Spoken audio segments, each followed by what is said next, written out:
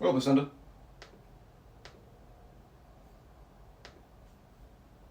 First in the chat. Let's get some commercials going while we wait for everyone. God damn it. Why?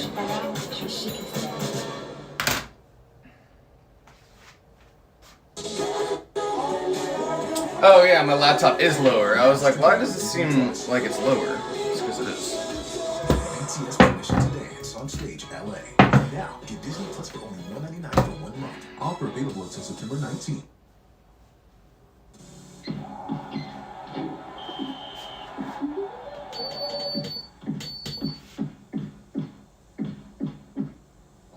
Oh, this fucking, I forget his name, from Police Academy, right?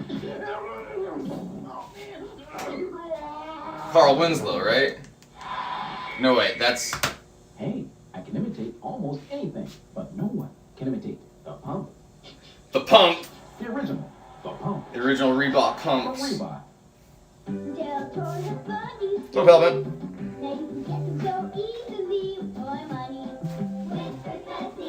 It is back when fucking Jingles was everything. Look for Joy Money coupons on specially marked packages of Coca-Cola Classic, Diet Coke, and Sprite. You'll save $1, $2, up to $7 instantly on select Mattel. What up, Skyler? Michael? You have car issues, you said? That's not good. Holiday season, share the adventure and romance of the Nutcracker Prince with the whole family. What up, Arctic? The Nutcracker Prince. Oh, no worries, Skyler. I appreciate you letting me know.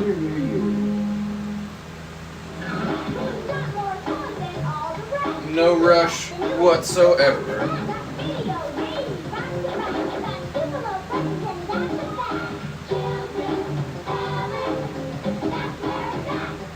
Get it while it's hot, and get it while it's here. Game Boy, the Do you have the time? Sorry, I took my watch apart. Well, after 4 p.m., you get a BK roll-up for only 99 cents when you buy one at the regular price. Hey, yo. Pretty radical. Sometimes you gotta... Where's the gabagoo? What happened to your kitty? He fell off the strike. Wait. And then he bumped his head. What up, Dina? And of course, Skylar. Yeah, then That's how the universe operates, right? he fell down the stairs. So he's got to be worst timing.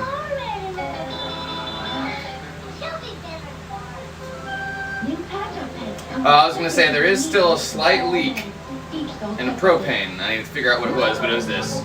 It's our old torch. New hand torch comes in tomorrow. Very excited for that. I also ordered a little. I also ordered a little knob for it. Oh, Sky.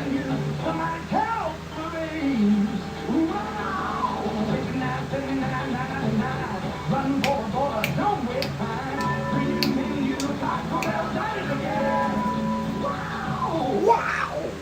Are you here all by yourself? I'm not sure. I think I'll be here alone. Yeah, you're right there. What would you do if your parents accidentally let you home alone? Well, how about shopping? Trading. Post Malone. Oh wait, no. Home Alone. What up, Cal? Home Alone. Critics are calling it the funniest movie of 1990. Ready, PG. 1990? Are you fucking kidding me? From Walt Disney Pictures, somewhere in Australia. I did not know that came out in 1990. Why did I think that was late 90s? Now the message is going out, and two little heroes are racing in. In the most breathtaking rescue mission ever. For sure, Sky. It's a story filled with fun, adventure, and wonderful Disney characters. Only in theaters is Walt Disney Pictures' all-new you The Rescuers Down Under. She says rescuers, right? Friday, November 16th at a theater. Oh, Lucy, I got boxes in your spots. The world has been growing food 20 years ago. Do you not get to? There you go. I'd like to buy the world a home and sell it in world. No, God, this fucking thing. What's funny is this is probably actually copyrighted. I'd like to buy the world a Coke. For one night only. And then 3 decades later, have Kendall Jenner act like Coca-Cola will save racial tensions. Y'all remember that? Y'all remember that commercial? Kendall Jenner, Kylie Jenner, whoever it is, I don't fucking know who they are. Gave a Coke to Phil Collins. Gave a Coke to Phil Collins. Or was it a Pepsi? It was one or the other. I think it was the Coke because wasn't it? I'd like to give the world a Coke. That same thing. They tried to bring back that campaign. And this was during the George Floyd riots and protests, and they played that of her giving a fucking Coke or a Pepsi, whatever, to the riot police. Do y'all remember that?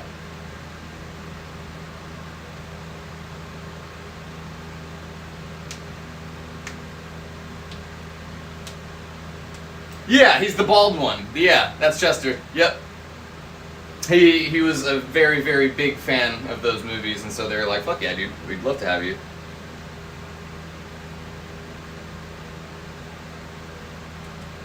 Wendy's is always on the lookout for new food ideas. Try one? Always things. What I get known for is a Big Dave's Deluxe. A Big Dave's Me and Jax's first trade came in today. If y'all were wondering where this is from, I'm not going to show the rest of the stuff or some of the other stuff until they are actually in the stream, but I can't wait to have this in the stream. This is my rainbow monkey. Oh, so very round and super cuddly. Isn't it fucking perfect? Fully crocheted rainbow monkey.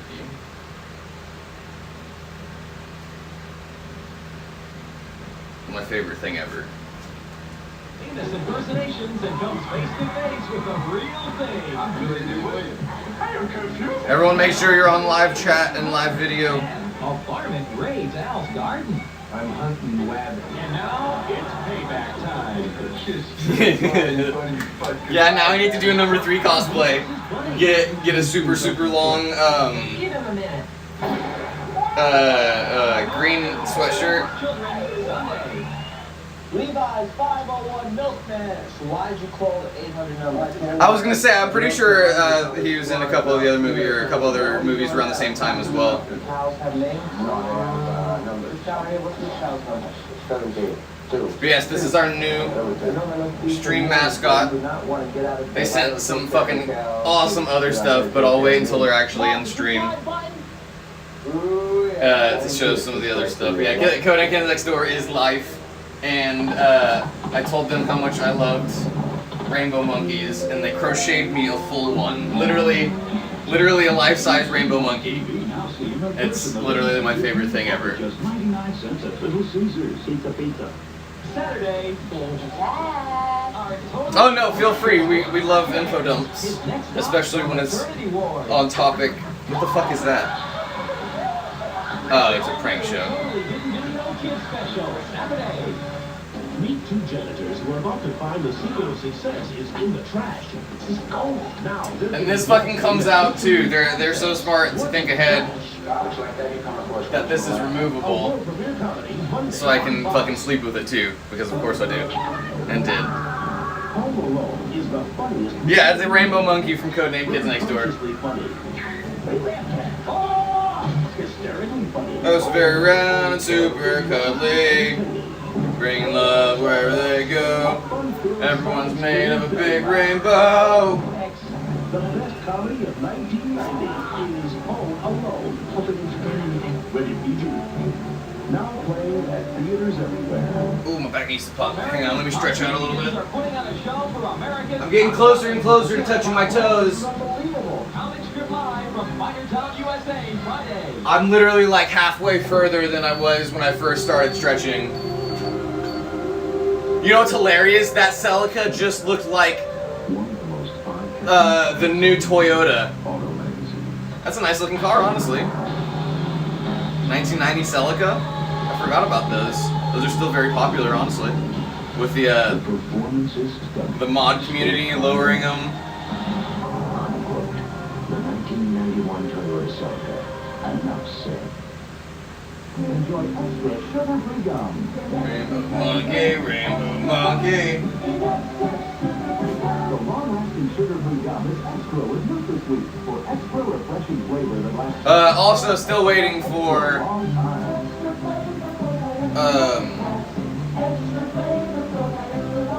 approval on YouTube. We'll be back on TikTok Saturday, Sunday, Monday night. Well, no, not Monday. I take that back. Not Monday night. Tuesday night, because we'll be back Monday night. But we probably won't go live on TikTok that night. We'll probably do YouTube again like we normally do. And then Tuesday we'll be back on TikTok.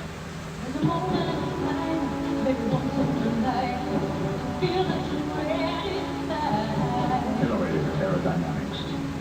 Fuel-injected multi-valve engines. Fuel injected multi-valve. Honestly, 90 was a great year for cars. Technology for the 90s. This is They're trying very, very hard to look futuristic, and some did it right, some did it comically, but also made them look cool, like the 90 Fox Body Mustang. I said you gotta try it with breakfast for at least a week. Get to know it. A good nutty taste. And well, it's packed with complex carbohydrates. It's a natural energy source. Oh, I love that Sky. so I did. You saw when I said that I had seen them, No way. the tour before his passing, right? Helps keep you going strong all morning long. You gotta try it for a week yourself. I'm pretty sure it was them and Blink-182 played together. Linkin Park, Blink-182. And that was right before Blink-182 broke up as well. That was actual Blink-182. Yeah, that was, wow. Now that I think about that, that was a very, very important concert to be at. Now that I think about it. Yeah. So I saw Linkin Park and Blink-182 their final tour. Wow. I need to flex that more often. We got our kiln warming up. We're not gonna use this green anymore. At least for now, until I figure out what the fuck is going on with it. It broke. The little stem that we had on the pumpkin that we were working on last night broke.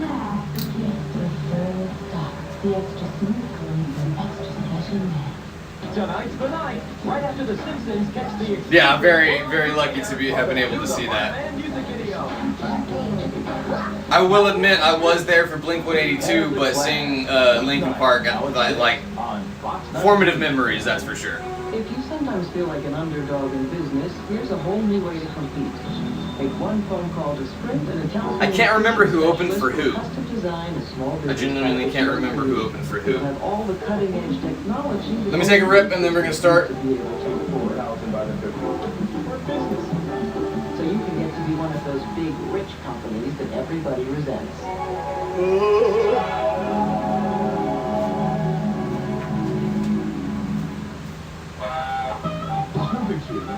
Summer's over. Bagging. McDonald's? Canadian McRib. McDonald's? Oh, the Don Show. See the astonishing real-life stories of people whose obsession with revenge drove them too far on America's Most Wanted. Then, attorney Simon McKee must defend a shot convict charged with obscenity. You're gonna lose the case. Yes, you keep your mouth shut. Theirs is a match made in heaven. You're in contempt again. Your Honor, you are! And all new Against the Law at its new day and time, Friday at 9, 8 Central, right after America's Most Wanted. When you live first with class, normal everyday brushing takes on a whole new plaques, clinically proven to remove more plaque than brushing alone.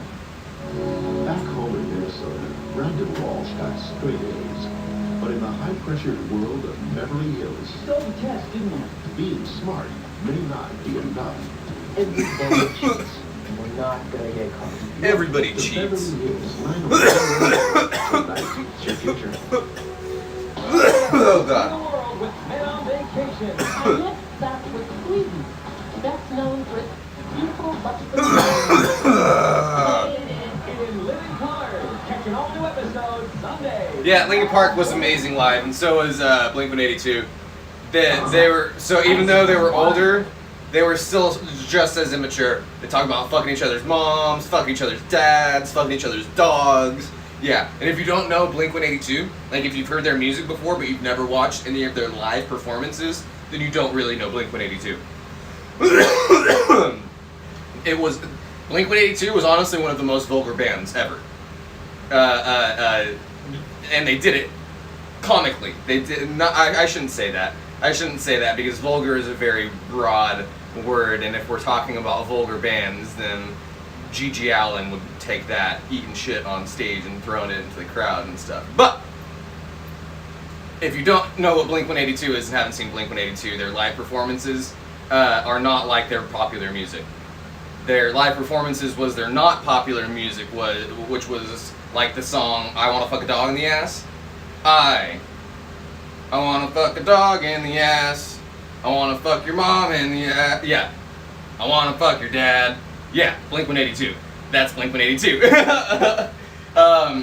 So same with they would they actually got arrested for lewd conduct once. They would talk about pulling their dicks out on stage constantly. Great fucking band live. Honestly, it's fucking hilarious. They were a show on top of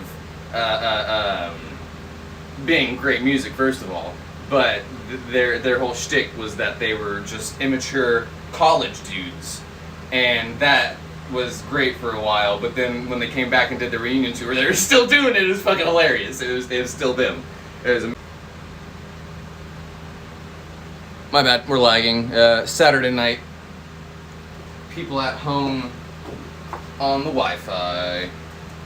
We're gonna watch is it part 3 or part 4 of the Marilyn Manson, of the Charles Manson documentary that we were on. Do y'all remember? The Supreme Court debate It was either 3 or 4. should be bought this 1991 Oldsmobile Cutlass Supreme or lease it. And a Cutlass Supreme, and a Chicken Supreme, and a Burrito Supreme. It's only $13,887. Consider leasing. Payments are as low as $199.98 a month. It has V6 power, air, four-wheel disc brakes. Far better transmission and more. Buy at $13,887. Lease at $199.98 a month. See your new Olds Collection dealer.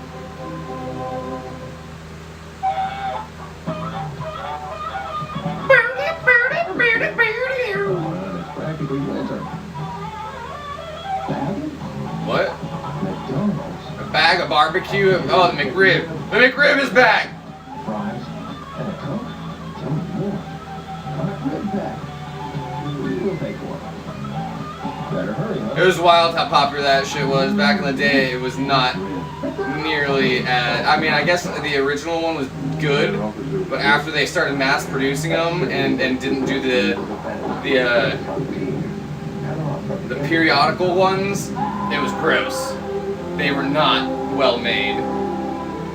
They were very, very cheaply put together. Forever by the people who call him Dances with Wolves. I've actually never seen that movie. Kevin Costner dances. Is it just another white savior movie, like it looks like? Now playing in select cities. Opens November 21st everywhere. Tonight.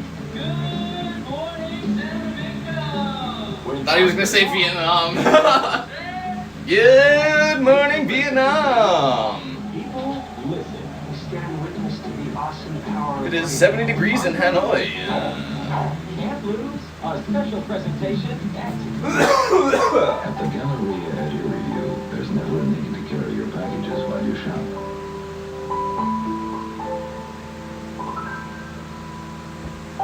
And at the Galleria, we'll wrap all of your gift purchases. That's Robin Williams, right? Smile. That original quote. Good morning, Vietnam. Never seen that movie either. I think one of the most narcissistic things I've ever said was that I've seen almost every movie. I actually said that one time, but being autistic, what I actually meant was that I've seen almost every movie on all the streaming apps at the time, plus a bunch of other movies. But it came out that way, and I didn't backpedal it, and then I was like, damn, that was a really narcissistic thing to say. Damn guys, I want the good stuff. Pontiac 4-door Grand Prix Sport Sedan. Got what you want. To me, value means getting the right equipment on a good Nice, car Lucinda. at a decent price. To your Northern Ohio. My last concert, it's been forever since I've been, no, I've been to a concert since then. Sure, I compare it. Why do you think I got a Pontiac? No, yeah, my last concert was like 3-4 years ago. Happy Thanksgiving. Primus. Fox 19, WOIO.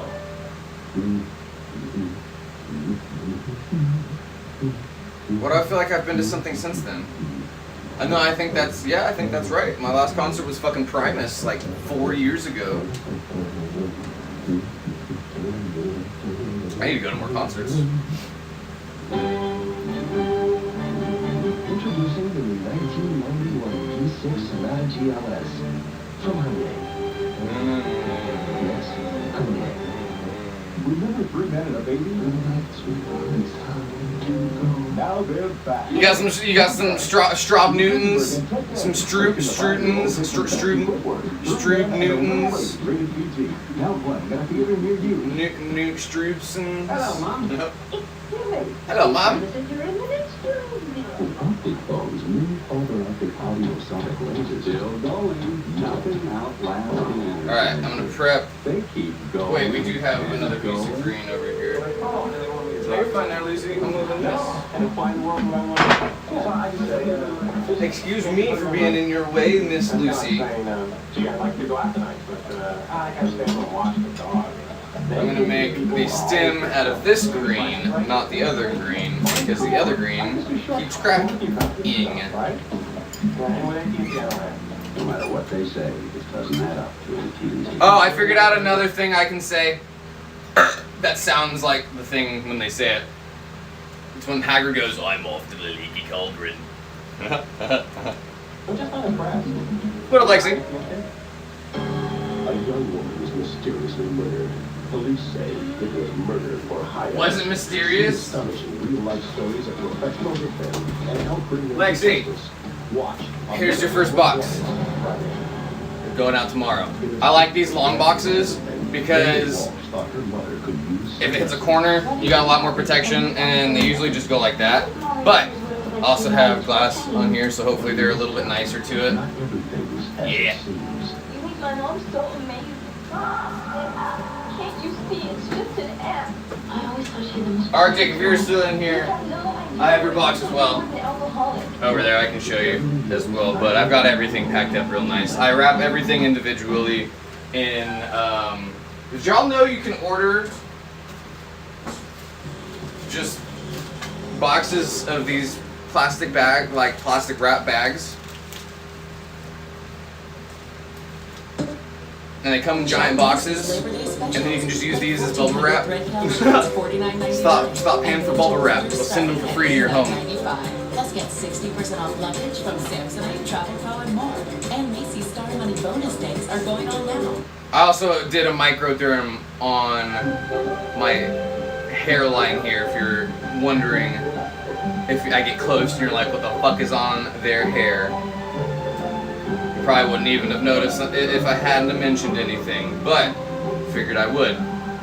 Because I also want to keep y'all up to date and up to speed on the actual regrowth of my fucking hair, because it is growing back quite miraculously. I did not think it would as much as it is. And I think that's a mixture of me not being stressed, one, new diet, exercise, all that good stuff. Obviously because I'm using minoxidil and microderm as well, but I'm determined to fix the damage that having locks did. Look who's coming for Thanksgiving leftovers. Oh, fuck yeah, Lexi. Congratulations. Well, I just cooked the cheese. Wait, no, yeah, I take that back. I saw Mini Kiss. I did see Mini Kiss. Now that I think about it.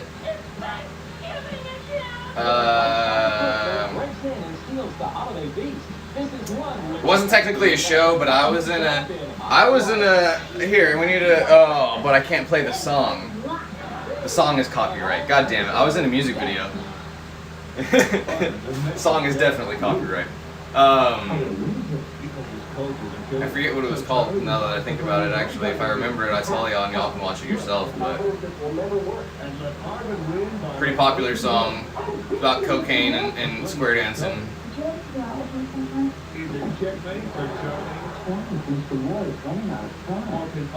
trying to think of it there. I can't think of it right now. Weeknights at 6 on Fox 19. We'll start up the. We're going to broadcast live. Now, Lee, with your chance to be on America's Funniest People. Come on down and get funny and crazy. You can win some green. Amen. The whatchamacallit here in a sec. I'm gonna grab some coffee. I do want some coffee. And that's almost at 700. We're getting there. Also, tomorrow, like I said, we'll have our new hand torch.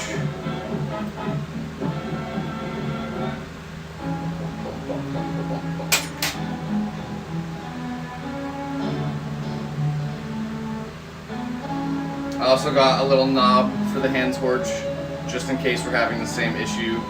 Look at that Game Boy, that's the OG Game Boy. Just in case we're having the same issue, the knob will fix it either way. I'm pretty sure it's just that this is an old one and that the seal in it is just blown out or whatever, the internal seal. Yeah, that's the OG Game Boy, I had one of those. And then I had the Game Boy Color. No, I had the Game Boy Advance first, actually. No, I take that back. I had a Game Boy Color, the clear purple one. I had a clear purple Game Boy Color, and then a Game Boy Advance Special Edition that I got for my birthday. Alright, I'm gonna grab some coffee. Just 4 hours after being profiled on last week's broadcast of America's Most Wanted. See the remarkable story of his arrest on America's Most Wanted. Then, when Simon McKee defends an old flame, Small town men don't want us here. things get a little hot. I hate lawyers as much as you do. Against the law. Almost as much. An all-new episode following America's Most Wanted Friday. Tonight, Ronnie's rib joint needs help. Come on, Sean, I know the place for you. Are you crazy? It looks like a job for Faye. See, that's your station. Catch an all-new episode coming up next.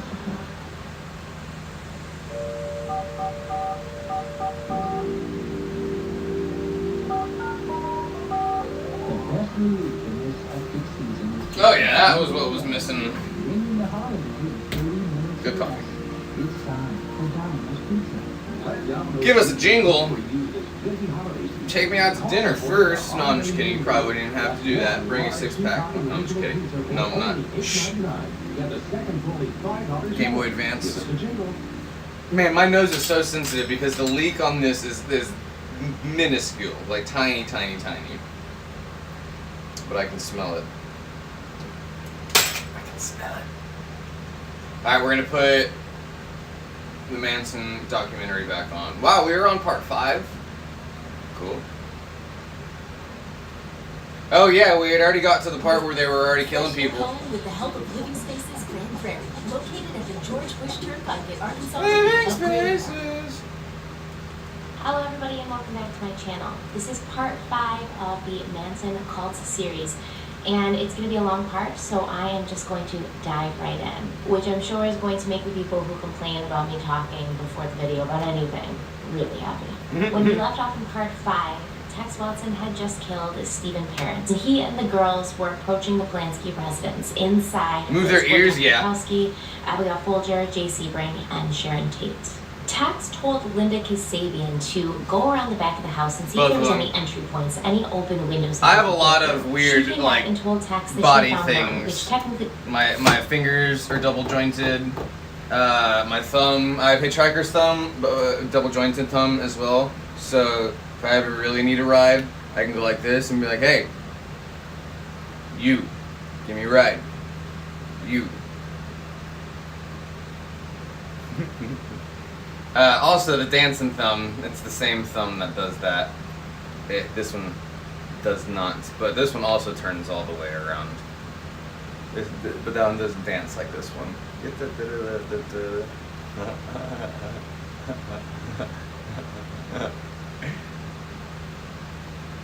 Or I could just do that. Be standing at the road, be going, I need a ride.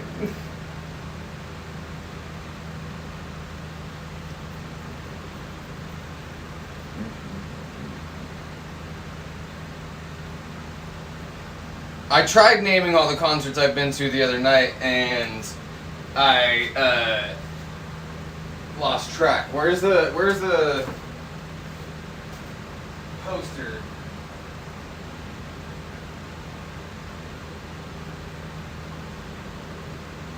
Where's the goddamn? Oh, right here. I was gonna say the poster from Euphoria alone is a fucking whirlwind. All right, y'all ready? Ready for this fucking lineup?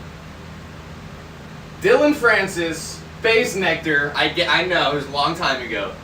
STS9, Big Wild, Tycho, Juicy J, Grizz, Lettuce, Nako and Medicine for the People, Space Jesus, the Polish Ambassador, Lil Dicky, and fucking Waka Flocka made a guest appearance. That concert alone was fucking ridiculous, let alone the multiple Edge Fests that I went to, which include names like, what was it that I mistook, that I said the wrong name? It wasn't Muse. Who sings Change? Deftones. I've seen Deftones, Alice in Chains, Twisted Sister, 30 Seconds to Mars. Who else did I see there?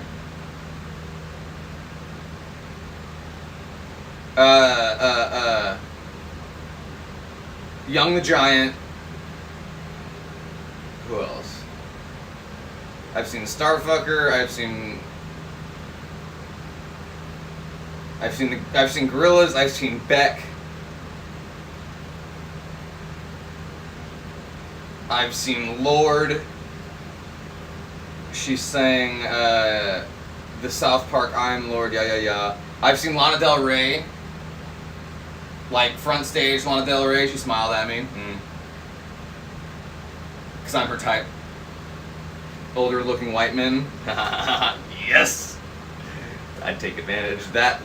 Not her, I take advantage of the fact that I look like an older looking white man. Let's be specific with that language. I've seen Juicy J. I've seen Juicy J twice, actually. I've seen Wiz Khalifa. I've seen Lil Wayne. I've seen... Fuck. Who else? Oh, who did I see at the... Marilyn Manson, Rob Zombie. I've seen Tyler, the Creator with Odd Future. And Tyler, the Creator by himself. This list fucking keeps going, oh my god. I feel like I'm leaving some out too.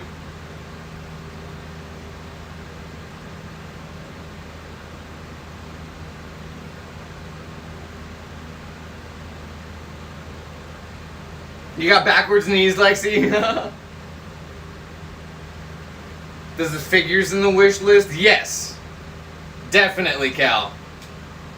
I forget which ones are on there, but most specifically, oh, it's been so long since I've watched Fairy Tale.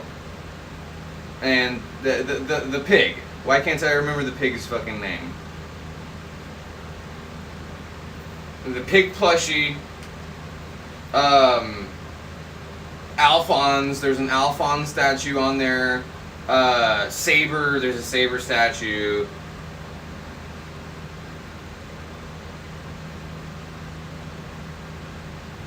I need to look through my wish lists again. I'm pretty sure there's some like glow-in-the-dark bondage rope on there too. That need to stay on there. I was gonna say there might be some stuff that should come off of that page, but that is one thing that can stay on there.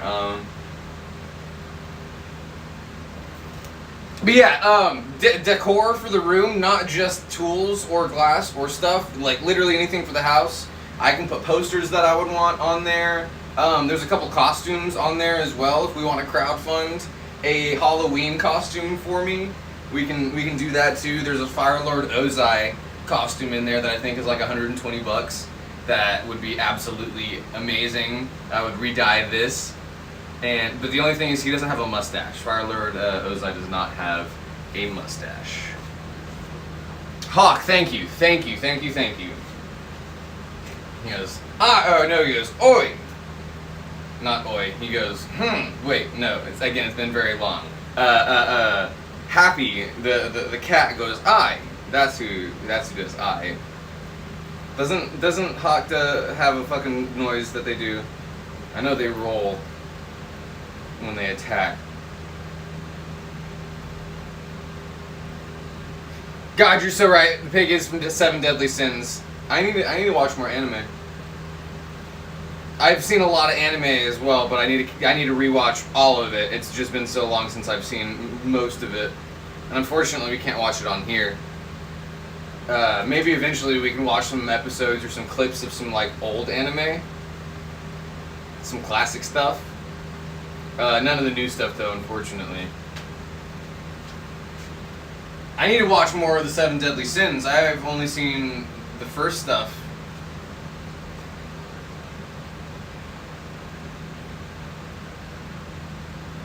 Alright. Wasn't true because the painter had just been in the house that day and he had taken the screens off the nursery windows and left those windows open. So if she had checked it all, she would have I've seen Starfucker twice now that I think windows. about it. Did she look at all? If she had looked, if she'd given it any effort, she would have found those open windows. But Tex did find an open window in the entry hall of the house. It was very hot that weekend, as we've already talked about. And a lot of people in the city keeping their windows open just the So is the new Zatch Bell, is that a remake or is it, what is it? Because Zatch Bell was my shit as a kid, and when I saw that they're, it's a continuation because aren't they older? Aren't they older? In their new released art, I'm almost positive they look older. Remake? Okay. I can accept that. Like I have a fucking choice. The art style looks similar though. When I saw the book, it fucking transported me back to my childhood. I need to rewatch the original.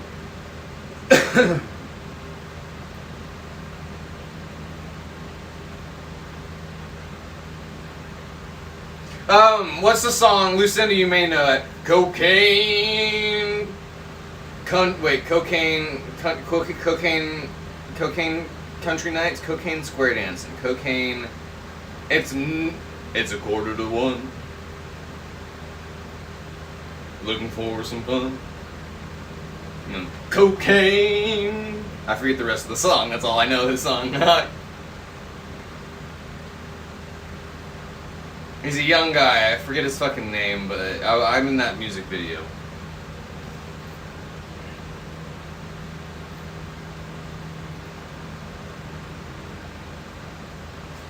It'll come to me eventually. I can't think of it to save my life right now. Cocaine Cowboy? Yeah, it's new. Or not new, not new, but like a few years ago. Cocaine country dancing.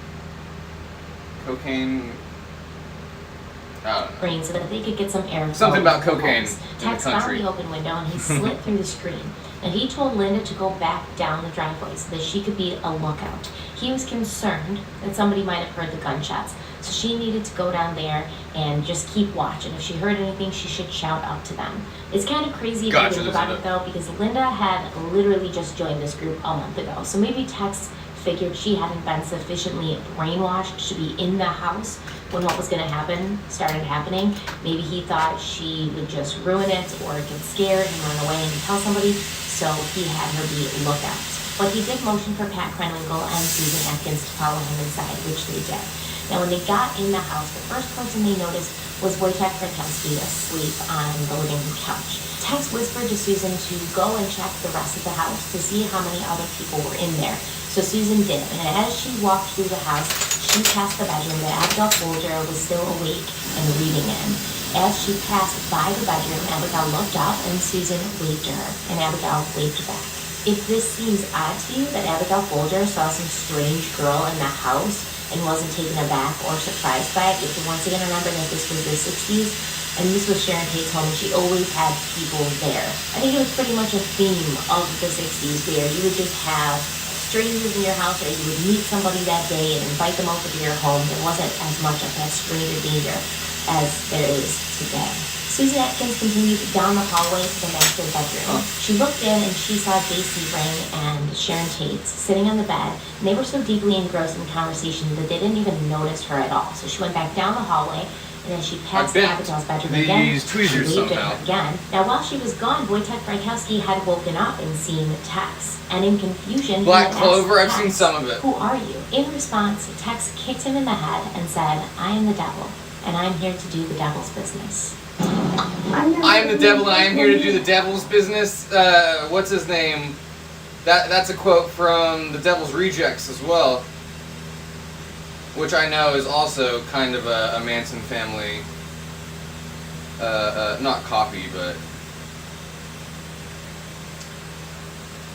modal, if you would.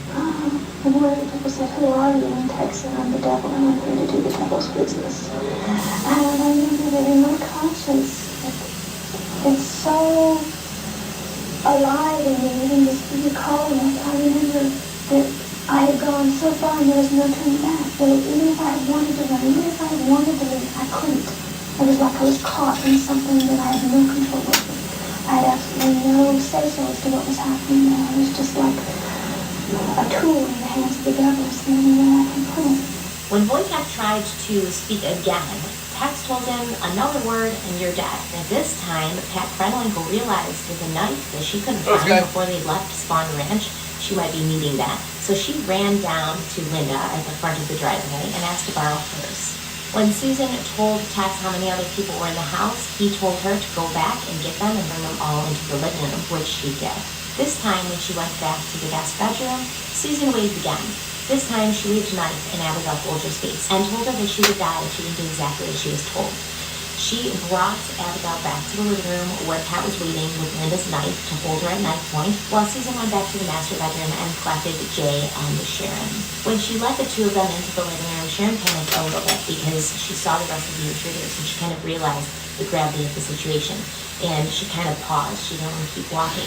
And Tex Watson grabbed her roughly and pulled her into the living room. Abigail was still standing terrified at knife point, and Wojtek was still on the couch. Show me your war face! Tex instructed Susan to tie Wojtek's hands behind his back. I scared the glass. She did with a towel, which is strange because they brought rope.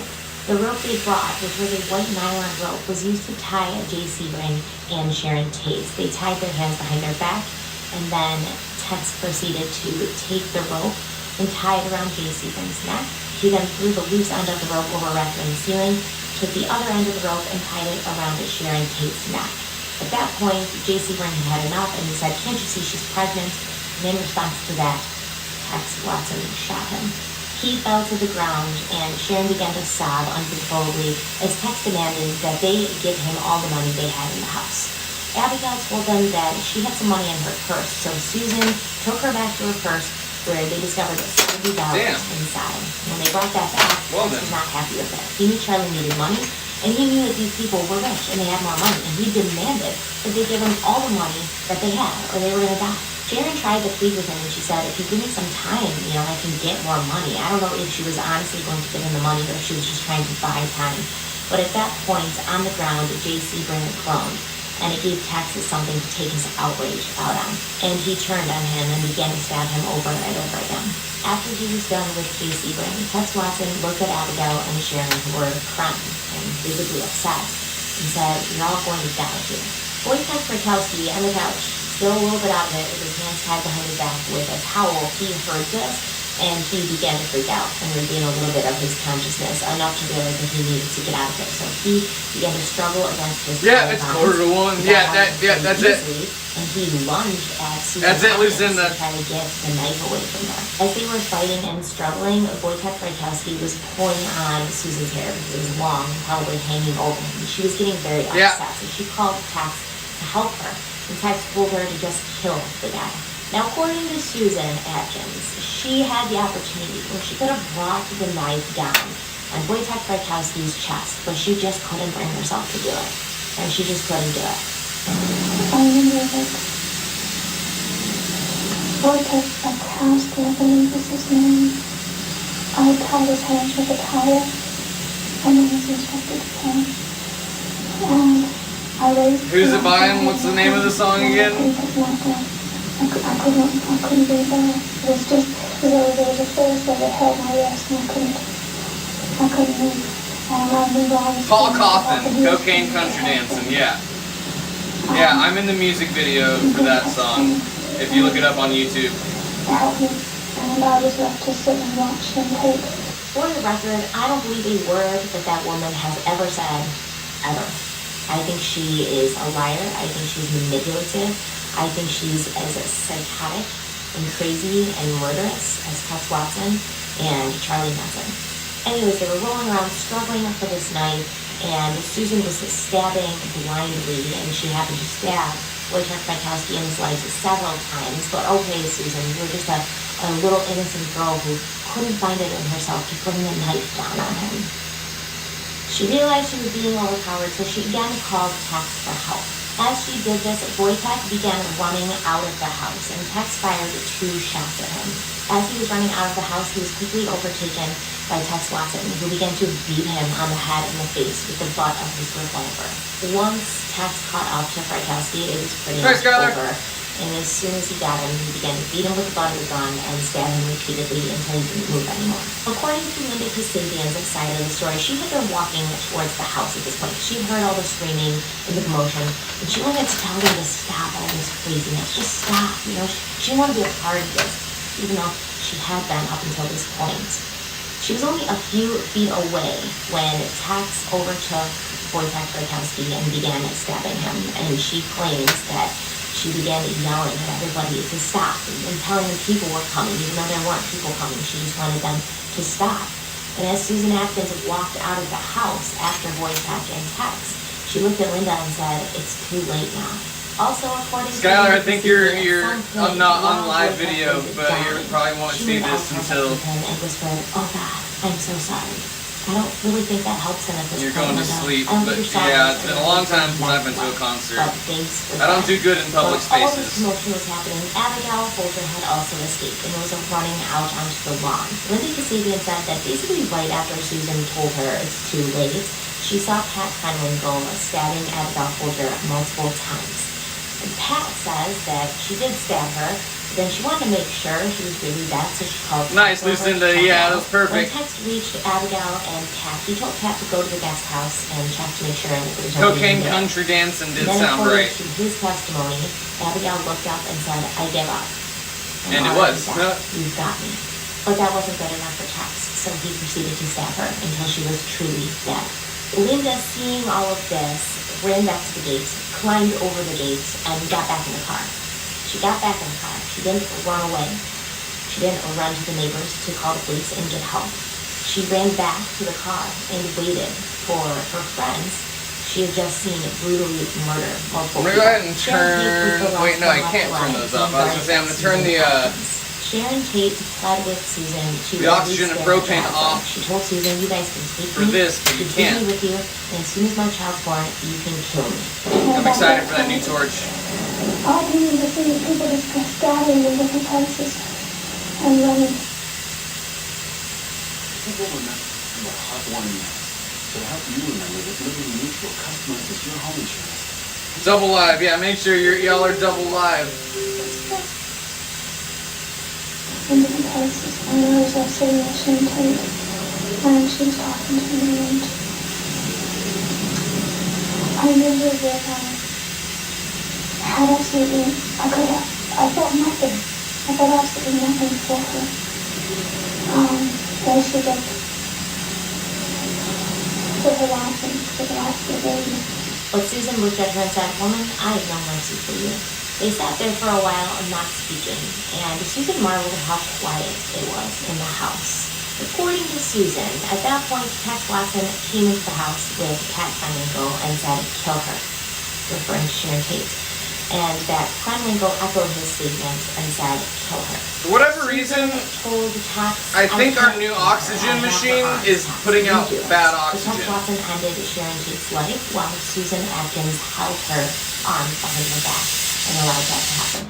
This is After not burning they were all dead, near Susan as looked at hot her as for it her used knife, to. but she couldn't find it. Tex interrupted her and told her to write something on the door before Oh, they left. Cal, let me know when you're going to be Susan going to those claims storage that places. she No looked rush down at Sharon whatsoever, Tate's but body and thought definitely to herself, interested "Wow, in there's those. something Speaking in of there. those It's a living oxygen being machines. inside of this dead woman that we just killed." Yeah, so And she it's not claims as that she pure as it considered could cutting the be, baby the out oxygen. to save its life. But then And she so it's not as realized hot as it that she typically couldn't do is. that, so instead she just dipped her finger. Making sure this isn't too Sharon close to Tate's the blood kiln. I don't want it wrote warming up at all. on the front door of the house. The only reason that William Garrettson survived that night was because Pat Krenwinkel, who had been sent to check the guest cottage, claims that she walked to the back of the house and pretended to check the guest cottage, but she didn't actually check the guest cottage because she didn't want to kill anybody else tonight. She was tired. Her hand hurt because She was she'd tired. been stabbing Abigail so hard and so many times that she'd actually hit bone, and so her hand hurt, and she was tired. They were all covered in blood except for Linda, obviously, who was hiding in the car. And as they left, Tex Watson pushed the button on the electronic gate to make it open, leaving a very nice bloody fingerprint. When they got in the car, they were all kind of grumpy. Little bit First of all, of they were gas kinda from there, all just a pissed little that bit. Linda had run away. Pat was complaining about her hand hurting. Legitimately, she said her hand hurt. I wasn't making that up earlier. And Tex was mad at Susan because she'd left her knife behind because she couldn't find it. Just double They checking all quietly everything. removed their bloody clothing, got dressed in the spare clothes they'd brought, and Tex rolled all the bloody clothes into a bundle. And he got into the driver's seat and handed the clothes to Linda in the passenger seat, told her to throw them out the window as they were driving. Because that seems like a really, really effective way to get rid of bloody clothes and evidence of a murder. Just throw them out the window somewhere. A little further down the road, Tex threw the murder weapon out as they drove over the canyon. Now this murder weapon, the There's gun, gotta be it had a broken handle because he had hit Wojtek Frykowski with it so many times and a so little hard. crack in this line Pieces somewhere of or the handle something. had Because it's actually way broken stronger off, than and those were the left little at the trickle crime that scene. They is used a showing hose in someone's with the yard, bubble a Portello test. Drive, to basically rinse off and get a drink of water. And as they were doing this, they were talking in hushed tones, but the homeowners heard them and came out and asked what they were doing there. And Tex responded, Did the color they were dry just nice, walking Lucinda? along and they wanted a drink of water. The homeowner who saw their car parked at the end of the driveway did not believe them and came outside to basically Also, confront y'all them. wanna know it's fucking dumb? I've got 1, 2, 3. I've got 4 propane regulators and only 1 oxygen regulator. I kept finding regulators and was like, oh fuck yeah, maybe this one's an oxygen. Nope. And it never was.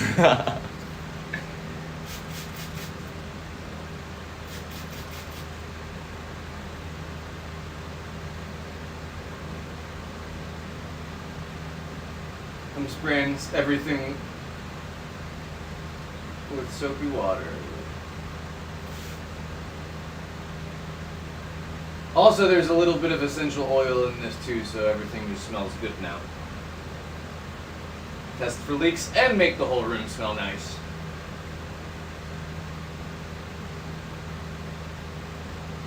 Huh. So you want to know the interesting thing? It's only when I'm using it. And it's only when I'm using that hand torch, so whenever there's gas flowing through it, there's got to be a leak internally in here somewhere. Which would make sense for why I can't find it now that it's closed off.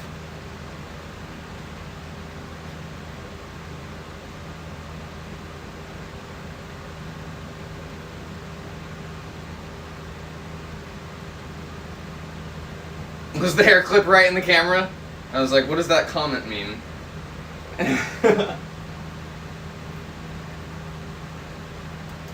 They all drop the hose, they ran back to the car. The homeowner is pursuing them, and they get in the car, and Tex puts the key in the ignition just as the guy reaches the car and is like grabbing at the open window. He didn't catch them, obviously, but he did get their plate number. When they got back to Spawn Ranch, Susan got an old rag out of the kitchen to clean off the car, which had blood spattered all over the outside and inside of it because they were literally dripping in blood when they got back to that car. So they were just near the car, and it was getting blood on it. Charlie approached them and asked them what they were doing home so early. They were He dripping. never said anything about the murders, and when Susan bragged to him that they had just killed for him, he looked at her and said, "You killed for yourself." Charlie decided himself to go to the scene of the crime and add his own little personal touch. While he was there, he took an American flag and draped it over the sofa. And then he took a towel and covered Sharon Tate's face. And he also left a random pair of horn-rimmed glasses at the scene. Little hair clip, shark in the fin. hallway, the ones Done. that belonged to Roman Polanski and had just been delivered. A lot of people don't realize that Manson did go to Cielo Drive that night after they all left. And he mainly wanted to make sure that they had cleaned off any fingerprints and, removed all traces of themselves from the house. But I think he wanted to be candles still part look of it really in his good, own way. but He the didn't want to entire do the dirty work. He didn't want to stem kill came anybody. off. But he wanted everybody to know he'd been there. Like, he had to give his stamp of approval on the crime scene. The next morning, the maid, Winifred Chapman, arrived for her normal time and her normal shift at Cielo Drive, and she went in through the back door, which was the servant's entrance. The first thing she saw was Roman's trunks in the hallway, and she thought she saw what appeared to be blood on them. Then as she got closer, she saw blood on the floor next to them, as well as two towels nearby, which also appeared to have blood on them. Then she walked into the living room and took in the horrific scene. And she couldn't see everything because there was a big sofa in the middle of the room, and it was hiding Sharon and Jay Sebring's bodies. But she saw blood splattered everywhere. There was huge blood splatters everywhere. And as she looked out the open door onto the patio in the yard, she saw Wojtek and Abigail Folger's body, and she freaked out. She turned around, ran out through the entrance she had come into, screaming about blood and bodies and dead people. And as she ran through the driveway to the front gate, she passed Stephen Parent's Rambler and saw him dead in the car. So this woman's obviously just having a meltdown right now. Can you imagine seeing all that stuff? It's like something in a Keep movie. running, and there's Yeah, another dead body. Really experiencing that. She ran to the neighbor's house. I don't mean to trying laugh, but find somebody. who like could call in police for her. scenes The like first that in house she scary went to, movies, nobody was home. The second house she went to, I she was sometimes like, can only help but There's a laugh. young It's just man like, why are you just outside. piling it on this person, man? Just like, they walked into that and now they're running. It's like, oh sweet, a car. Oh look, someone's in the car. So, fuck, that's another one. It's so unfunny that it's funny, and you can really only help to laugh to process it. Because it's like, I don't know, what would I do in that situation? Honestly, probably just sit down. Just be like, fuck. All right, well, if I don't get killed in the next 5 minutes, then I'll go do something about this. Because knowing me, I'd be there right as it happened, and I'd be like, shit, I'm not about to run from Scary Monster Man, whoever did this. I'm about to fight it out right here. Come on, bring it on. Okay, no. A few minutes later, okay, I'll go get somebody's help now. Just stand there like this, just for a few minutes, just like, all right, and be like, that way. And then call 911. You don't call 911 as soon as you get there. You check your surroundings first. Right, aren't those candles great? I want to do a pendant like that. I think I'm going to do a skull with candles on top of it. A little skull pendant with candles. Ooh. Warming up the car. Jim Asen was only 15 at the time, but he was part of the law enforcement unit of the Boy Scouts of America. Nice, And his Lucinda. father was Just remember, driving to the don't West spam Alley chat too division bad. of the LAPD that morning to work the desk. He and I his like that parents you're excited tried for to it, though. calm I'm the excited. guy down. Oh, God, And I'm Jim excited to called see the it. police, noting the exact here you time go. to be 8:33 a.m. because of his training with the Boy Scouts. While they waited, Jim and his father walked over to investigate, but they did not go inside the gate. However, they did notice that several wires had been cut, so Jim went back home and called the police a second and third time. Several units arrived within minutes of these phone calls. I kind of want to They were disconnect. all one-man units, so the first person on the Yeah, I'm scene gonna was Jerry disconnect. DeRosa. He interviewed Winifred Chapman, but he couldn't really get... I'm going to disconnect the old oxygen machine that we have connected up to it now. I know I did all the work to put it on there now, but I want to test... What did I step on? Oh. I want to test our oxygen. I have a theory that that old machine might be kaput and might be putting not so pure oxygen into our system.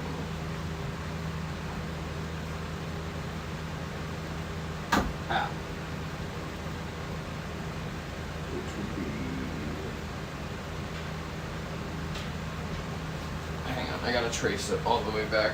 And I want to do that before a it lucid turns story on. out of her. Hello, Shaggy. Mason, Jim's Shaggy. father, told the officer that the house belonged to Rudy Altobelli, but he was out of town Rudy and he had a temporary groundskeeper watching things while he was gone. He also told the officer that the current tenants were movie director Roman Polanski and his actress wife Sharon Tate. Jerry DeRosa retrieved a rifle from his squad car and he had Winifred Chapman show him how to open the electronic gate. He then proceeded very carefully, gun drawn, up the driveway. He didn't know if the perpetrator or perpetrators was still in the house or on the ground, so he had to be very careful. When he got to Stephen Parent's Rambler in the driveway and saw the boy's body inside, he decided it would probably be a good idea to wait for backup, which arrived moments later in the form of Officer William Weisenhunt. Both officers crept back up the driveway, DeRosa with his rifle and William Weisenhunt had gotten a shotgun from his car. They searched the other vehicles and found them empty, searched the garage and the room over the garage and found that empty. And as they were doing this, they were joined by a third officer, Robert Burbridge. As they all got closer to the house, they spotted the bodies on the lawn. And the first body that they came across was Wojtek Frykowski. Frykowski was about 18 feet away from the front door. He was wearing short boots, multicolored bell-bottoms, a purple shirt, and a vest. He was lying on his side, his left hand clutching the grass. His face was so beaten and bloody that his features couldn't even be made out. Abigail Folger's body was about 20 feet further onto the lawn than her boyfriend's. She was barefoot, laying on her back in the grass. Her once full-length white nightgown was now completely red. They went inside the main house through the window in the newly painted nursery. Now they did see Tex's entry point in the entry hall, but they decided not to use it because they figured that the murderers had used it. So that was actually a good piece of police work, probably the last good piece of police work for a while on the LAPD's part in this case. Before going into the living room, they noticed the two big blue steamer trunks in the hallway and the all the tubing. I just glasses unplugged the actual oxygen One of the machine. officers also spotted two small pieces of wood on the floor next to the trunks, which looked like they'd come from the handle of a gun. I still When they smell walked propane. into the I living think it was room, just they because I had noticed this crank something for a sec. which stood out drastically against the light and airy furnishings in the room. A big American flag draped over the back of the sofa. Once further into the room, they were able to see the bodies of Jay and Sharon. And these three men were seasoned LAPD police officers. They were not homicide detectives, but they'd still seen their share of gruesome and gore in their lives, and they all agreed that this was the worst. They checked the rest of the house and they didn't really find anything of note, but they did notice a white bassinet sitting on top of the armoire. I really need to find that piece a of sign fucking of a mother sandpaper. anticipating Give me a the second, let me arrival look of for her that. new child. That's really what I need Their right next now. step was the guest house, Don't and as they test that approached, they next. heard dogs barking and a man's voice telling them to be quiet. The cops figured they might have their suspect, so they split up around the guest cottage to basically surround him. DeRosa went up on the screened-in front porch, and he saw a young man sitting shirtless in the living room on the couch. DeRosa kicked in the door and was promptly attacked by Rudy Altobelli's Weimaraner, Christopher, forcing him to slam the dog's face in the door until Gerritsen in the guest cottage called the dog off, and DeRosa was able to open the door. Now, William Gerritsen claims the police were very rough with him. They didn't really ask him any questions, they didn't really say anything, they just knocked him down, handcuffed him, knocked him down again, and then brought him outside. Gerritsen was dazed and confused as he was brought outside, and he kept asking, "What's going on?" To which one of the officers replied, "We'll show you." They proceeded to walk him through the bloody scene on the front lawn. Now, Gerritsen's always been a peculiar character to me. I can't pin him down. I don't know if he knew more than he said, but I get the general impression that there's a lot to him and about his story and about his part in this night that we don't know and we probably never will. When I they know showed I him have the a piece of bodies fucking Abigail sandpaper and around here Wojtek, somewhere. Gerritsen said that he thought Abigail was the maid, Winifred Chapman. Now, Winifred Chapman was an African-American woman, and Abigail Folger obviously was not. when he saw the body of Because sometimes you can just he said that he thought it was sand the the young face of Mr. this. Polanski, which the What up, police were, Yeetus? suspicious about because Roman And Polanski it not was in resurfaces London. it, but Later, it when approached fucking with these kinds of questions, fixes Garrison would any claim misdirection that he of thought the candles. Frykowski was the young Mr. Polanski, referring to Roman's younger brother, that he hadn't met Roman Polanski. Which, okay, I mean, I guess I can understand the Abigail mix-up and the Frykowski mix-up, but when he was shown Stephen Parent's body in The Rambler, he claimed he had no idea who that was. That this was the very same young man who had just been at his cottage the night before, who he had walked to this very same car to say goodbye, and he claimed he had no idea who he was. So that's always something that has made me question things. And I've looked into it, and there's obviously theories, reputable theories about this. People have theories that Parent and Garretson had a homosexual relationship and didn't want anybody to know, so he claimed he didn't know who he was. Obviously, I don't know that to be true. It still wouldn't make sense why you would claim you had no idea who this person was. Which You will could just work. say, I'd much rather have yesterday, but that's my rambling softer thing about surface. the whole William Garretson not recognizing really any of the victims initially. He claimed he had been in the guest house all night. He was writing letters and listening to music, and he hadn't I'm gonna be heard very a gentle with if this. Gotta Linda keep the Kazarian oxygen heard on what the was entire going on time at the while house doing it. from her post at the end of the driveway. And there was people in the neighboring houses who heard screams and gunshots and things like that. And the guest house was only about 100 feet away from the main house. How did William Garretson not hear anything? I mean, two of these people were basically killed. It's been a long time outside. since I've done this. How did you not hear anything? It needs to be Later we would done find out that wasn't necessarily the truth. every William now and Garretson, then. at a later date, said You gotta be that very he saw careful people with running outside the cottage, and at one point somebody rattled the doorknob on the cottage like they were trying to get in. But he claims that's all he heard, that's all he knows, and that didn't come out until years later. I would have really liked to have spoken to him before he passed, just to kind of get his story of that night, because there's so many contradicting stories. And this is the case in this whole situation. You've got so many contradicting stories. Tex and Susan and Linda and Pat, they all gave a story, and then they changed their stories, and they changed it back to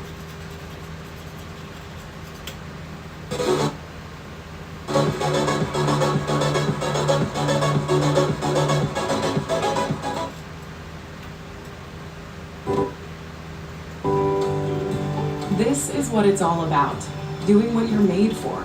It's time to learn about what Entivio is made for.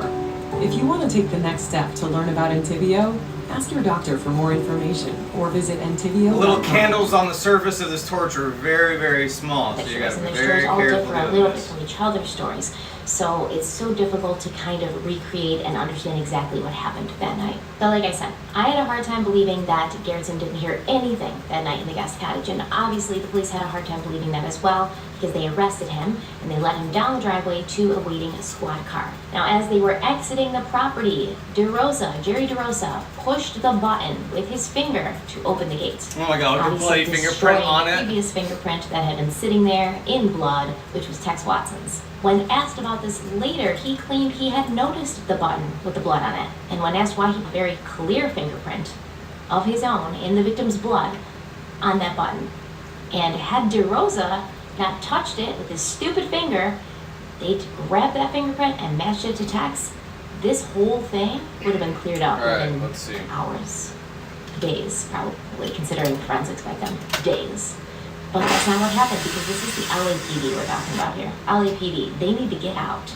They don't care what evidence they destroy in the meantime. I'm just messing. I'm not saying anything slanderous about the LAPD. That's just my opinion. Don't come for me. And so begins the mess of the investigation that is par the course for LAPD. Oh, we did it again. I'm not talking badly about LAPD, that's just my opinion. It's my opinion and my opinion only that the LAPD have a history and are notorious for being inept and corrupt when it comes to investigating cases. They used the police radio to call in 5 homicides at Cielo Drive around 9:40 a.m., which of course was always being closely monitored by the media, who picked up the story on media like a pack of hungry wolves.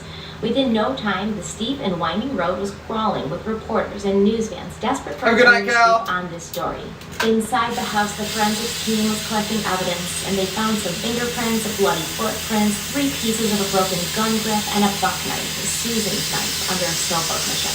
There was also a lot of drugs found in the house, 7 grams It's of marijuana in the that living middle room, 30 candle grams of still. hashish Let me go try in to the find guest a bedroom piece of nightstand, 10 capsules of MDMA and some marijuana, and a gram of I know I cocaine in have Jay Sebring's car. The amount of drugs a found piece on the of scene, I don't sandpaper think was somewhere. uncommon Gotta for go the find it. times. One sec. And these were people who had What's that money, stinky? so everybody was doing some kind of drugs. And these were people with a lot of disposable income. But the police immediately thought that because of the amount of drugs that were found, this was drug related. The crime scene was a little different now when the forensics team went through than when the initial officers had gone through. The strange horn-rimmed glasses they'd found at the scene, they were now 6 feet away from that and sitting on top of a desk. The 2 pieces of wood that were part of the gun grip had been kicked underneath some tables. Nobody wanted to take accountability for that one, by the way. The multiple officers who had exited and entered that house throughout the morning had dragged in their own sets of bloody footprints and fingerprints, which added a ton of unnecessary time and work to the investigation, as once all those fingerprints and shoe prints were collected and sent away, they had to now eliminate the ones of anybody who's in that house within, that morning or the day before, because there's so many extraneous ones. That afternoon, Roman Polanski's agent, William Tennant, had the gruesome job of coming in to identify the victims. However, he was unable to identify Stephen Parent's body. Now, instead of running the license plate number to see who the car was registered to, the cops were just like, well, we'll handle this later. Whoever this kid is, we'll just let his family suffer and wonder why he never came home last night. Even though it would take minutes to run these license plates and find out who the car's registered to and who he might be, priorities. It was actually a reporter who had gotten the license plate and ran it and found out who the car was registered to, who helped break the whole mystery of who Stephen Parent was. When William Tennant saw the bodies, he had to go outside and throw up, where he was faced with multiple reporters who were lost into the gate. They asked him, what's going on in there? Where did Lexi say Somebody goodnight? dead? Did anybody survive? I'm on live chat. He didn't answer these questions, but from the Lexi, why can't I see your messages? messages? Space, the reporters pretty much got everything they needed. The first homicide detectives were assigned to the case and arrived that afternoon. I'm on live chat. What the Michael fuck? recalls it was the Let me worst refresh. thing he has ever seen. Sorry if I've been missing your messages, Lexi. Lexi. Pig written on the door. Officer Danny Galindo, who's also Refresh the assigned to the page. case, remembers that they had set up a perimeter to keep the press out, but there was so many news trucks and press people. They were basically lining Did I fix it? the drive all the way down to the main road. Police officers who actually needed to get to the scene had a hard time cutting through the throngs of reporters. After everyone left that night, Danny Galindo was left behind. It's much better than it was. Can you imagine? He said that he kept wanting to sit down, but there was literally no place he could sit that wasn't touched by blood. The Manson family got their news coverage, and they watched happily as the media, every media outlet, recounted all the gruesome details of the murder of Sharon Tate and her sons. Susan in particular was very pleased with herself for having been chosen for a mission that was so important, and she and Tex wanted everyone to know that they had been part of that they'd been there, that it was their job and their handiwork that everyone was looking at. They were so busy patting themselves on the back that they failed to notice the actual point of the mission, to implicate the Black Panthers, to make it look like Bobby Beausoleil was the wrong guy for the Bobby crime. Boucher. That had been completely overlooked by the press. Not one report stated anything about writing on the walls or any similarities to the Gary Pinion murder. When Charlie woke up, though, this was not lost on him, and he was agitated. The whole thing had been too messy. They picked somebody too high profile. The entire story was about Sharon Tate and her celebrity status. They needed to do this again, and this time he was going to go along. Don't worry, it's not like looking down the barrel. It's not going to magically flash if I don't do it. None of his answers were making sense. Yeah, I don't see He said anything they from were Lexi. playing games with him, good cop, bad cop. And his arrest record does indicate that he appeared to be under some sort of sedation or mental strain. He agreed to take a polygraph, which it's often... I just refreshed too. I don't passed, see... But William Garrettson did not pass his polygraph test. The results were I inconclusive. saw and the last didn't message I chalk it see up from to Lexi the fact that he had is, been under the influence oh, of also some Miss sort of Crystal, she's a drug. local In the artist, late night hours of August so probably no one knows her. 1969, Charlie called together 4 That was members the who last had been a chat part of that the I murders got. the night before, and 2 additional members. 2 additional members were Clem and Leslie Van Lexi, try to refresh your now, app. Clem's real name was Stephen Dennis Grover. I'm not sure why they Like, called him Clem. exit but out of a lot the app, people also reset it called him completely. Scramblehead because they thought that he had some And- mental issues. wait, and is that he it- wasn't let me that see if smart. it's coming up on my There's phone. a big group of people out there though who believe he was just a plain dumb, and I'm not sure. Yeah, I don't even which, have any on side my they phone They all where smoked some chat weed and drank is. some acid, and Susan and Tex dipped back into their secret stash of speed because they knew they were going to need an edge again. This time, when they all piled into the car, every single one of them knew what they were going to do. They said the night before the girls had no idea where they were going. Tex was the only one who knew what their mission was. But this time, Charlie had been very clear about what the mission was. He said they hadn't succeeded with the previous night's murders, so they had to do it again. And they had to do it right, and that's why he was coming to make sure that it was done correctly. Linda drove, and Charlie sat in the passenger seat just shouting out navigational orders. Turn Let me here, turn try here, the same turn here. thing He with really this didn't know thing. where he was going. But he remembered he used to hang out at a house in a neighborhood that he thought was pretty upscale and nice enough to take notice, but not nice enough to be containing some celebrity that would overshadow the murders. So he eventually had her park in front of Rosemary and Lino LaBianca's house. Rosemary and Lino had been married for 10 years, and this was the second marriage for both of them. They both had children from their past relationships, but everyone got along well, and they had a good marriage. The house that they now occupied on Waverly Drive had been Lino's childhood home, and they had only been there for about a year. Rosemary was actually not too happy about living in the home because she believed someone was coming into their house while they weren't there. And in May of 1969, she had written to Lino's daughter, Corey, "We haven't had any more robberies, but every time I come home, I expect to either find someone in the house or something missing." That Saturday, August 9th, Rosemary and Lino had That's driven better up than to it was, Isabel but to drop Rosemary's I gotta son, say, Frank, who I'm spent the still weekend almost with his positive. friend. They had been using Lino's boat, but when they got there, Frank said he was having so much fun, he wanted to stay a little longer. So the LaBiancas agreed and headed back to LA, stopping at a newsstand on the way home at about 1 a.m. to grab a paper. While they drove home, Rosemary flipped through the paper and saw the news about the Tate murders. It made her feel very unsettled. When they got back to their house, she went to bed. Lino stayed in the living room on the sofa reading the Turn the air paper. conditioning on He real fell quick. asleep like this, with the open paper on top of him, when he was awoken by someone nudging him with a gun. When he opened his eyes, he saw Charlie Manson and Tex Watson standing over him. And Charlie spoke to him in his sing-song voice and said, "Don't worry, we're not here to hurt anybody, we just want to rob you." Tex tied him up with some leather straps that he had. And as he was doing that, Manson asked Lino if there was anybody else in the house, to which Lino replied that yes, his wife Rosemary was there. She was asleep in their bedroom. Charlie retrieved Rosemary from the bedroom and brought her to the living room, where Tex covered the couple's heads with pillowcases and then tied cords from lamps around their necks to keep the pillowcases on. After this was done, Charlie left and went back to the car, where he told Leslie and Pat Krenwinkel to go into the house and help Tex with whatever he needed. And he left with Linda, Susan, and Crum. Once inside, Tex told the girls to take Rosemary back into the bedroom. Allegedly, Manson had told Tex to make sure that everybody did something. Everybody got their hands dirty. Pat went through the kitchen looking for knives, and according to her, she didn't want to kill anyone else, but she was afraid of Manson and Tex. And she thought that if she didn't go along with what they wanted, she would be made an example out of, and she too would be on the receiving end of their fury and their violence. Once Tex and Lino were alone, Tex stabbed the man to the throat with his bayonet.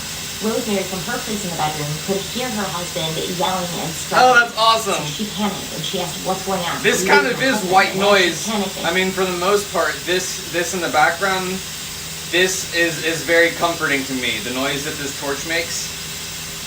I don't know if y'all are the same. I don't know if it's annoying trying to listen to the TV over this, but this is what my brain sounds like most of the time anyways. Very, very loud static.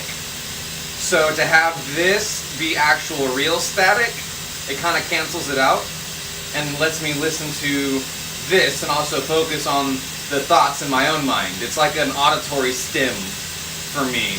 The very, very loud oxygen sound. That is adorable though. They're gonna be a glass blower, watch. Tried to escape. They're gonna be like, wait, why do I? Attached to the cord around her Why neck, am I and so they gravitated crashed towards down. this Tex heard the profession? struggle and the lamp crashing to the ground. That with sound, I violence know and it. help, stabbing the woman with his bayonet before returning to finish off her husband in the living room. According to Tex, when he returned to the bedroom after carving the word "war" into Lino LaBianca's chest, he saw Patricia Cranwinkel stabbing Rosemary LaBianca. Remembering his orders to make sure everybody did something, he ordered Leslie to stab the woman as well, which she did, a total of 16 times. Jesus. Later at her trial, Leslie Van Houten would claim that Rosemary had already been dead when she stabbed her, and some of Rosemary's wounds were made post-mortem, but not all of them. Y'all make How me the smile. hell would Leslie have known whether Rosemary was dead or alive when she proceeded to stab her 16 times? She's not a doctor. She didn't stop to take her pulse or check her vital signs. There's no way she could have known that, and I don't think that she cared. Tex then went to take a shower and clean himself off, and while he was doing that, Pat walked around the house and staged the scene. She wrote the word helter-skelter on the refrigerator. I'm sorry. She wrote the word helter-skelter because she spelled helter wrong. She spelled it H-E-A-L-T-E-R. Helter? Come on, lady. Charlie Manson's Wow, been there's an banging A in there? this concept of helter-skelter into your head for how long? Months?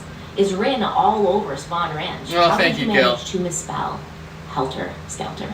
She also wrote Yeah, the for words sure, let me know. lies and death to pigs on the wall in If the they end up having after that, she an took interest a in the two-pound macabre, ivory handle, macabre, or however you fork fucking from say the that left word, kitchen and stabbed and Lino's glass body blowing, with you know, 14 times you know before what leaving it happens. stuck in his chest. She also thought a great finishing touch would be to take a steak knife and stick it in the man's throat, leaving it there. After they finished all of that, they enjoyed a snack of watermelon and chocolate milk in the LaBianca's home. Meanwhile, Manson was with Susan, Clem, and Linda, and he had Linda move from the driver's seat to the passenger seat so that he could drive.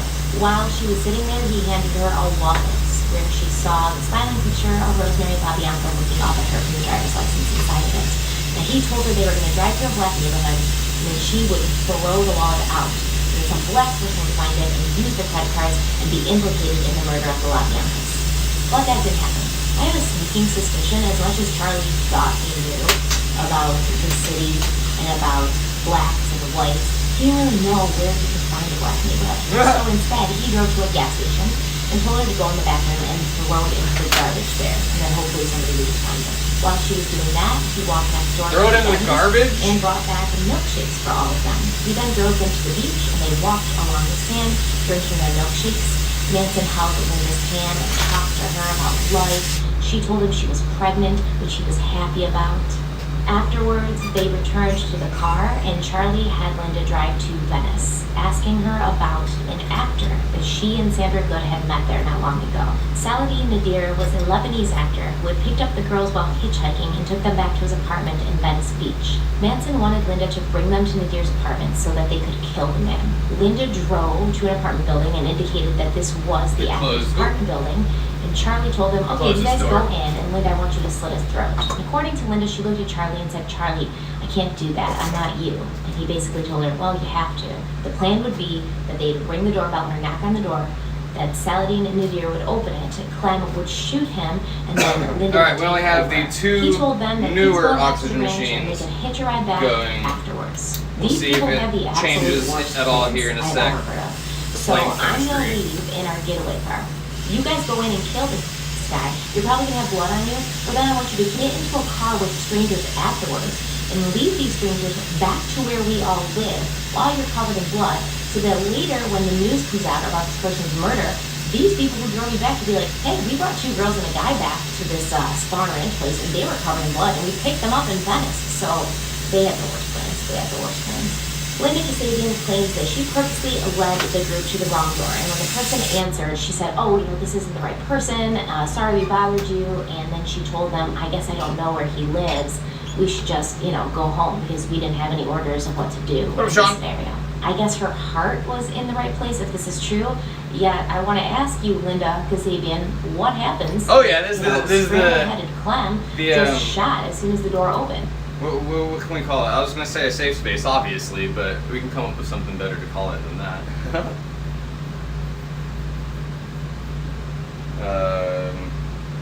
The confidential corner. And so some innocent person that you just led these murderers to their door end up getting killed. Even though you meant to save somebody, you got somebody else killed. Did that cross your mind, Linda? Can you imagine being a person that answered the door that night, though, and then later hearing what happened during the testimony and knowing that you came that close to being another? I knew there was victim sandpaper of the somewhere family? that I had seen. The moral of the story is do not open your door to 3 hippies, or any amount of hippies. Or any amount of hippies. They got a ride back to Spawn Ranch, but nobody looked for Charlie. The other group who had been at the LaBianca's house, they had already arrived back. Nobody wanted to talk to anybody. Nobody wanted to discuss what they'd done that night. They were tired. They just wanted to go to bed. There we go. The next morning was Sunday, the day of the autopsies. I hate it. I hate that sound. I'm sorry if you don't like it either. They exist on the internet. But this is exactly what I was looking for. Even though I know, because we're talking about murders, this video that sound and that feeling exactly. I know that, but I'm not going to put in pictures of these people after they died. You can find them online if you want to look, but I don't think it's necessary. Sharon Tate had 16 stab wounds. Jay had been shot once and stabbed 7 times. Abigail Folger had been stabbed 28 times. Wojtek Frykowski had been shot twice and stabbed 51 times. And he had blunt force trauma to his head for being struck with the barrel of the gun 13 times. Stephen Parent had 1 defensive slash on his wrist and had been shot 4 times. All bullet wounds were from the same .22 caliber gun. Now, Sergeant Mike McGann had been at the autopsies all morning. They started at 9 a.m., so he was away from his desk for the whole morning and most of the afternoon. He was also working with a temporary partner at this time named Jess Buckles. McGann's regular partner was out of town, so Buckles had been assigned to him until his regular partner got back.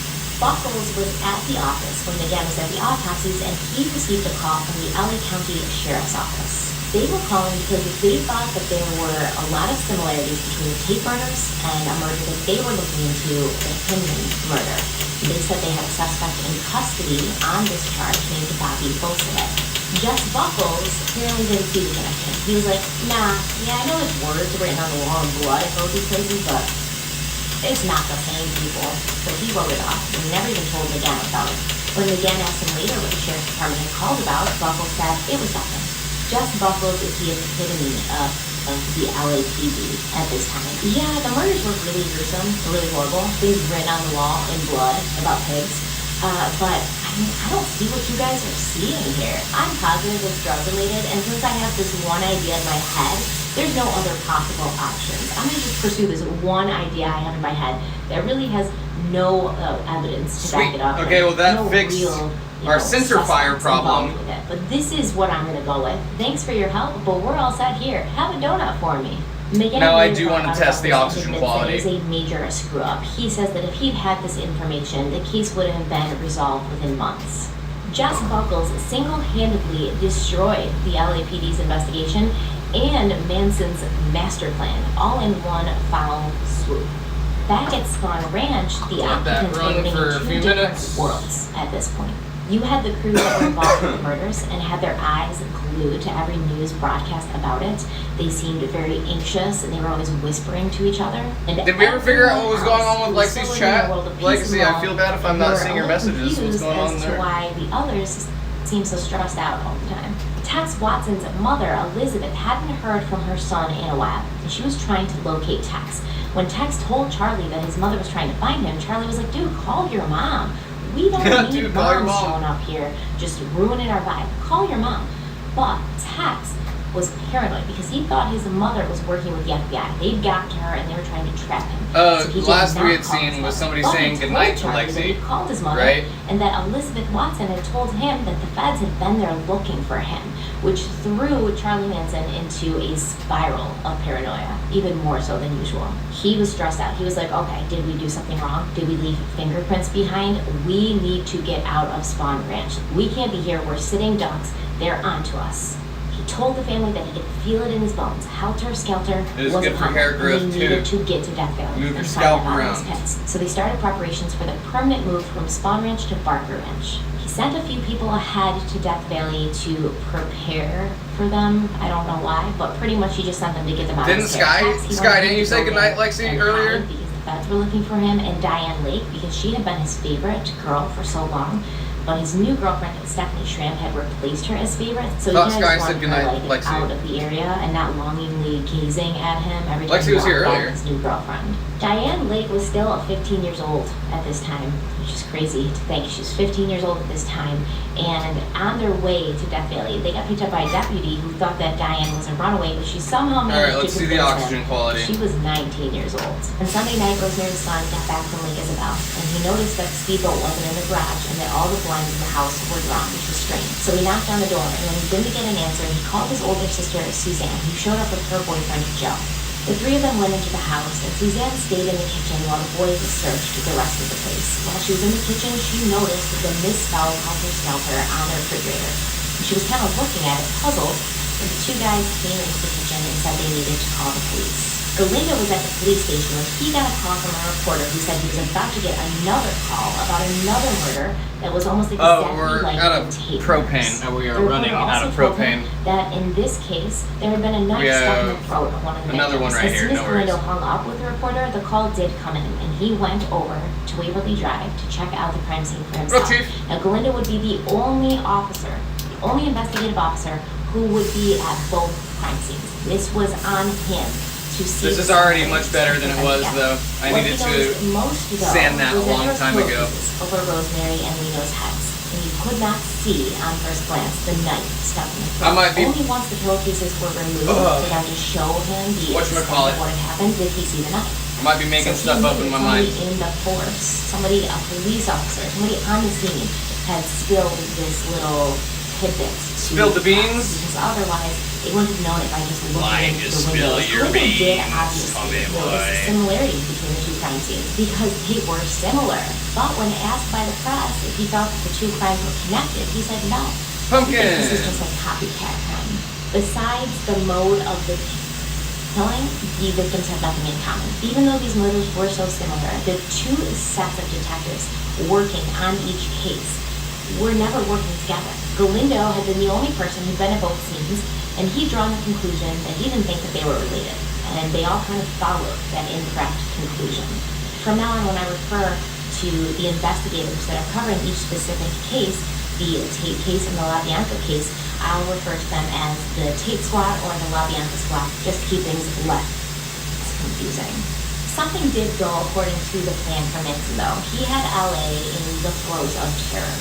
200 guns were sold at one Beverly Hills sporting goods store in 2 days, and the price of a guard dog went up from $200 to $1,500. Now, the authorities thought there was some sort of car theft ring operating on Swan Ranch, so they had planned to raid the place on August 17th. But for some reason, it had to be postponed. And Charlie sent Linda Kasabian to visit Bobby Beausoleil in jail and tell him to be quiet. They were working on getting him out. She was unable to get in to see Canville because she hadn't brought her ID with her. At this point, Linda claims that she wanted out, and then she realized she was out. She wasn't at Swan Ranch. She had the opportunity to run, which she did, leaving her daughter Tanya behind at the Manson family ranch. No way. She fled to New Mexico, where she found her estranged husband, Robert Kasabian, living there with another woman. And she told her she had to leave Tanya behind because she was scared. She knew if she went back, they wouldn't have let her be. Robert wanted to leave immediately and go get their daughter from the ranch, but Linda was terrified. Sandra Good and Mary Bruner were still in jail on stolen credit card charges, but Sandy was very pregnant. She was released. However, Mary was held on new charges, which were credit card fraud, because she doesn't want to be signed with the slip. Now, many of the straight Satans would come and go from Swan Ranch because of their relationship with the family, but one came and stayed, and his name was Danny DiCarlo.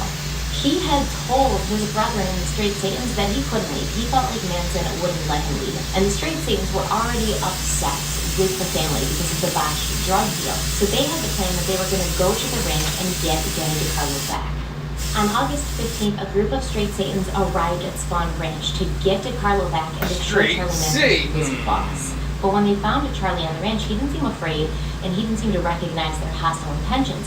All he did was offer them drugs and women, and for a while that distracted them. But when they remembered why they were there, and they started grumbling about bringing DiCarlo to them, Charlie calmly told them that he had snipers on the roofs of Spawn Ranch buildings with their guns pointed at the Straight Satans. And on Charlie's word, they would shoot. So they should probably leave. They figured they would not be getting their friend back that night. So they left, but they left a number behind so that this person could have grabbed Danny in the morning and they could leave. That was not to be, however, because in the early hours of There's Lexi. August 16th, the Spawn Ranch occupants... My bad, yeah, I thought you were trying to message me earlier, or that I was missing your messages earlier. I could have sworn I saw somebody say goodnight to you, and I was like, wait, I never saw Lexi say goodnight. And it sent me into a spiral of, oh shit, I'm missing messages, aren't I? But you weren't even here. That's okay. Yeah, I thought you went to bed, or I thought somebody had said goodnight. Happening. And like I said, they were not there to arrest them for multiple murders. They were there to arrest them for stealing cars. No, that's not your fault. And turning them into dune buggies. So can you imagine the sigh of relief that everybody who was involved in the murders must have let out when they realized they were just being arrested for car theft and not for murder? They took most Is the of the face dune of this buggies and they torch arrested leaking everybody there, propane? including Charles Manson. But they could not hold them because Nah, the warrant it that just they had smells brought like with that. them Remember, was again, it's not like a gun. $13,000. It's not gonna magically They had turn not on. changed it. So because of the small paperwork inconsistency, they had to let everybody Yeah, that's what I was go wondering. later. But they did keep the stolen Like, cars. she always and says dune goodnight. buggies. After being bugged by Robert Kasabian for long enough, Linda did call the ranch to inquire about her daughter Tanya. And when she called, she got Pat Krenwinkel on the phone, who was giving her a hard time about running away.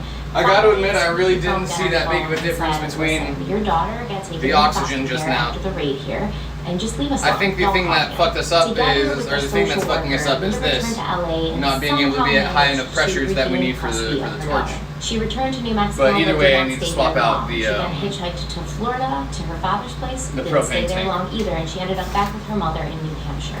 Between the raid and the Straight Satans, Charlie was at peak paranoia level. He figured that somebody had to have had snitched in order for the cops to know where they were and what they were doing.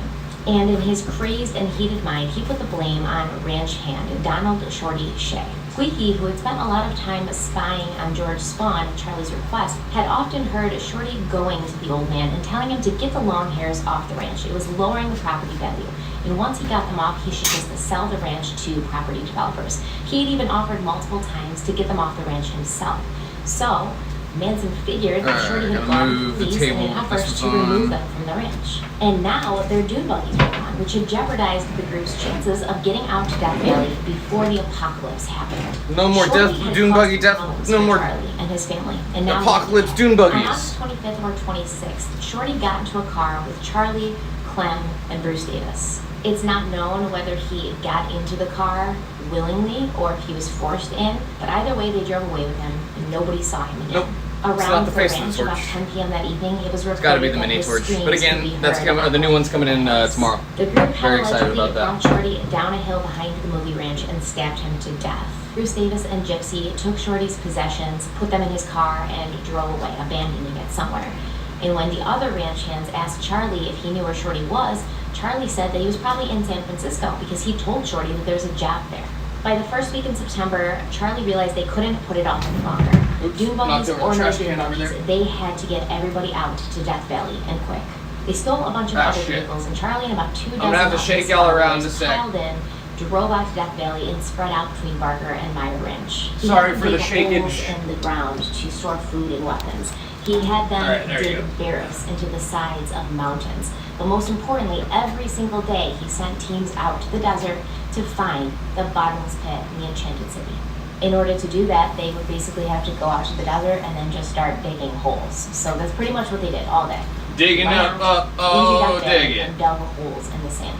At night, there was LSD, campfires. I'm tired of and this, all that Grandpa kind of stuff Charlie. from Let's He do talked it about in in bed. great detail and why he had to kill them, including lots of Papa and Shorty Shea. He said that these people had put the family pretty at risk, funny. that That's they some niche betrayed the knowledge family that we in all some way, have now. So they had to be dealt with. That The message Holes was and very the Charles clear. Manson You're either family with us or you're against us. And if you're against us, crossover. you're going to end up with one of these guys. Coffee in the cup? Manson Yeah. didn't want the girls in text to talk about what had happened at Sharon Tate's house, but Susan... A little bit of could not coffee, help a lot of herself. creamer. Susan loved to talk Alright, about sorry her for the Susan loud being noise if happy. it makes the And one day screech she was noise that we all talking to hate. 17-year-old Ruth Morehouse about Nope, it didn't that exactly time. how it had gone down. I lifted And it up all the Morehouse way was over excited. here. She couldn't wait till she would be chosen to go on one of these missions herself. Another member, Barbara Hoyt, heard the two girls talking and realized Alright, that admittedly, things were getting a little crazy here, and it was my time to get dumbass out. So she and another girl, put Sherry Cooper, the they old decided to one take of their these on, chances so I'm gonna with put the this desert. newer one on Charlie now. had figured that Death Valley was too far out, remote, and inhospitable for anybody to Remember the escape, quote and they really from Fear and Loathing in encouraged Las people to stay Vegas? put. But When Tobey Maguire's in the car and he goes, would this kid make the connection that this was the last known place of the Manson family? Well, if so, we just have to dig a hole in the desert and bury him. And he goes, oh shit, did I just say that out loud? Did they hear me? Was I speaking? Yeah, that they one. slipped past the guards. They walked for 16 hours in the desert, and they finally reached a my dollar store fucking where they wrist. were able to hitch a ride back to LA.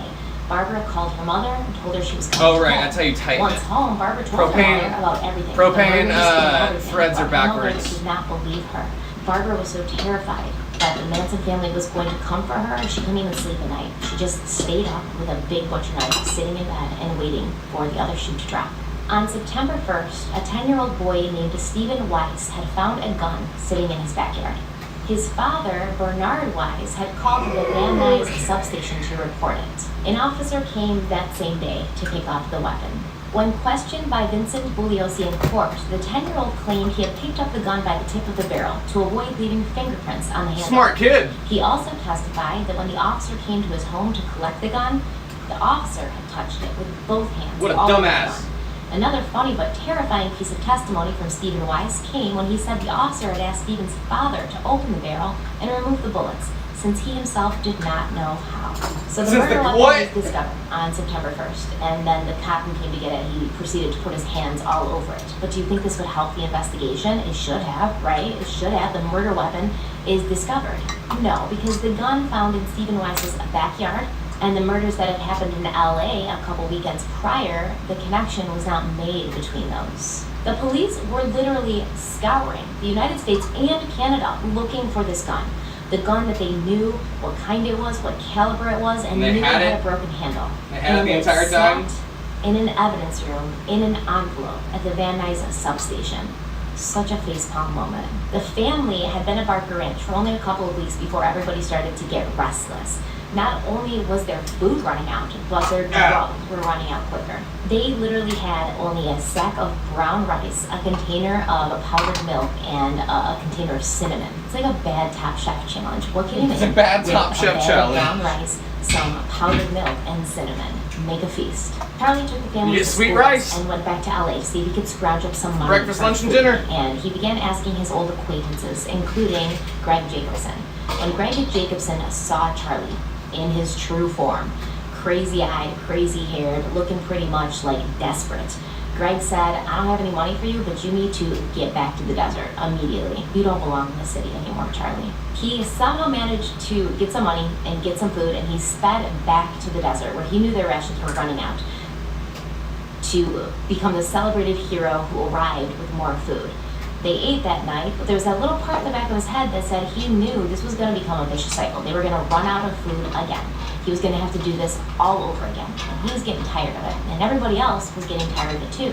When was Helter Skelter coming? This is why we had to come out here. When was it happening?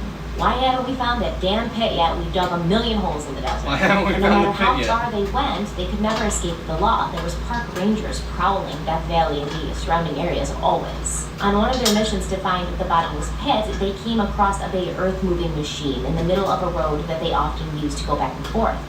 And so they stripped the machine for any parts that they could use, and then they set it on fire. Instead of Once the using it to rangers dig more holes? investigated it, they found nearby tire tracks that belonged to a Toyota four-wheel drive vehicle of some kind.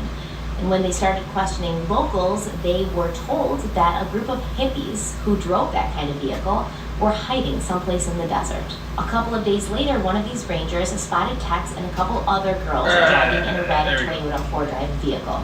So they basically went Now away. will probably be the loud noise, so I do apologize in advance. advance. And the other girls that were left behind really didn't have much to say to yep. them. They questioned them and wrote down the information Oh, about kneecap. Toyota, but they had to eventually let them go because they didn't know for sure if this was the car or if these were the people. Once they got back to the station and they ran the information, they realized that the registration information didn't match the type of car it was. So they really wanted to look into these hippies. Propane some more. and They propane. decided to send a couple guys out into the desert, a highway patrolman and the ranger who had initially seen Tex. And they came upon Barker Ranch. And when they got there, they didn't really see anything of interest. They only found 2 girls inside. Everybody else was out on a mission looking for the bottomless pit. Legitimately, that's where they were. So they only found these 2 girls inside, and the 2 girls didn't really make any sense when they questioned them, so they left. But as they were leaving the area, they came across Paul Crockett and Brooks Poston. They asked Crockett and Poston if they knew anything about a group of hippies living in the desert, and Poston and Crockett spilled the tea. They told them all about Charlie, how he was crazy, how he had weapons, how he was controlling all these young kids, and that he had always wanted to killing people, and rumor was in the desert. Or wait, no, Cal said they were going to see a movie, The right? officers went back to Barker Ranch to take a closer look. And as they went further onto the property, they spotted some more people, about 7 girls, all of them naked. When the ranger and highway patrolman asked the girls who they were, Lynette Crow flirtatiously walked over and said, "We're a troop of Girl Scouts from the San Francisco Bay Area. Would you like to be our scoutmasters?" Squeaky Fromm had some inventive role-playing games up her sleeve. Realizing they weren't going to get anything useful out of these women, they continued to search the area, and that's when they saw 2 vehicles in the back hidden through tarps. A dune buggy and the elusive red Toyota. Both of these vehicles had gun holders welded to their fronts with a rifle in each one. In a smart move, they decided to basically take some parts out of the Toyota so that it wouldn't run until they could actually get a grasp on what was happening with it. So they did that, and then they went back to the office to check the registration and plates on both vehicles. But freaking Tex Watson, who is the best at running and hiding, better than anybody I've ever known, he emerges from hiding because he's been there the whole time that these guys were on the property. And he Frankensteins the Toyota back together with parts from other vehicles. That's hilarious. And then he takes it and he goes and hides it in the desert. Tex will try to have you believe that he spent most of his days in a drug-induced haze and he didn't know what was going on, but the guy was not stupid. Not stupid at all. Once the Rangers discovered both of these vehicles were stolen, they figured between the crazy story they heard from Poston and Crockett and what they discovered on the ranch, there was something nefarious going on over there. They began to put a team in place to raid Barker Ranch. Speaking of Crockett and Poston, once they snitched, they realized that probably they weren't going to be taken seriously right away, and they should probably get out of Dodge. So they left with their group, and they settled in nearby Independence. When Charlie found out Y'all see what I'm seeing? that had been on the ranch, and Tex told him what they'd done to the car, Charlie realized it would only be a matter of time before they moved on to Myers. This Ranch. flame is So hotter. he took Tex to Myers, gave him a shotgun, and said, "Go up in like the attic and just sit there with your shotgun and wait for them to come. And when they do, kill them." While Tex sat in this tiny, cramped little attic, sweating, Might just be me, bored out but I of his think- mind, no drugs to keep him company, he started contemplating his life decisions. I If think Charlie the Manson old was oxygen crazy, machine what if might he be- was wrong? might be What if there kaput. was no enchanted city? He didn't want to follow Charlie anymore. And he I'll let definitely that didn't fill want to all the way sit back his up, attic and then we'll do Maybe another people test come that with might it not plugged ever in come. next. So he got down, he grabbed one of the other vehicles they had hidden on Myers Ranch, and he left. When he got back to civilization, he called his parents in Texas and asked them to wire him some money so he could fly home. His sister picked him up at the airport, and after she got one look at him, she was like, "Oh no, before we even get home, we need to go and get a haircut." The police were getting frustrated as September drew to a close. There was no new leads, and a high-profile case like this not being solved was making them look really bad. They didn't have a plan, they didn't have a next step. So they actually tipped off the media as to what kind of gun. I don't know why this is fucked I guess up the now, Van Nuys but- division was sleeping the day that this story was printed in every newspaper.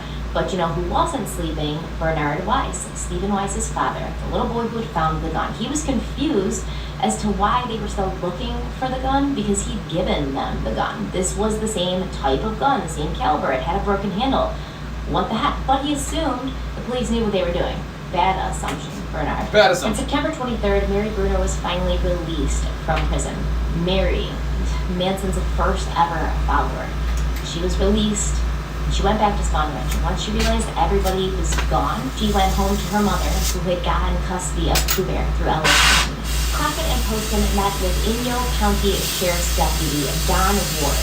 on October 3rd. They wanted a chance to give a more thorough and detailed description of Charlie and his followers and what they were doing. Tex Watson, back home in small-town Texas, was not doing well. He pretty much locked himself in his room and would scream when anybody got near his door, yelling at his parents to just go away. When he finally did come out, he asked his parents for money again, and then he took off to Mexico, where he did some more contemplating. Maybe Charlie wasn't crazy. Maybe the world was going to end. Maybe if he didn't get back there, he was going to miss his chance at the Enchanted City, where he would be safe from all of this. So he went back to California. Tex leaving was a big Going to He wanted to California. make sure that didn't happen again. But he really only had Clem left as an enforcer.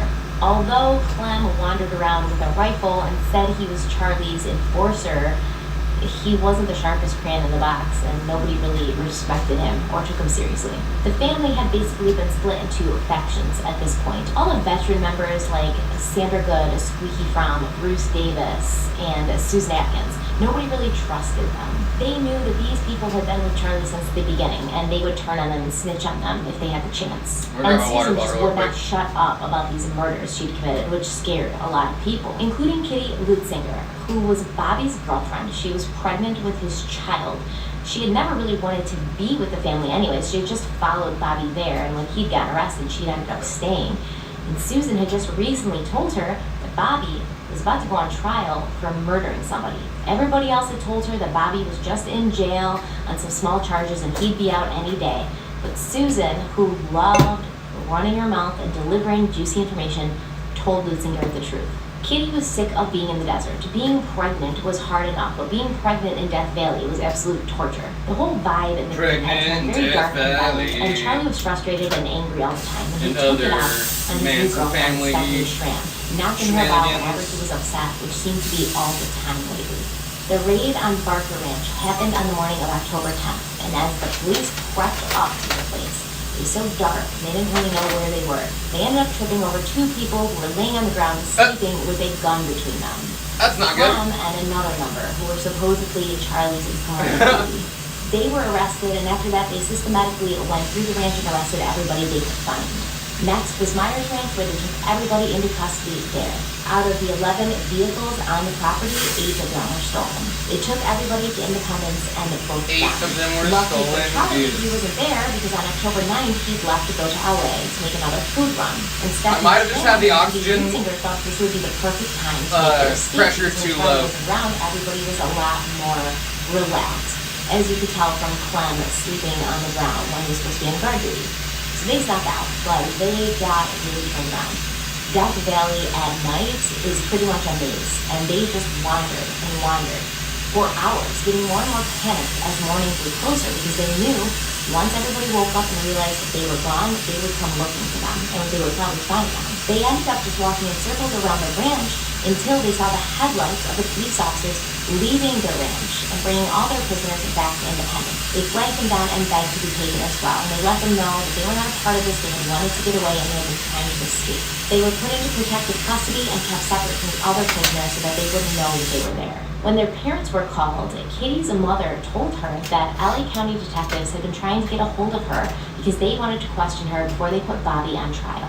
The Inyo County cops contacted the LA cops, and they wanted to talk to Kitty, and Kitty agreed because at this point, she didn't have loyalties to anybody but herself.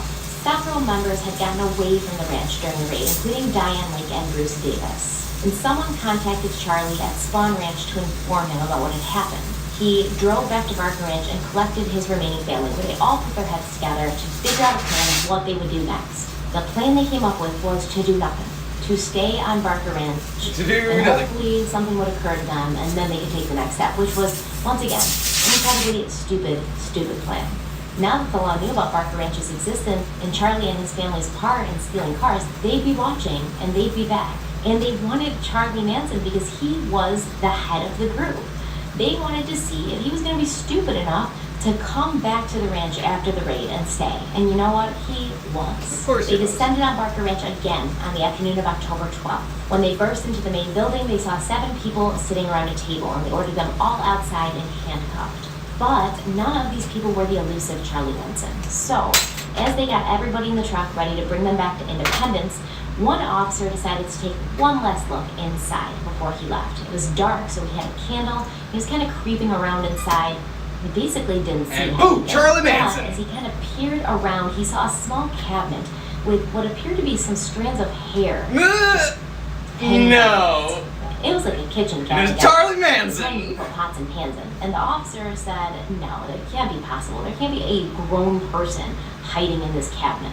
And as he brought his candle lower to check it out, he literally saw the cabinet door open and a grown man, even though he's What do you not mean, tall, he's a little guy, but he's a grown man, unfold himself out of this cabinet.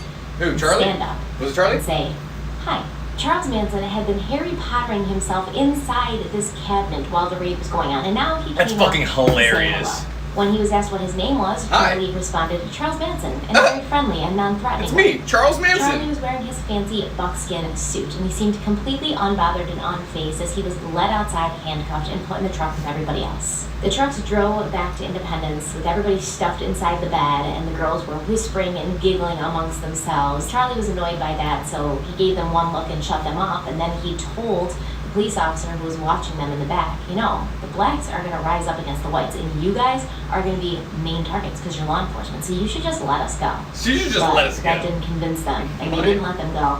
They brought them to the Independence jail, and they booked them, including Charles Manson. Between the two raids, they now had 27 people in custody. They were all charged with grand theft auto and arson, and Charlie gave his name as Charles Larson Manson, Arsony. aka Jesus Christ God. Okay, so I'm gonna end this here. I'm gonna record part 6 tomorrow, so I can get it out really shortly after this.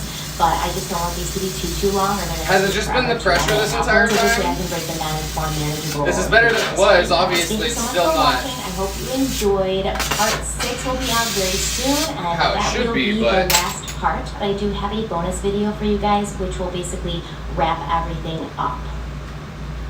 Part 6.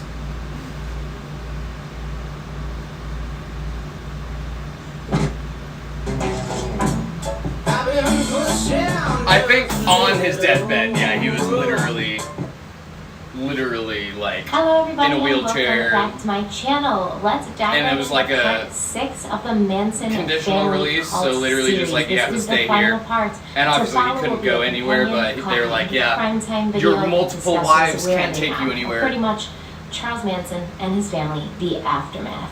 All right, Without further we ado, have let's get started on part this 6. oxygen now. I'm It's gonna plug be in really long. the old The oxygen same concentrator. day that Manson And after it turns back on, we'll test again to see if that old concentrator is what is making our oxygen quality go down. and his followers were arrested, Kitty Lutzinger was meeting with LA County investigators, Paul Whiteley and Charles Gunther in Independence. She had never wanted to be a part of Manson's family. She had just followed Bobby there, and now that she knew more about why Bobby was in prison, she didn't care too much for him either.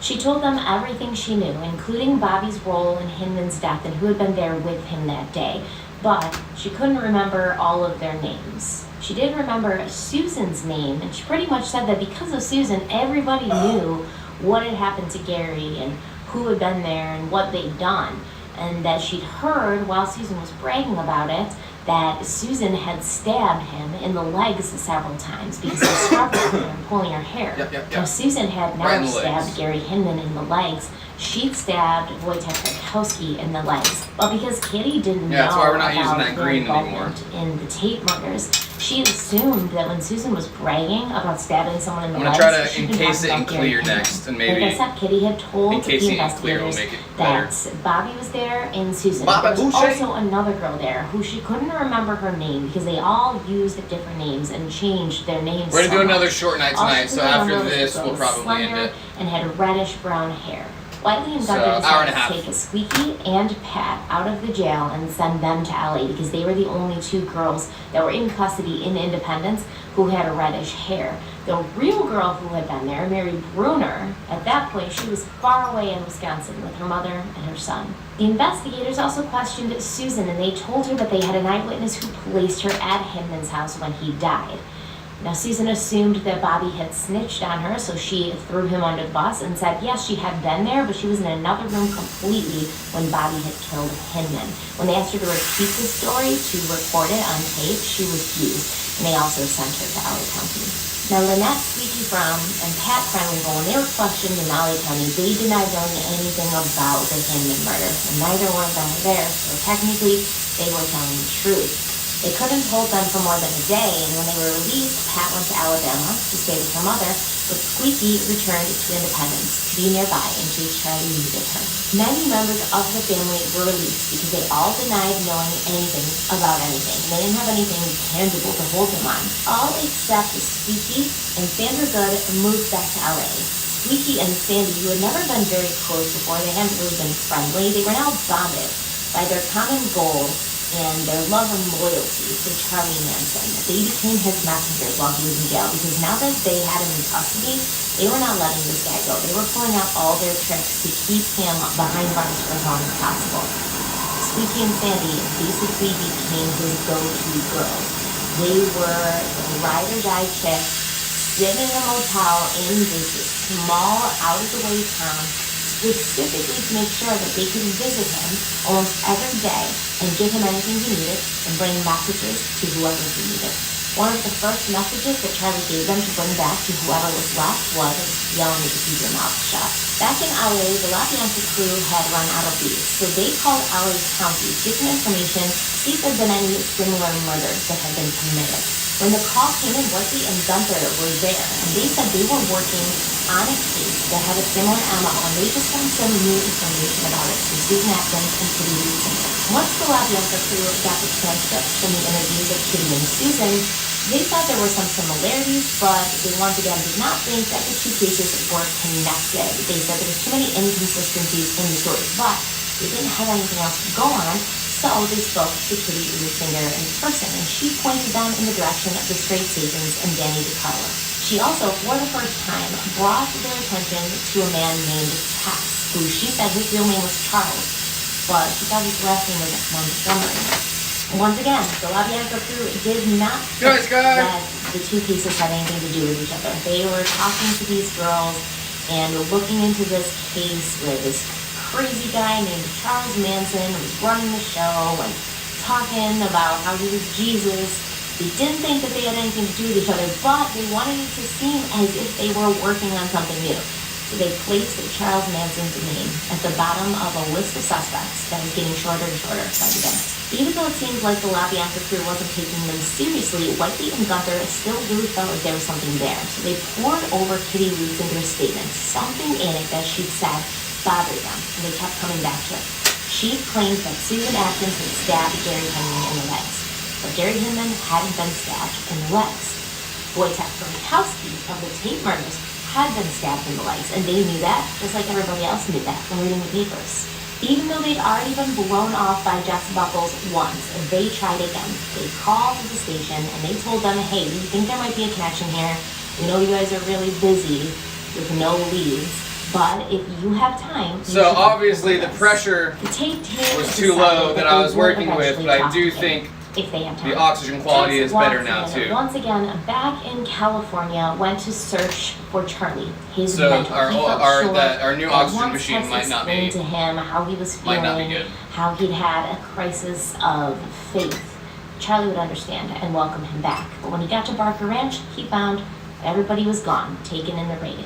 So he once again called his parents, asked for money, and flew back to Texas. They them pronouns for me, but yeah, we're banned on TikTok until downtown LA. She was placed in a cell with Tuesday night. 2 other inmates who were friends from the old days, Ronnie Howard and Virginia Graham. Fun fact, Virginia Graham and Ronnie Howard had actually been married to the same man, not at the same time, but one after the other. And it didn't seem to affect their relationship. Oh, thank you, Lucinda, you got Susan caught there before at me. Silverbrand had gotten the name Crazy Sadie because all the inmates thought she always seemed too cheerful, and she would just walk around singing and dancing and acting Crazy Sadie. Cue Jodi Arias. Ronnie and Virginia were nice skull to bubbler? Susan despite the questionable reputation I've done she got bubblers. since arriving at Civil Here's a Brand. pumpkin one. And when lights I went out can at do a night, they skull would bubbler. often chat with each other about their lives, about their memories, about the crimes they committed. It wasn't long before old crazy Susan took the opportunity to brag and spilled her entire murderous career to the both of them. She said the cops were stupid because she told them that she'd held Hinman while Bobby stabbed him and they believed her, when in fact it was the other way around and they'd never be able to prove it. After putting herself at the center of Hinman's murder, she moved on to the Tate murders. She said they'd killed those people because they wanted to commit a crime that would shock the world. At first, her jail friends thought she was just exaggerating, that she was crazy. But eventually, they began to notice similarities in the murders that she was talking about and news reports that they'd seen about the Tate murders. On November 5th, 1969, a body of a young man was found in Venice with a single gunshot wound through his head. John Philip Hout, known in the family as Zero, he'd been arrested and released with the rest of them and left Independence to live in Venice with Bruce Davis, Kathleen Gillies, and Madeline Cottage, who was known as Little Patty. Kind of dumb, y'all. According to Little Patty, Zero had been playing Russian roulette, and his death was considered a suicide. However, the gun was fully loaded, and who the hell plays Russian roulette with a fully loaded handgun? Bruce Davis had told the police that he had held the gun as well. However, there was absolutely no fingerprints on there. Not Bruce Davis's, not Little Patty's, and not Zero's, which led the police to believe that the that was the little pumpkin that didn't make after it. It had been used. The little pumpkin who Fact couldn't. was, after the raids, after being put in jail, Manson was paranoid, and he had never trusted Zero. He didn't think that he could keep his mouth shut. So it is. I also want to double check the that oxygen Manson quality as ordered well, so Bruce we'll do the Leakey test that we were and going Bruce to Sandberg anyways, but. to have Zero taken out. In November, 2 detectives from the La Bianca squad drove to Independence to interview Charlie and some of the other members that were still in the Independence jail. Charlie said he didn't know anything about any That's on murders. your end, Mia. Everybody else pretty much said the same thing, except for Leslie. Leslie was distracted by elf wings that were growing prematurely on her back. She was worried that the elf wings would pop out of her back before she was in the Enchanted City. So she accidentally let it slip that she might know something about some members of the family being involved in those murders, but she'd have to think on it overnight. The next morning, of course, once she realized that her fairy wings were not popping out prematurely, at least, she had nothing left to say. But before they went back to LA, the investigators took some of their personal effects, and one of these things was Charlie's beautiful buckskin suit. They noticed that parts of the pants were held together using leather straps, very similar to the leather straps that had been used to tie LaBianca's hands. When Susan went to a preliminary hearing on November 12th, she found that it had not been Bobby who snitched on her, but Kitty Lutzinger. And when she got back to prison, she told Ronnie and Virginia that Kitty better watch it now, that her life wasn't worth anything anymore. This is when Virginia and Ronnie both decided that this girl wasn't just crazy, she was actually serious too. And she probably had killed these people, and she'd probably kill more if she was allowed to. So they decided to do something about it. And this was a hard decision for them because you don't snitch on each other in prison. It's kind of an unspoken rule that whatever happens in prison stays in prison, yet they did feel some sort of obligation and responsibility to report what you've done and then let everybody else handle it. So it was awesome for them.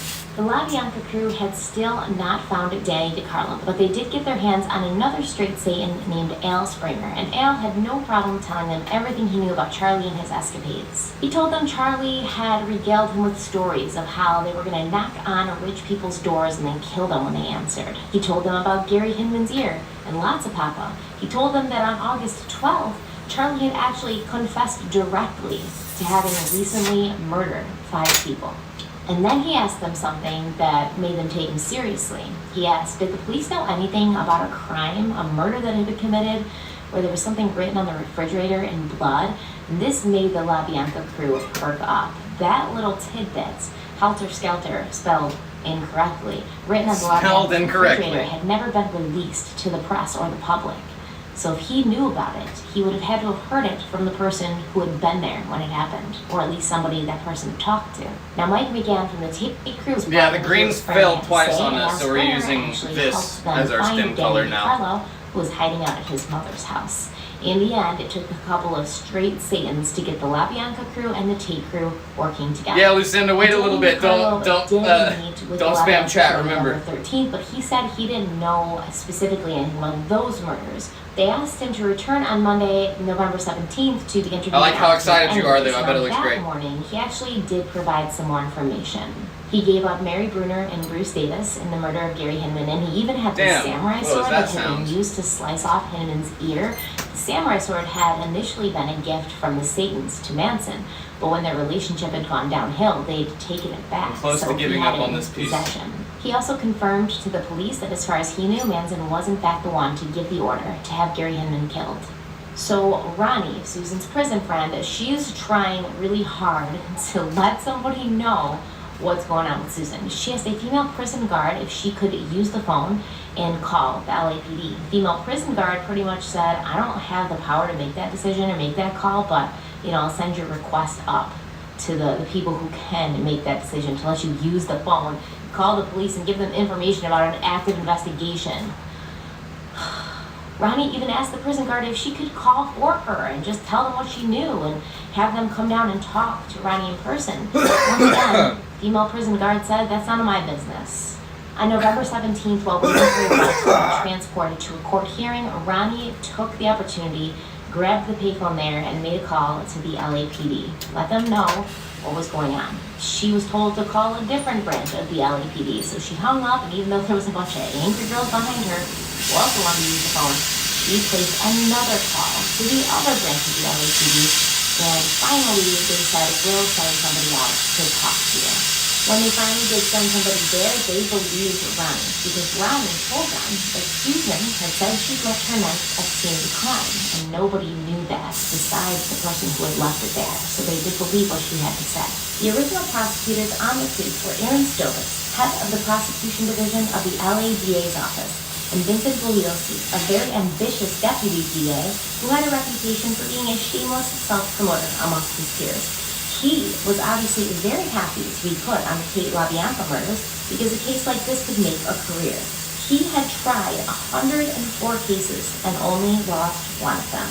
Danny DiCarlo began working closely with Stovitz and Bugliosi, and they had him take them to the ranch so he could show them around.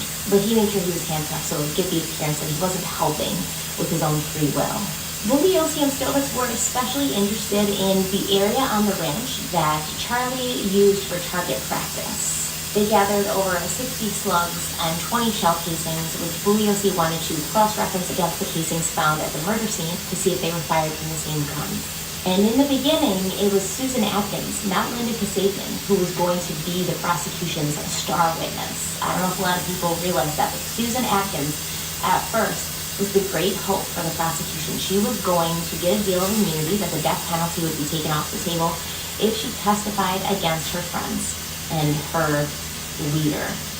Vincent Bugliosi wasn't really happy about this initially because he said if he had enough time, if they could give him and buy him enough time, he could build a case against the whole lot of them. They didn't have to offer deals, they didn't have to offer immunity. He could nail them all.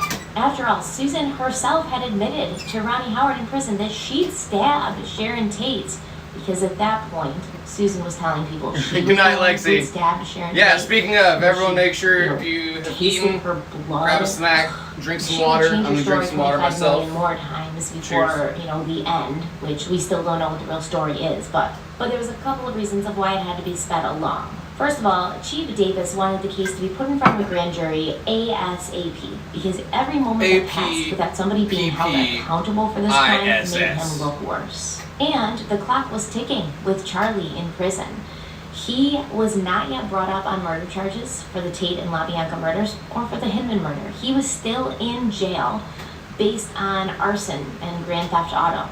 Bugliosi couldn't risk that somebody would pay for his bail and get him out. He'd be gone. He'd be gone. You'd never find him again. Even if he didn't get bailed out, the judge could still drop the arson charge at any time because they didn't really have any proof that Charlie was there at that point, and he'd be released anyways. So they really had to make decisions quickly in this case. If someone did decide to put up the money for bail, or if the charges were dropped, Bugliosi would have to file murder charges, whether he was ready to bring the case to trial or not. And my personal opinion of Bugliosi doesn't matter in this case. I've read his book, Helter Skelter. I'm sure a lot of you have. I think a lot of his book was self-promoting and self-serving. I think a lot of the whole Helter Skelter motive was created by him. I think he made it out to be more than it was. I think he made Charlie Manson out to be more than he was. If you read Bugliosi's book, you would end up thinking that Charlie was magical, that he was some mythical creature who did have power over people. And I don't believe that Charlie Manson did have power over anybody. I don't believe that Charlie was a superior being who had the ability to enchant people or put spells on them, at least. I mean, yes, he did have power over their minds. He manipulated them to an extent. But he wasn't doing voodoo and placing magic spells on them. And if you read Bugliosi's book, you would believe that Charlie had something special. And I think that it's very popular to wonder about Charlie Manson. Did he really have special powers? Was there really something there that made people fall to his will? Charlie Manson was just a regular guy who had some skills with personality, who had the ability to endear himself to people. Well, he was a master and manipulator. had the ability to endear them to him. I don't think he was magical. I don't think there was witchcraft or mysticism involved in it at all. Anyways, let's go back to Bugliosi before I went on my rant about how I don't believe a lot of what he says. But anyways, Vincent Bugliosi, whatever you want to say about him, this man worked his ass off on this case. His fellow prosecutors, Aaron Stovitz at first, and then later Stephen Kay, would often marvel at the fact that he never stopped. Like Hamilton, the man was non-stop. He worked and worked and worked. He rarely slept. He didn't even stop for meals half the time. He wanted to make sure that Charlie Manson would never get away from the justice that Bugliosi wanted to bring to his doorstep. Bugliosi found Sandy and Squeaky, and he interviewed them and decided they had the mental capacity of little girls who are playing games. You mean like Lamb got a lawyer. the YouTube numbers? Who had him really good. seen We're by just waiting for them psychiatrists to who do determined the that final he was approval crazy. for our Sandy and monetization. Squeaky were obviously keeping Charlie apprised of what was happening on the outside, and from Which what they he said could heard take a from while. them about the questions Speaking that of, might Bugliosi as and well other double check investigators were now. asking, he realized that they were onto them for the Tate and LaBianca murders. But he was a little bit falsely confident. He Also, thought what he should we do had after an this? airtight alibi. What- he could what honestly say historical that date event and time of those next? murders, he wasn't Oh, there. the Dia Everyone Love else Pass would swear that incident. it was true, and he didn't think that they could prove I was thinking otherwise. of which one I had He already told thought Sandy about. and Squeaky, "Don't worry, girls. I'll take suggestions I'll at some get this point. under control. I'll run out of You know information the man's never eventually." gonna get me down. I wasn't at those murders. You guys know I wasn't at those murders. You guys know I had nothing to do with those murders, right? Right? And you'll say that if anybody asks." Sandy Good let this plan slip to somebody who informed Bugliosi of Yeah, what Charlie see, was planning, it and says- Bugliosi went into overdrive, asking the investigators that he was working with to somehow find a way to verify Review Manson's partner program whereabouts terms. that entire Done. week of the murders. Sign up A for warrant was Google issued for the arrest of a AdSense. man Done. named Charles Montgomery, who Get didn't reviewed exist. in Caden Singer had reported that progress. this Charles Montgomery So they're reviewing was the a main page. person involved with the crimes, but they couldn't find him anywhere. So he didn't exist. But through good old Greg Jacobson, they learned that Charles Montgomery was actually Charles Watson. And through his arrest record in Van Nuys, they found Patricia his Shea. fingerprint, which they You know where to then find matched us. to a fingerprint We'll be on here. the front door of the Cielo Drive property. They tracked him down to his small hometown in Texas and spoke to the sheriff there, Tom Montgomery. The one with the candles? Who's Texas' So cousin. all the pieces that we Okay, make well, are who's his always second? available before we post them to Instagram. There's really a closed captions, but there's a closed captions button on the remote, y'all.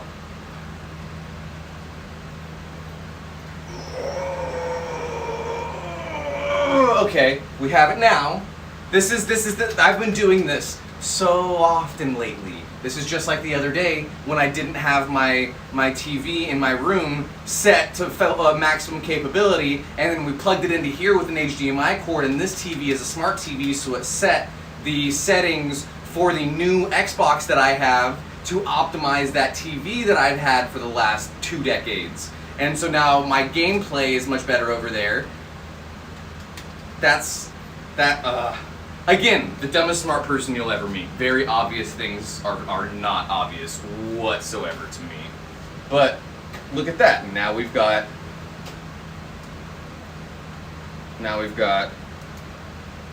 fucking subtitles, and I think this is Cousin, there we but go. still. And Tom Montgomery could absolutely not God damn believe it. that Tex Watson was involved Hi, Jay. in what these people in California were saying he was involved in.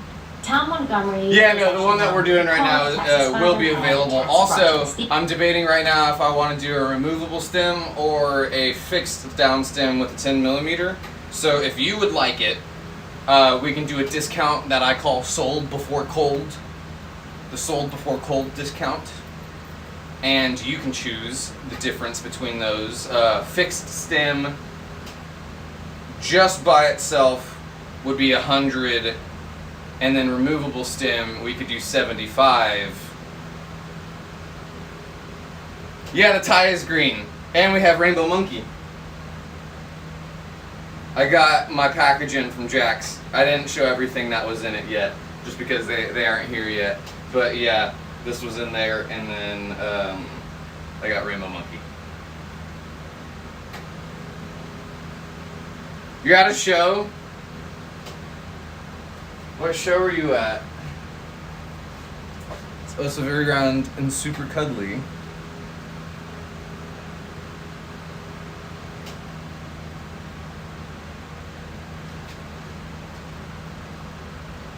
Yeah. So the fixed stem is like this.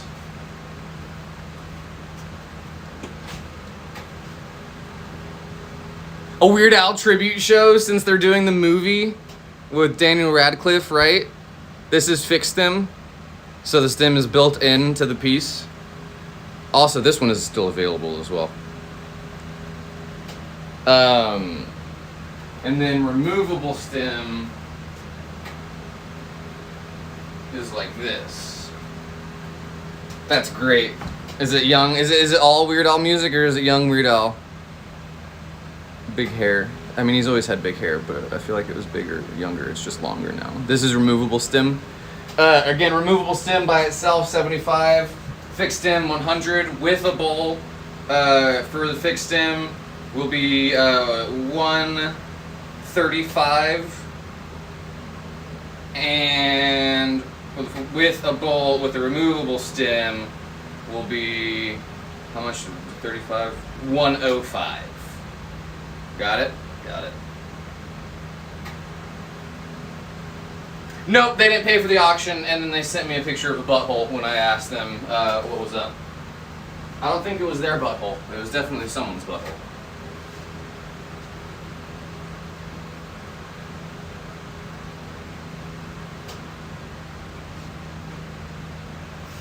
Yeah. I told y'all that shit happens so often.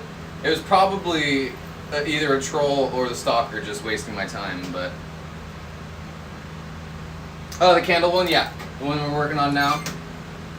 So we're at the stage where we'll choose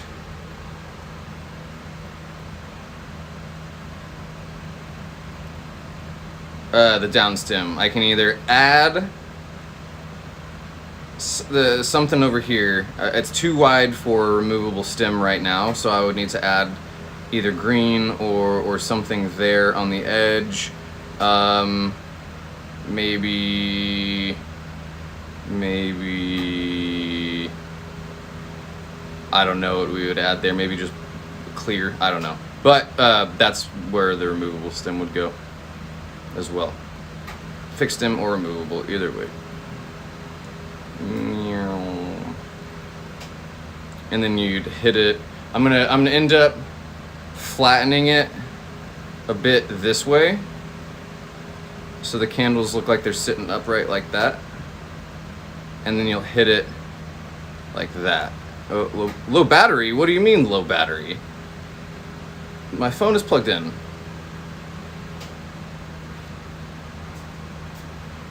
Oh, no, it's not.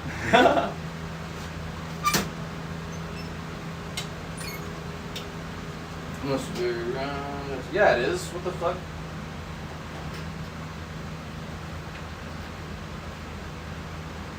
Hello?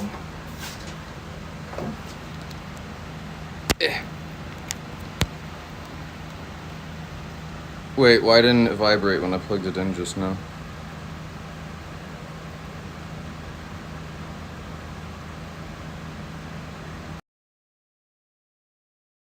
Hang on, I need to back out real quick. It's gonna be on my end, not y'all's. Yeah, it was the cord. My bad. We're back though. The cord that I'm using is pretty old, and it is also a Dollar General cord. But It's 7 feet long, and I really like it.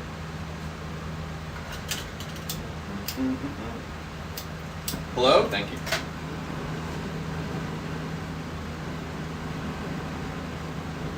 My IQ. I've never done an IQ test. Aren't they culturally biased? I'm really bad at taking tests too, so I'd probably score lower anyways than actuality. I scored higher than my sister on the SAT, and I didn't study for it. And she went to entire SAT prep and everything. I scored, I think, 70 points higher than her. And I'm bad at taking tests too. I farted so loud during that test, it was hilarious. Had to break the tension. I could feel it in the air.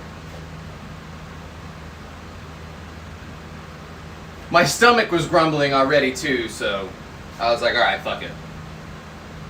I'm uncomfortable, I'm bloated, everyone can already hear my stomach making all these noises, so I farted very loud. And everyone laughed. And this is after high school, so take into consideration, or not after high school, during high school, like senior year. So these are all almost adults, they're pretty much adults at this point. And everyone laughed, and even the teacher. I'm so happy I did it. I felt better, everyone felt better, my stomach felt better. And that's probably why I scored higher than my sister. Because I cut the pressure with a knife. Get it? Like the cheese. Yeah, the cord will be taking a shit eventually. Yeah, no, everyone needed it. For sure, everyone needed it. You could feel the tension in the air before that happened, and then after it happened, everyone was relaxed. Everyone's shoulders were lower a bit. I was obviously more relaxed too. I was so uncomfortable when it happened. My stomach hurt so bad. I took way too much Adderall. I think it was either Adderall or it was the other one. And I don't usually take that. And I was like, you know what? I should probably, I'm bad at taking tests, so I should take a little bit of this to try to study. And it was a bad idea because I was tweaking more than anything. But still did good in the test. Made my stomach hurt real bad though. And then place them under arrest. But Texas wasn't going to let Tex. I'd like to think my fart made everyone score a little higher. Everybody in his hometown was like, "There's no way." It's the small things. Charles is involved with this. He's Charles. A big boy. He's a church. Oh wait, He was a football player, so they did not hand him over to LA right away. In fact, John, were you interested almost 9 in that piece, in this piece now that we're working on? Because if so, now's the time to choose the down stim. But also, if so, I'll ask for the payment. Because if you're choosing and then you don't pay for it, then what the fuck am I gonna do? I mean, either way, it'll be a fixed, or it'll be a finished piece at the end. But now is the time. No worries. Worth asking makes my job easier, because knowing most people, they would be like, yeah, give me the removable stim, which is what I didn't want to do.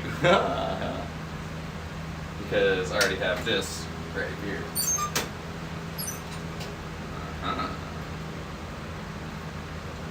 But for shits and gigs,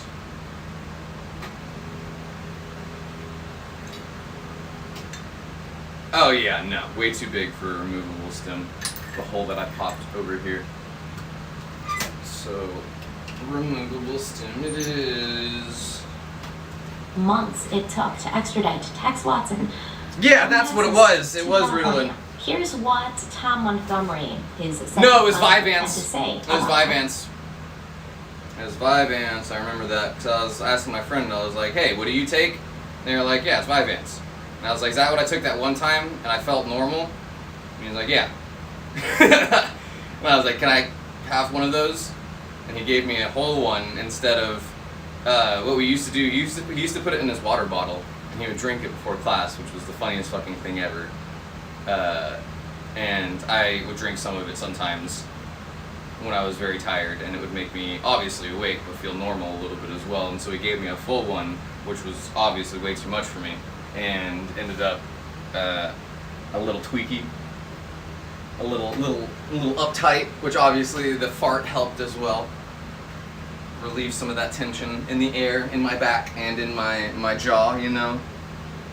Tex Watson. You know, I'm the boy's second cousin. His mother's daddy was my daddy's Definitely, friend. John. For sure, I let don't me think know. they ever established that Charles was in the Tate house or that other place either.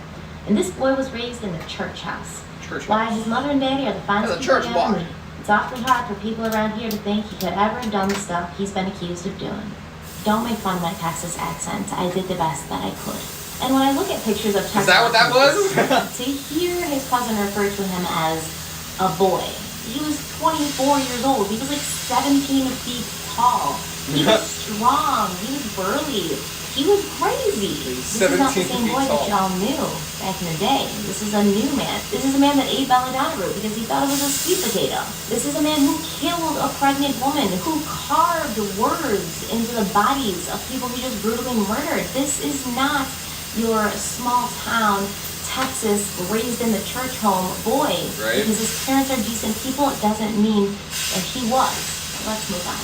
All 5 women who She was confused. She was heated about that. She was passionate about that one. Brand, and they were separated in the hopes that keeping them apart from each other would weaken their resolve to keep their mouths shut. All 5 were re-interviewed, and once again, all 5 refused to cooperate. Except for Leslie once again. This time it wasn't the premature fairy wings that were distracting her, but the news about Zero's death, which had been ruled a suicide. She and Zero had been friends, they'd been pretty close, and the news had taken her back. While she was distracted by that, Mike McGann assessed his opportunity, and he dove in and he said, "We know Charlie's involved with these murders. We know he's involved with all the murders." To which Leslie replied, "No, he wasn't involved in any Go, of Jay, them. go, you can do it. People. Have you been in the bathroom this entire time for the show? Or at the show? I love that. When he tried to get more information, she shut down, realizing her mistake. But he had gathered... During ASMR last night, are you sure it wasn't the person doing it and they just blamed it on the dog? Night of the Tate murders. You had Tex Watson, Classic. you had Blame Susan, the dog. you had Pat Krenwinkel, and now you had Linda Castillo. I'd claim it if I Now ever he did had it. to find Y'all would hear me. During all of this, Squeaky and Sandy are visiting everybody in prison, right? They're visiting Charlie. They're visiting all the girls at Civil Brand. They're driving all over the place just to visit people in jail and prison and deliver messages. And Leslie, after she talked to McGann, told Squeaky and Sandy that Susan was the one who was talking to the police. But Susan had still not decided whether she was going to testify against her friends to save herself or not. There we go. On November 26th, Bobby Beausoleil's Bobby trial Boucher. in the murder of Gary Hinman added an She said at the very apology. beginning of The this, she was like, every retrial time I was say assigned that, to it makes me police. hear that Added name to in his my already head. full Nah, I case. say it every Now, time. Virginia Graham had also told somebody about what Susan Atkins had been saying. She spoke with a psychiatrist, a woman psychiatrist that she really trusted. And that psychiatrist passed on the information to the LAPD. So they knew they were on the right track with Susan. But this also did put a little bit more heat on Susan because everything she told these women was pretty much putting herself as the main perpetrator of these murders. She was always the one holding the knife. Have a She was good night. always the one Get some good doing it. concert The most pictures. horrific things that had happened in those murders, she was responsible for when she retold the story to Virginia and Rowney. Once Susan's attorney, Richard Cavallaro, found out about this, he went to Susan and he said, "Listen, like this case is building against you. You need to cooperate with them if you have any chance of avoiding the death penalty at this point." Uliosi had made her an offer. He would take the death penalty off the table and he would allow her to plead guilty to second-degree murder, which did carry a penalty of life in prison, but she might be eligible for parole. And even though her lawyer urged her to take it, Susan still had to think about it. Terry Melcher and Dennis Wilson were not super cooperative. Yeah, like I said, we're going to have an early night tonight, so probably another hour. As far removed from trying Maybe a little bit Manson longer. as possible by now. Dennis was terrified that his brothers and bandmates were going to find out that his connection to somebody that they had urged him with bad news and to stay away from You know what I just realized? was now pulling him I'm going into to a wait police until we get this new investigation torch for tomorrow multiple to try to do murders. the next move When on he that was piece questioned, because he I obviously need minimized his connection and relationship a with hand torch Manson. for it. Terry Melcher outright lied and said he'd only met Manson a few times and he had no idea why he would So, possibly even be a target for this man. When the police onward to informed the him next that they had thing. reports that he'd been intimate with some of the family's girls, he whipped out pictures of his ex-girlfriends and said, "When I've got beauties like these to get in bed with, why would I want to screw any of Manson's clap-filled, unwashed dogs?" This is a good question, Terry. It's a question that I think we've all been asking ourselves.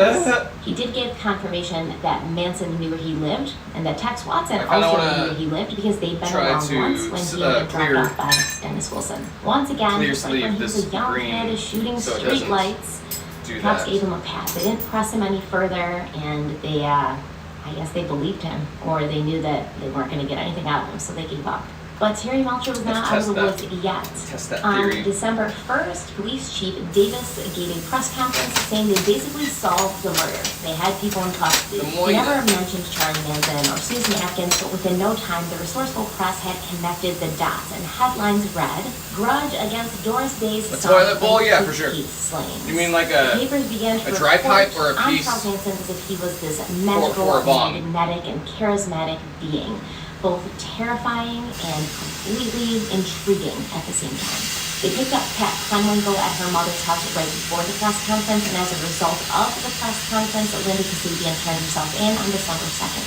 She said she had been present at the Cielo Drive murders but had not participated. Barbara Hoyt also agreed to help the prosecution, and she was willing to testify about the fact that she'd heard Shorty Shea's screams the night he'd been murdered. She had also been privy many times to Susan Atkins bragging about all the people she'd killed. Mary Bruner also turned herself in seeking immunity for her part in Gary Higgins' murder, as long as she turned on Bobby and testified against him. On December 3rd, Susan's lawyer brought a tape to the DA, a tape that he had basically made, where she described in great detail what happened the night of the murders. In these tapes, she was clear about who had been there that night and who had ordered them. She kept insisting that the reason Charlie had chosen Cielo Drive was to terrify Terry Melcher, who had broken his word to them. When she'd been talking to her buddies in prison, Susan had reveled in her participation, was proud of her participation in these murders, and often exaggerated her participation in these murders. But in these tapes, she pushed the blame off on everybody else. Susan would have bong, yeah. And the death penalty would be taken off the table for all the murders she'd committed, for murderous little doing things. a dry, She would or not a testify. dry, but a an old school bubbler, you know, with a snorkel.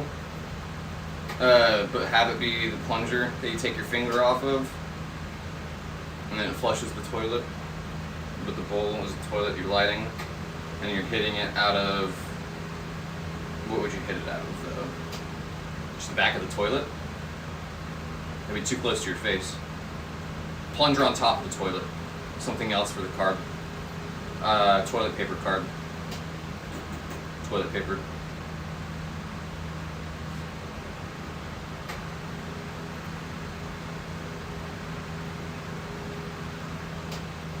Toilet bomb. Oh, I see. Yeah.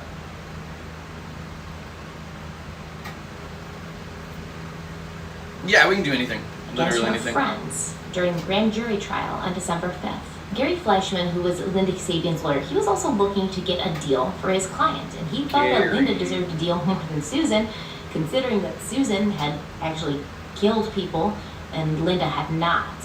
But they were already actively working with Susan, and they put Linda on the back burner. Bugliosi assumed they might need a backup. Susan was crazy. She was unreliable. She was all over the place. So it was good to know that they had a plan B if they needed it. When Bugliosi sat down to talk to Susan, he saw for himself just how crazy she was. She told him that Charlie can see everything. He can hear everything. What we're doing and talking about in this room right now, he can see and hear. He didn't feel really confident hanging his case on the testimony of this woman. But the next morning she was sworn in, and by the time the grand jury broke for the weekend, she had revealed every single gruesome detail. She was also not shy to talk about Charlie Manson's pull over his followers and everybody who ended up in his orbit. The following Monday, the grand jury heard testimony from Ben Morehouse, Danny DiCarlo, Diane Wade, Instagram, but I only do customs for phone all numbers. three girls, Suzanne, Diane, and Nancy, And there's a swore minimum nothing for about customs. any murders. But Susan's testimony had stuck with the jury. They handed down indictments of 7 counts of murder and 1 Gotta count of be a conspiracy subscriber murder. to get Charles customs. Manson, Charles Watson, Susan Atkins, Linda Kasabian, Which, and technically, Leslie Van Houten was not your indicted fault on if 2 you're not counts of right now murder and because 1 we haven't count been of on TikTok conspiracy where you murder. can subscribe. They had prints of Texas and Pat Krenwinkel from the Cielo Drive home. Mary Bruner had given them information about where they could find the Shorty Shea's abandoned car. And they found it just Minimum is beside 200 though. with Shorty's cowboy boots inside, stained with blood, and Bruce Davis's fingerprints all over the place. It's Squeaky, Sandy, and the rest of the members moved back to LA, and they all gathered on Spawn Ranch for them to be close by. They moved in with Bill Kaufman. Bill was Charlie's old buddy from prison who had tried to hook him up with somebody in the music industry, and even though they hadn't really ended well on a good note, Kaufman didn't think that Charlie and his girls had anything to do with this. He was 100% sure that none of the family members were involved in these crimes at all, so he let them live with him. And Susan's lawyer, Richard Caballero, went behind the prosecution's back and began shopping for book deals for Susan Atkins. He had a sneaking suspicion that she was going to recant her testimony against Charlie and her friends. And when that happened, because of the deal, they could not use anything she said against her to incriminate her or prosecute her, but it didn't stop them from building a case against her anyways. In this book that told her story, she would be painted as another victim, somebody who's brainwashed and controlled by an evil genius mastermind. She had no idea what she was doing. She couldn't stop it. She couldn't do anything about it. She was just a victim. On December 9th, Charles Manson was charged with the murder of 7 people in Inyo County, and he was transferred to Los Angeles. There had been so much media coverage up to this point to become a sort of celebrity figure. Everyone wanted to catch a glimpse of him, so when they saw him being brought into the courthouse, head to toe in chains like Jacob Marley in A Christmas Carol, wearing his buckskin outfits, his hair and beard had gone very long while he was being in prison, and he kind of serenely just looked at everybody. He was short, he was scrawny, he looked completely harmless. This had been a figure that had been built up to be domineering, controlling, and here he was, just this little guy, covered in Just this little guy. his little arms. He was certainly not the serious, threatening figure that people have been reading about in It's papers. just a little guy. He only had the fame and notoriety that he always knew he deserved. Anyone thought that he was upset about this turn of circumstances, he was not. He had the spotlight now, and he was going to take advantage of it. Reports and details of his tragic childhood emerged. I want to read them those details. Reporters had tracked down Kathleen Maddox, his mother, and she wanted nothing to do with them. His file at the elementary school in Mid-Meccan was stolen. Charlie Houdini gave every member of the counterculture at that time a bad name, having the ideals and the actions of the Manson family applied to every person with long hair and a different idea of how life should be lived. Yep. And there was a large part of the public who, after seeing Charlie's unassuming appearance, thought he was being targeted simply because he had chosen to live life differently than the Squares Fellowship, a radical militant group of young white Americans who had formed the same year in response to the Vietnam War, called themselves the Weathermen. They emerged in support of Charlie and his followers. It was their goal to advance communism through violent revolution, and they were led by Bernadine Dorr, a young woman from Milwaukee raised by a Jewish father and a Christian Scientist mother. During what they called a war council held in late December, Bernadine got on the mic and said, dig it, first they killed those pigs, then they ate dinner in the same room as them. Then they even shoved a fork into the victim's stomach. Wild. And those assembled immediately adopted 4 fingers held in the air as the Weatherman salute, a symbol of the ivory-handled fork that had been found in Reno LaBianca's stomach. They considered the murder to be a sign of everything that was opposite of good and decent, which is exactly what they claimed to represent. Cult member, yeah. John Jacobs.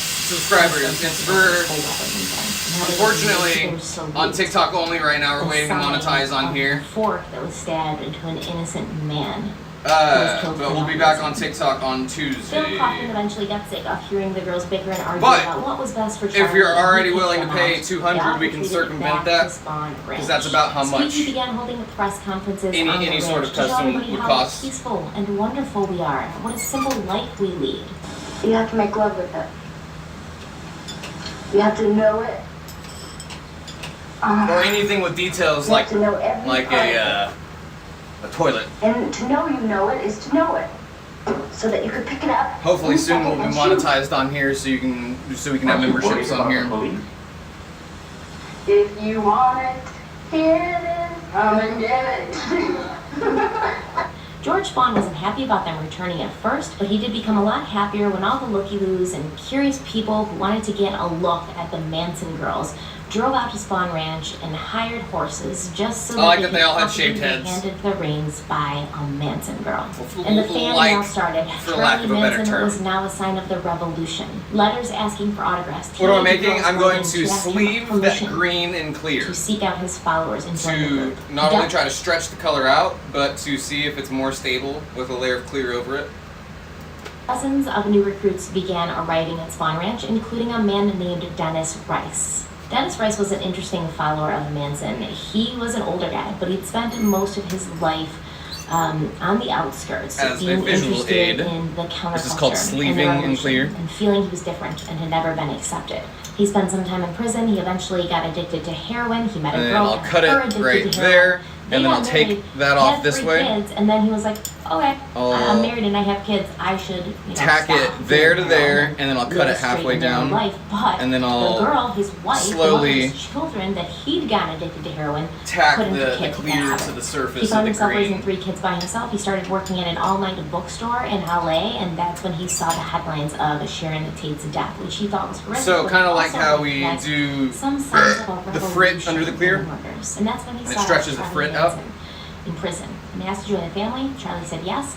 Dennis and his 3 kids. Oh, thank you, went to Mia. live on Spawn Ranch.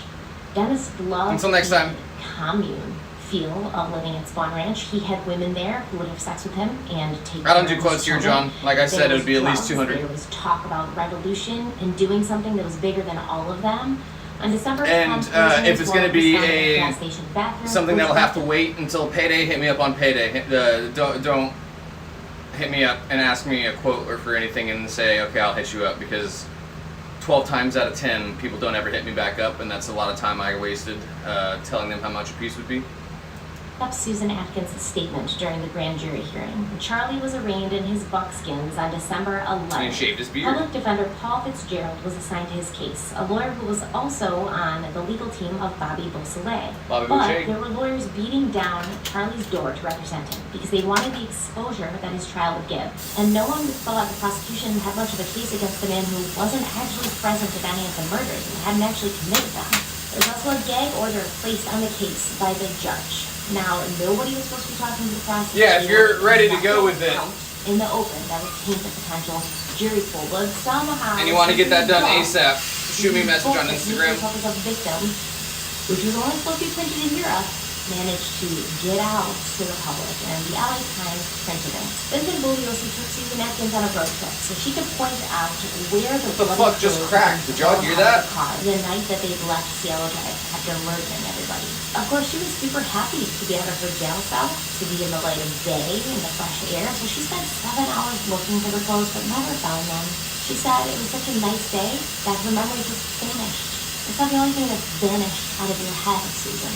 But then again, the media comes in to save the day and rescue the LAPD's investigation. This television Think on it for sure, and then hit me up. The only reason I'm so adamant about that is because I have so many messages that go back and forth every single day that I can't unfortunately brainstorm individually with y'all. For themselves, which they did within 10 minutes.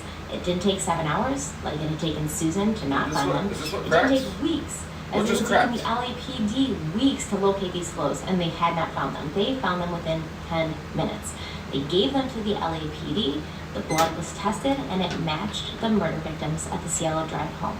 There was also a long hair on one piece of clothing that matched Susan Atkins. So now we have Pat and Texas No idea what fingerprints cracked. found I at heard the a very Cielo loud Drive crack. home that ties them to the scene, and Susan's hair found on the bloody clothes that were worn when these people were murdered, with the murder victim's blood on the clothes. That also ties her to the scene. Bernard Wise had also read Susan's piece in the Times, and he reached out to the Van Nuys substation to see if they had turned over the gun yet. He was told to call the homicide division, and when he did, he told them, hey, my son has found a gun that matches the murder weapon, has a broken handle, just like the one you're looking for, and I turned it in, like, a long time ago. He was told that the LAPD cannot possibly investigate every found gun that is reported. So he realized they weren't going to do shit. And he hung up and he spoke with his neighbor who worked for a television station. The television station called the LAPD and demanded to know why a murder weapon had been sitting at the Van Nuys substation and had not been put into evidence and had not been linked to this crime. Finally, they went and retrieved the gun from Van Nuys. Thank God for a concerned Van citizen Nuys, the on science press, guy. in this case at least, let's be honest. Obviously, the shells found at Cielo Drive matched the gun. The shells found on Spawn Ranch matched the gun. Run around the family. Weapon was found. It was With a linked to the target full of murders, and it's also shells. linked to Charlie Manson and his family. Charlie knew he still had sufficient control over Susan, Pat, and Leslie, and he could get them to go along with his plan for the trial. Well, Linda Kasabian was going to be a problem because she... That's hilarious because it's also the Manson family, right around the family, with a pocket full of shells. And scared that he would kill her daughter. On November 30th, the Diane Lake also turned on the family and confessed that Tex had told her personally that he had killed Sharon Tate. Charlie figured the best thing they could do was show a unified front in trial and possibly put it all on Tex Watson, who had still been unable to be extradited from Texas to LA, and he wasn't there to defend himself. On Christmas Eve, Manson was given permission to defend himself, act as his own attorney in his trial, even though Judge King said he thought he was making a mistake. And while all this was going on, Manson was still concerned about getting his music out there. He knew he needed to strike when the iron was hot, and there would never be more eyes on him again in his life than there were right now. If they were able to put together an album, it would sell, and he would be the famous musician and a rock star. I mean, he's not wrong. The problem was that Dennis Wilson had most of their tapes in the recording sessions. They had a couple that they'd done with small recording studios, but Dennis Wilson had the main ones. So he sent Squeaky to Dennis Wilson's house to tell him that he should give them the tapes or he would die. Chill the F out, Squeaky. Did you ever think of just asking nicely? But Dennis Wilson didn't have them anyways. They'd already been confiscated. Did you ever think about asking nicely? I don't have them anymore. They did, like I said, still have some tapes from a recording session they done with their knives. So Charlie called Phil Kaufman and begged him, man, get my music out there. You know it's good. You know it's going to be great. You know the publicity is hot right now. Let's make this happen. Phil took what music they had and made 2,000 copies of the record with his own money. It was released on March 6, 1970 and contained 13... It was released on I want that. 6, I had no idea that was a thing. 13 songs. I want that bad. The cover being the picture of Manson that had been used on December 19th, 1969 on the cover of Life magazine when they ran a story about him. He kept it exactly the same, just replacing the word life with live. It's actually pretty brilliant if you think about it because it has that recognizable thing that people, I mean, it's a good marketing idea. The initial release included songs such as the original Cease to Exist and Manson's famous Don't Do Anything Illegal, ironic, but it only sold 300 copies, which I think is a pretty adequate indication of Manson's actual talent. Kaufman explained to I bet it's a lot more copies now. Record besides these little headshots who didn't really care about anything. Big record stores were not comfortable selling the record of a man who was on trial for multiple murders. Charlie thought he was lying. He thought he was selling the albums on his own and pocketing the money. There was no way. The entire world was not sure. They them pronouns for me. I am nobody's So bro. he sent the girls over to Kaufman to get their money, which Kaufman We're was sleeving educated about some because jade after all, green he put up his and own clear. money to make these stupid records, which were now not selling. He wasn't getting any of his money back. Then these stupid girls are standing outside his house demanding things that they're not even entitled to. So he chased them out with a gun. They came back a second and third time, circling around his house, chanting, "Give us the music! Give us the music!" So he had to chase them away again, and this certainly changed his opinion on them being completely harmless. The case against Charlie Manson was coming along way too slowly, though. The only physical evidence they had, really, was against Susan. So, a little bit by bit, or he will tack that clear to the surface of the green. On January 17th, 1970, Charlie demanded to be released immediately. He said this trial was a waste of everyone's time and money, and he was being deprived of spiritual, mental, and physical liberty in an unconstitutional manner, not in harmony with man's or God's law. Instead of being immediately released, the judge responded, "And disappoint all these people? Never, Mr. Manson." On January 27th, he went back in front of the judge and he refused to enter a guilty or not guilty plea, so the judge entered a not guilty plea for him. And the lead prosecutor, Priscilla Camboliosi, couldn't really agree on what they would use as the motive for these crimes. Stovers wanted to say that the motive had been robbery. The family was poor, they lived in commune style, they would often go into people's houses and steal things, and that's what this was. And they just killed them so they could steal from them. But Bugliosi thought it was stupid because not a lot had been taken from the houses of the people who'd been murdered. She thought it would be better if they used helter-skelter. A robbery a jury could understand, a robbery, but maybe they wouldn't understand how a robbery could turn. We're gonna need new glasses soon enough. And then leaving these words all over the wall. Bugliosi said, the prosecution does not have the legal burden of proving motive, but motive is extremely important evidence. A jury wants to know why. So essentially, yeah, maybe robbery would have been the safer motive to go with, but why were those people killed in the way they were? Why were those things written on the wall? Why all the symbolic gestures? No, not yet, Darren. Meant something else. We're on the final stage of approval, though. Was the perfect motive. It would show the jury why these people had been killed in order to further the crazy ideas of a madman who had convinced multiple people to go along with him. On February 6th, the LA Times printed the helter-skelter theory. Theory links Beatles album to murders. An unidentified source explained to the paper that Manson considered the Beatles to be prophets, and songs from the White Album formed the basis of their times that were committed to kickstart a race war that only he and his followers would survive. Now this obviously wasn't proven, but I have a sneaking suspicion that Vincent Bugliosi was responsible for that leak to the LA Times. It was very important to him that he got the concept of helter-skelter out into the public before the trial started. He wanted people to already be thinking about it. He wanted people to already be looking into it, and already kind of accepting it as a normal motive before they started even picking a jury.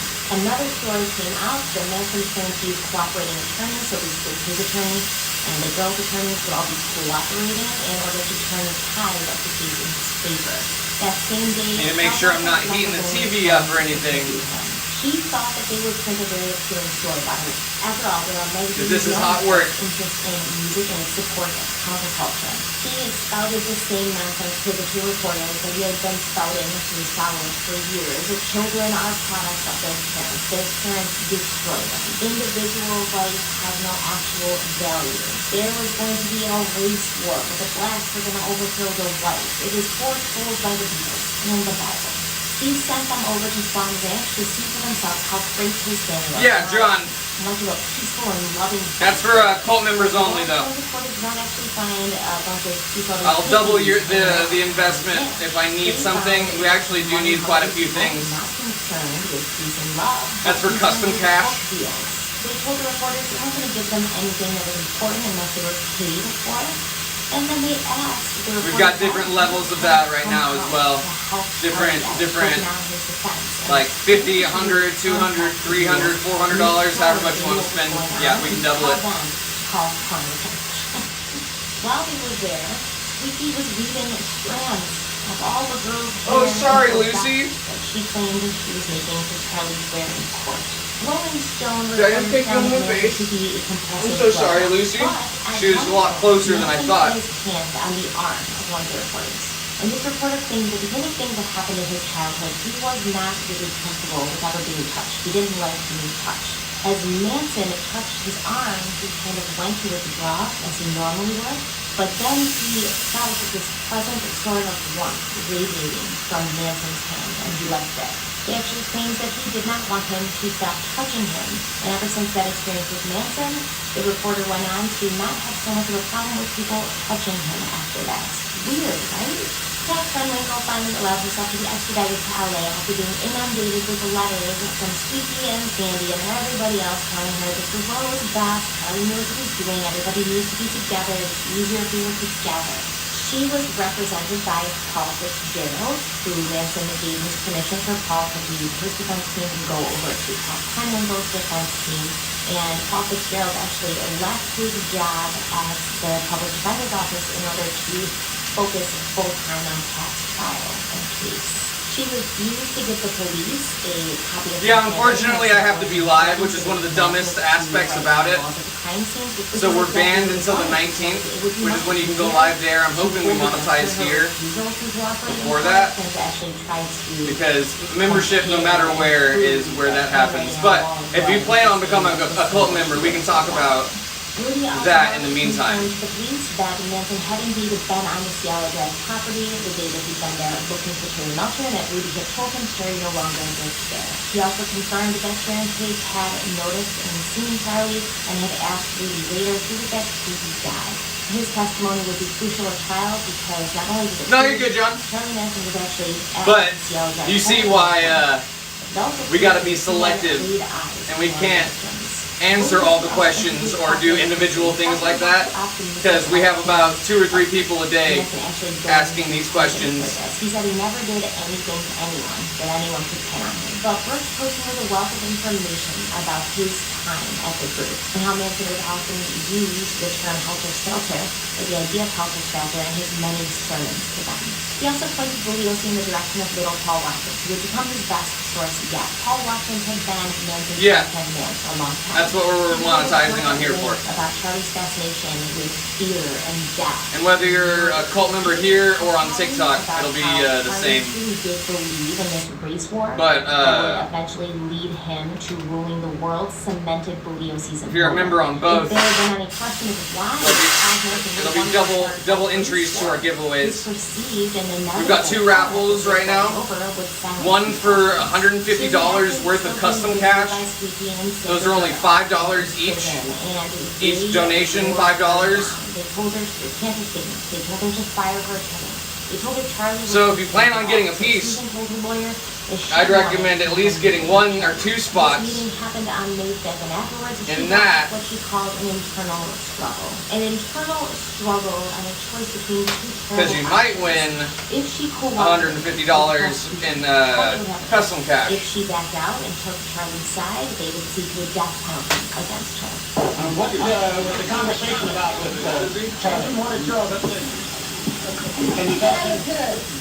Did he look good, Susan?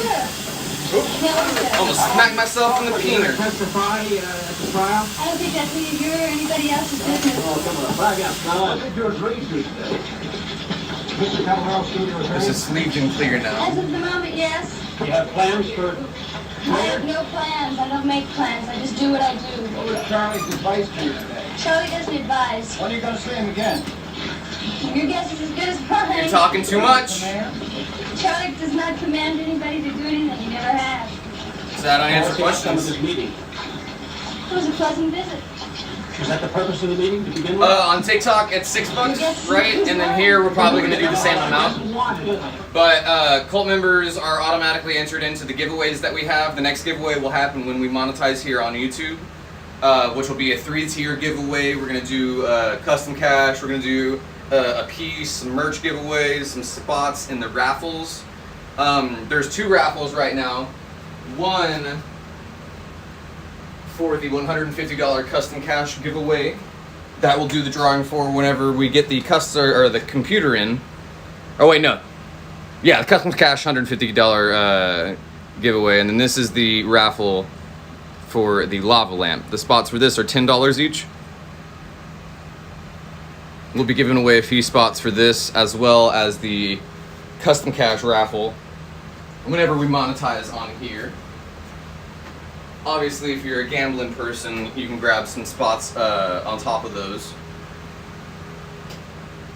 On TikTok, it's $5.99, so we'll do $5.99 on here as well. But I'll be getting more of that in my pocket on YouTube than TikTok, so I'm gonna try to direct everybody to YouTube. So if you do intend on becoming a cult member, but it takes longer for us to monetize, and we do end up going back to the TikTok when we get unbanned, let me know. And just be like, yeah, I plan on becoming a cult member 100%. John, you specifically, if you want to get a piece in the works. And we can wait until we monetize here, and then you can become a member on here. Which again gives me more of the money, but still, same thing on your end. Cult member gets you access to the cult member Discord, all of the giveaways that we do for that. And I don't know exactly what it does here on this app. I know that you might get a badge, you do... no. Unfortunately, it literally says it can take up to a month. We finally submitted for monetization, and they're like, yeah, okay, thank you. We'll let you know within a month. So, thanks for that, YouTube.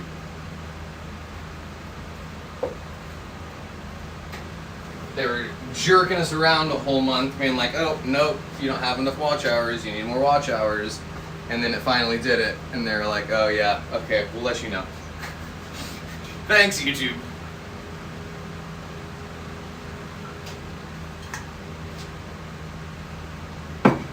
Yeah, it literally says, okay, thank you, we'll get back to you usually within a month.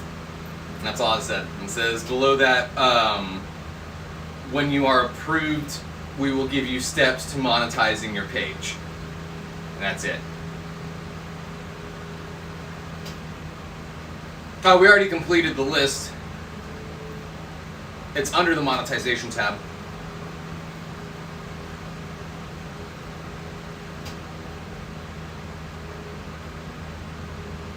Yeah, it has to be instant for their end, right? Hopefully it doesn't take too long. I'm giving this a break here for a sec. This is very, very, very hot after we were just working with it with that piece there. But yeah, hopefully not too long. Hopefully sooner than later.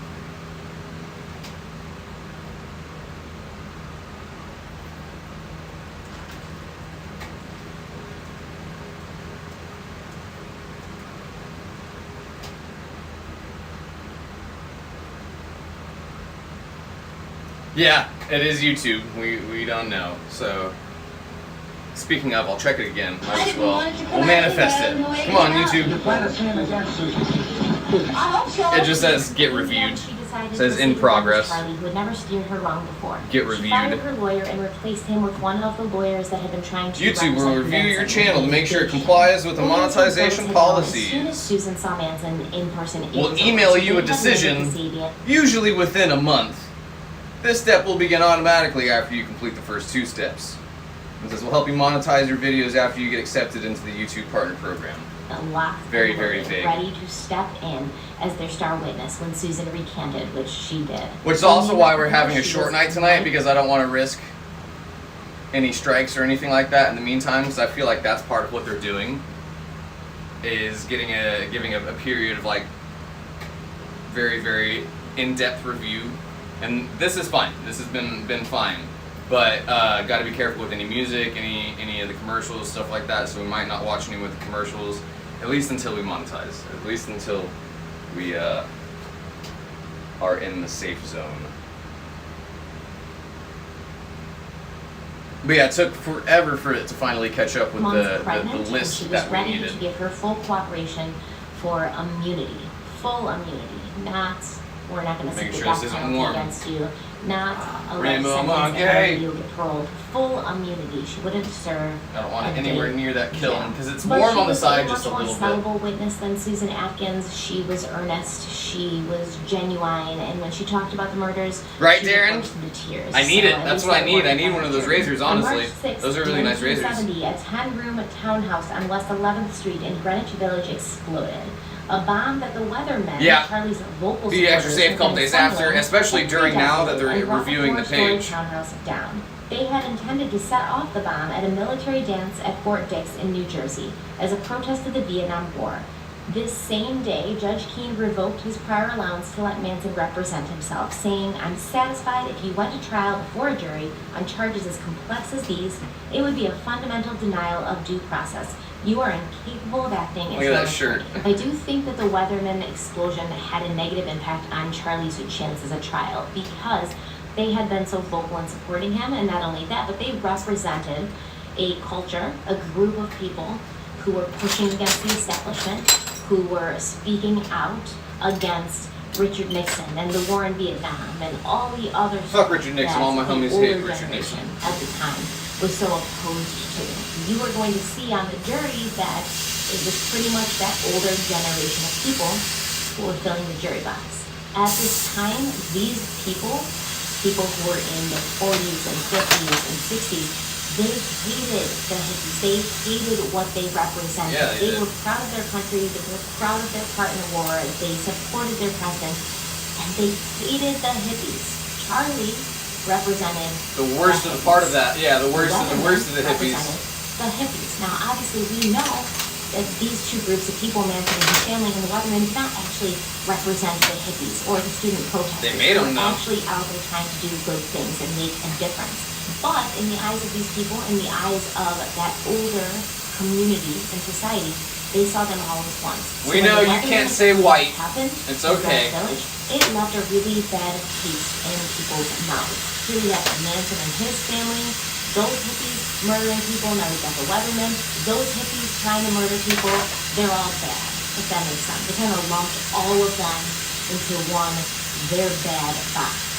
When Judge Keene told Charlie he was no longer going to be able to represent himself, Charlie threw out his chair and yelled, "There's no love in this court." And then after they took care of the hippies, they turned on the Black Panthers. Also jumped up and began to insult the judge, after which they were jailed for 5 days. Charles Holopeter was appointed as Charlie's new counsel, and his first order of business was to get Charlie examined by a psychiatrist. Holopeter was actually an excellent attorney, and his suggestion to have Charlie looked at by a psychiatrist was a good one and a smart one, and might have ended up getting Charlie a lesser charge or found innocent by reason of insanity. But just the suggestion that he might be crazy made Manson crazy, and he jumped up and demanded that he had the right to choose his own attorney. The judge agreed, and at this point he was probably like, whatever man, I can't help you anymore, I'm too old for this shit. At this same hearing, Charlie submitted a 17-page motion which requested that the DA be jailed, so that they would face the same restrictions as That the DA would be jailed? and that he should be able to travel so he could interview witnesses, and that the court should be addressing him as Charlie. Obviously, all of these motions were denied. Manson at first chose Ronald Hughes, who had never even tried a criminal case in his life. He had handled some of the legal dealings in reference to Charlie's album, and it didn't really matter to Manson if he was competent in court. He was just there to satisfy the judge. Manson would be the real lawyer in his own case, and he knew Hughes would let him. But within days, he had thrown Hughes over to Leslie Van Houten and replaced him with Ervin Kanarek. Kanarek was notorious for his ridiculous antics in court. Once objecting to a witness stating his own name as hearsay, because the witness had first heard his name from his mother. His plan was usually to just waste time and cause confusion in the jury. On March 10th, Objection, hearsay. he officially recanted her statement. Objection, my dog stepped on a bee, Your Honor. Pressured by the DA. But Bugliosi was ready to let it Fabian and now had no problem using their new Objection, evidence hearsay. against Susan and putting her to the wall with everybody else. He announced he would be seeking the death penalty for all of them, except Linda, of course. During the month of March, Linda Kasabian gave birth to a son she named Angel. He would later grow up and change his name to Nathan. But when he was a baby, he was sent to live with her mother in New Hampshire, and Linda was put into Civil Brand, carefully being kept away from all the other prisoners. And then Lassa Papa showed up back from the dead. Charlie had shot him, and a bullet had lodged in his spine, but he did not die. And Charlie thought he was dead that entire time. Customize the same for the usual. Liberty Biberty. Some listen to the voice of reason.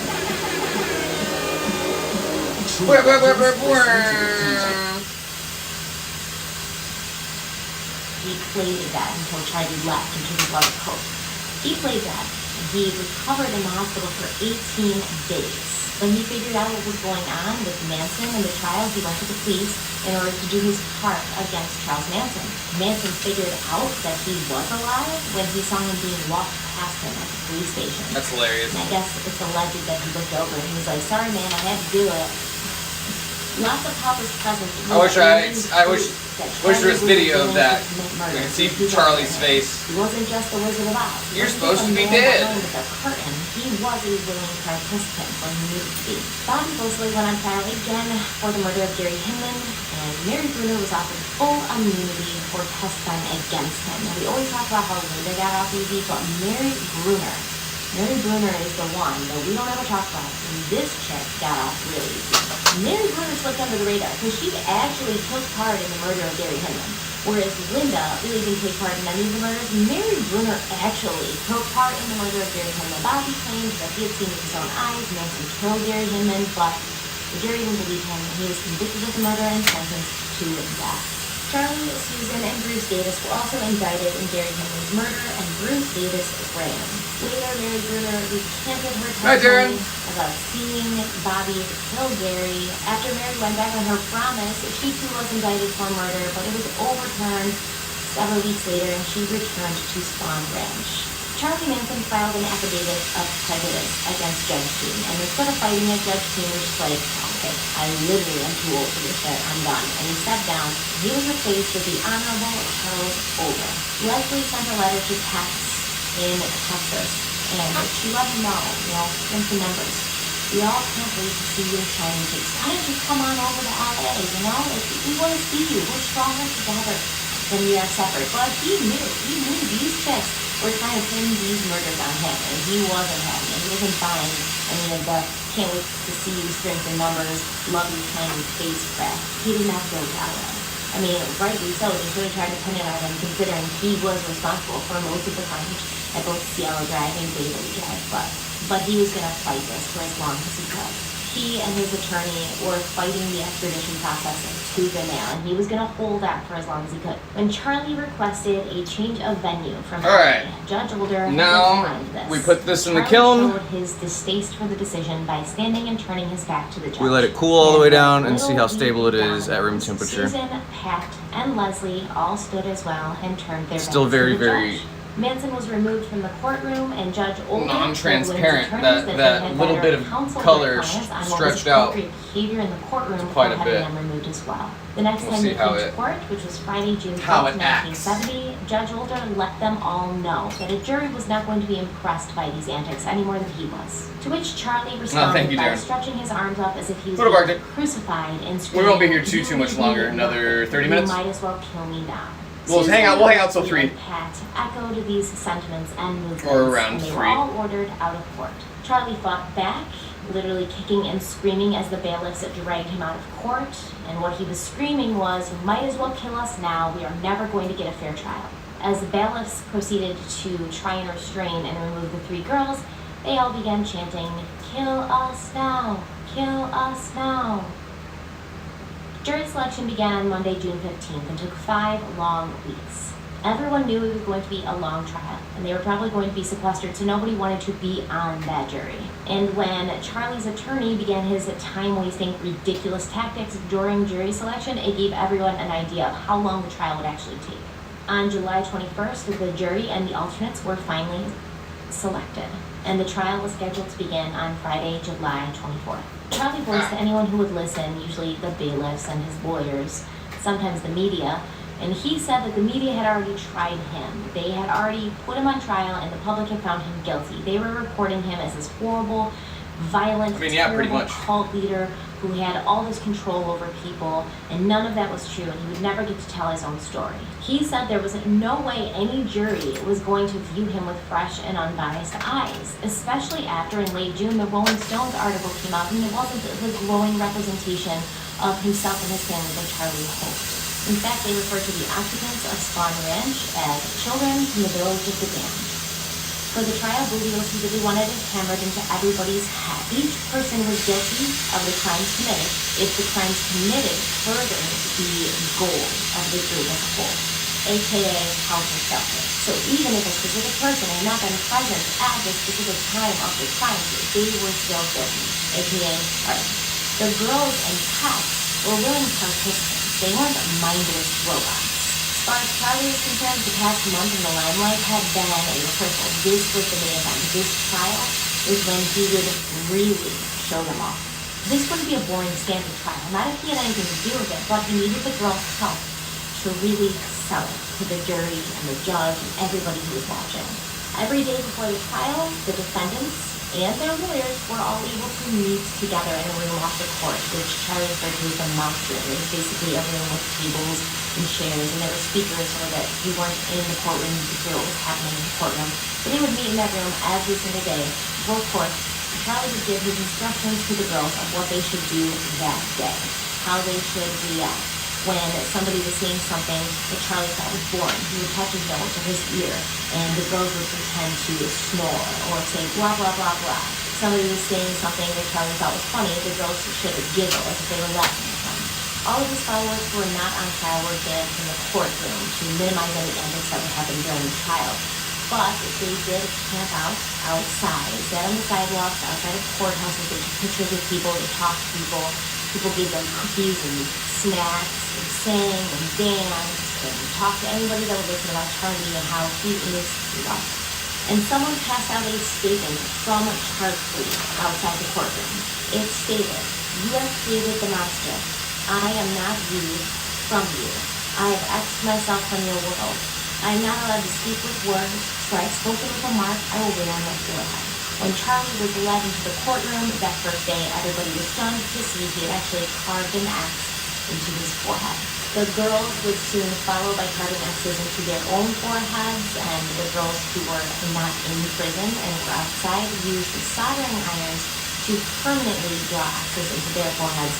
They wouldn't have to keep carving X's into their heads every couple of days as their skin healed.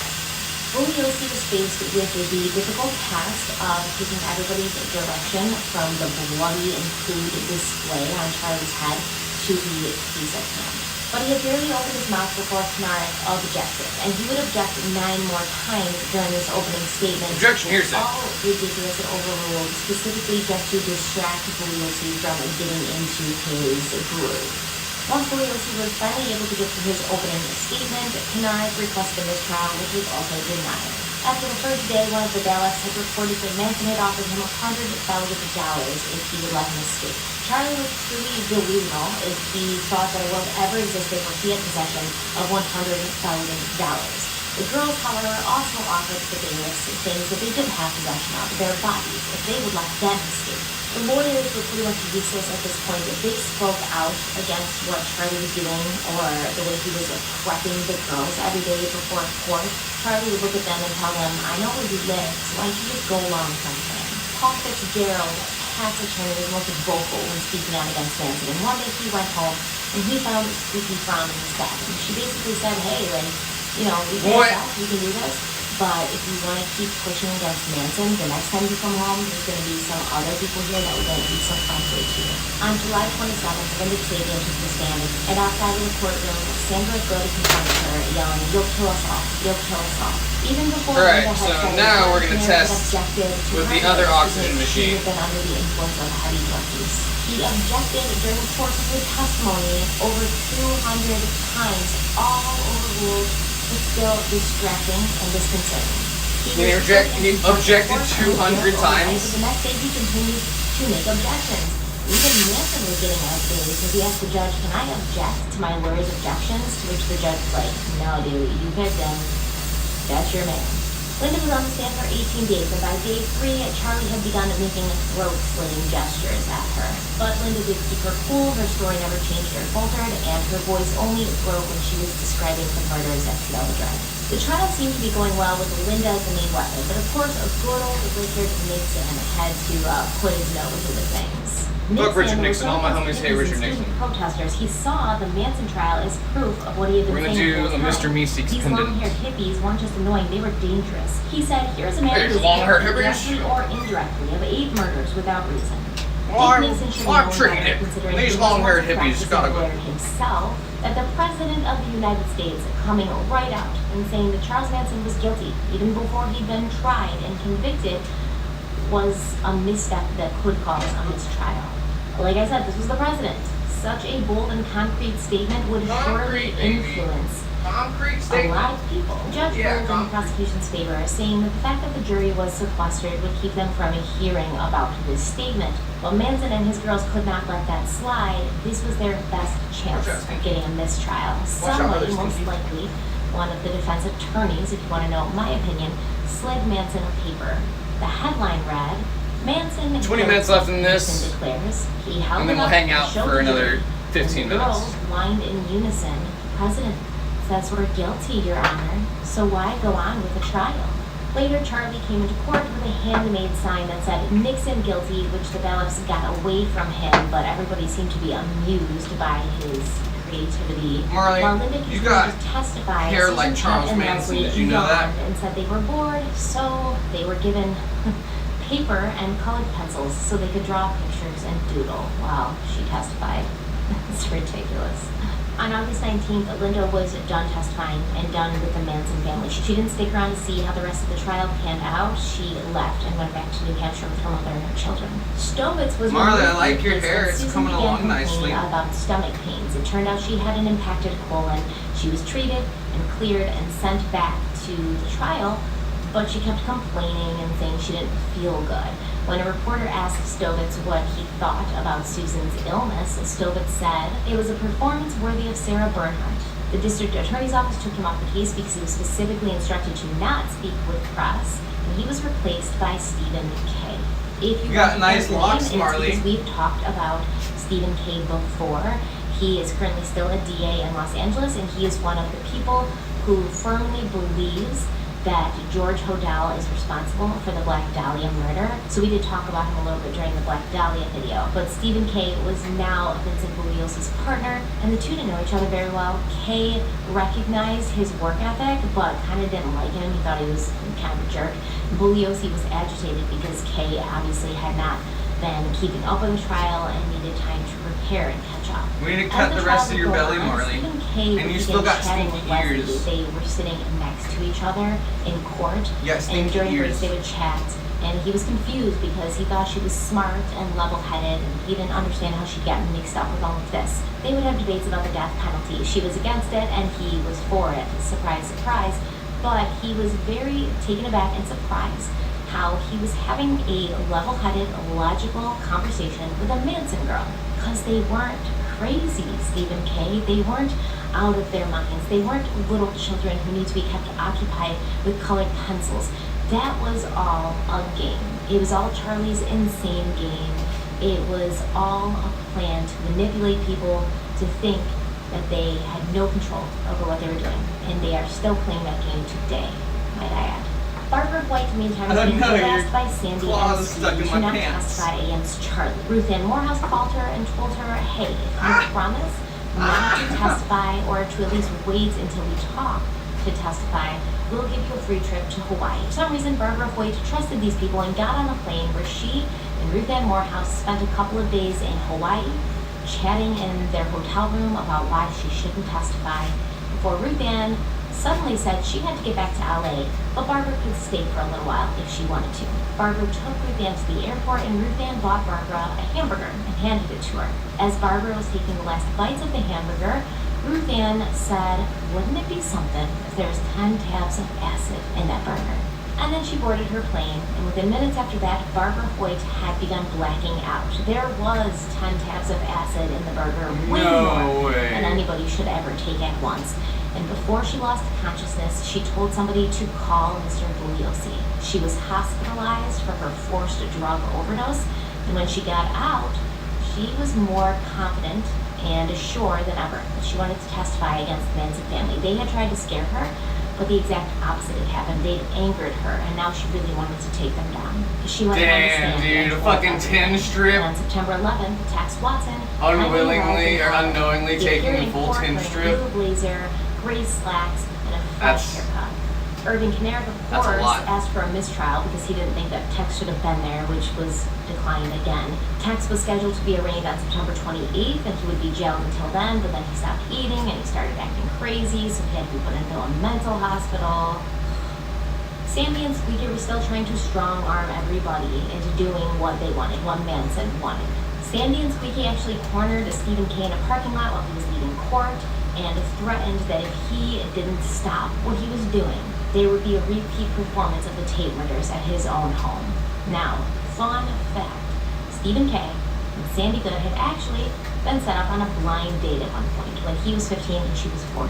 Kay's mother's best friend was Sandy's godmother, and Sandy was flying in from San Diego to LA where Kay lived, so the women thought it would be cute to introduce them. They met at a pancake house, and within 10 minutes, Stephen had formed an opinion that Sandy was a stuck-up little snob, and he didn't like her, so he left and went to a friend's house to swim.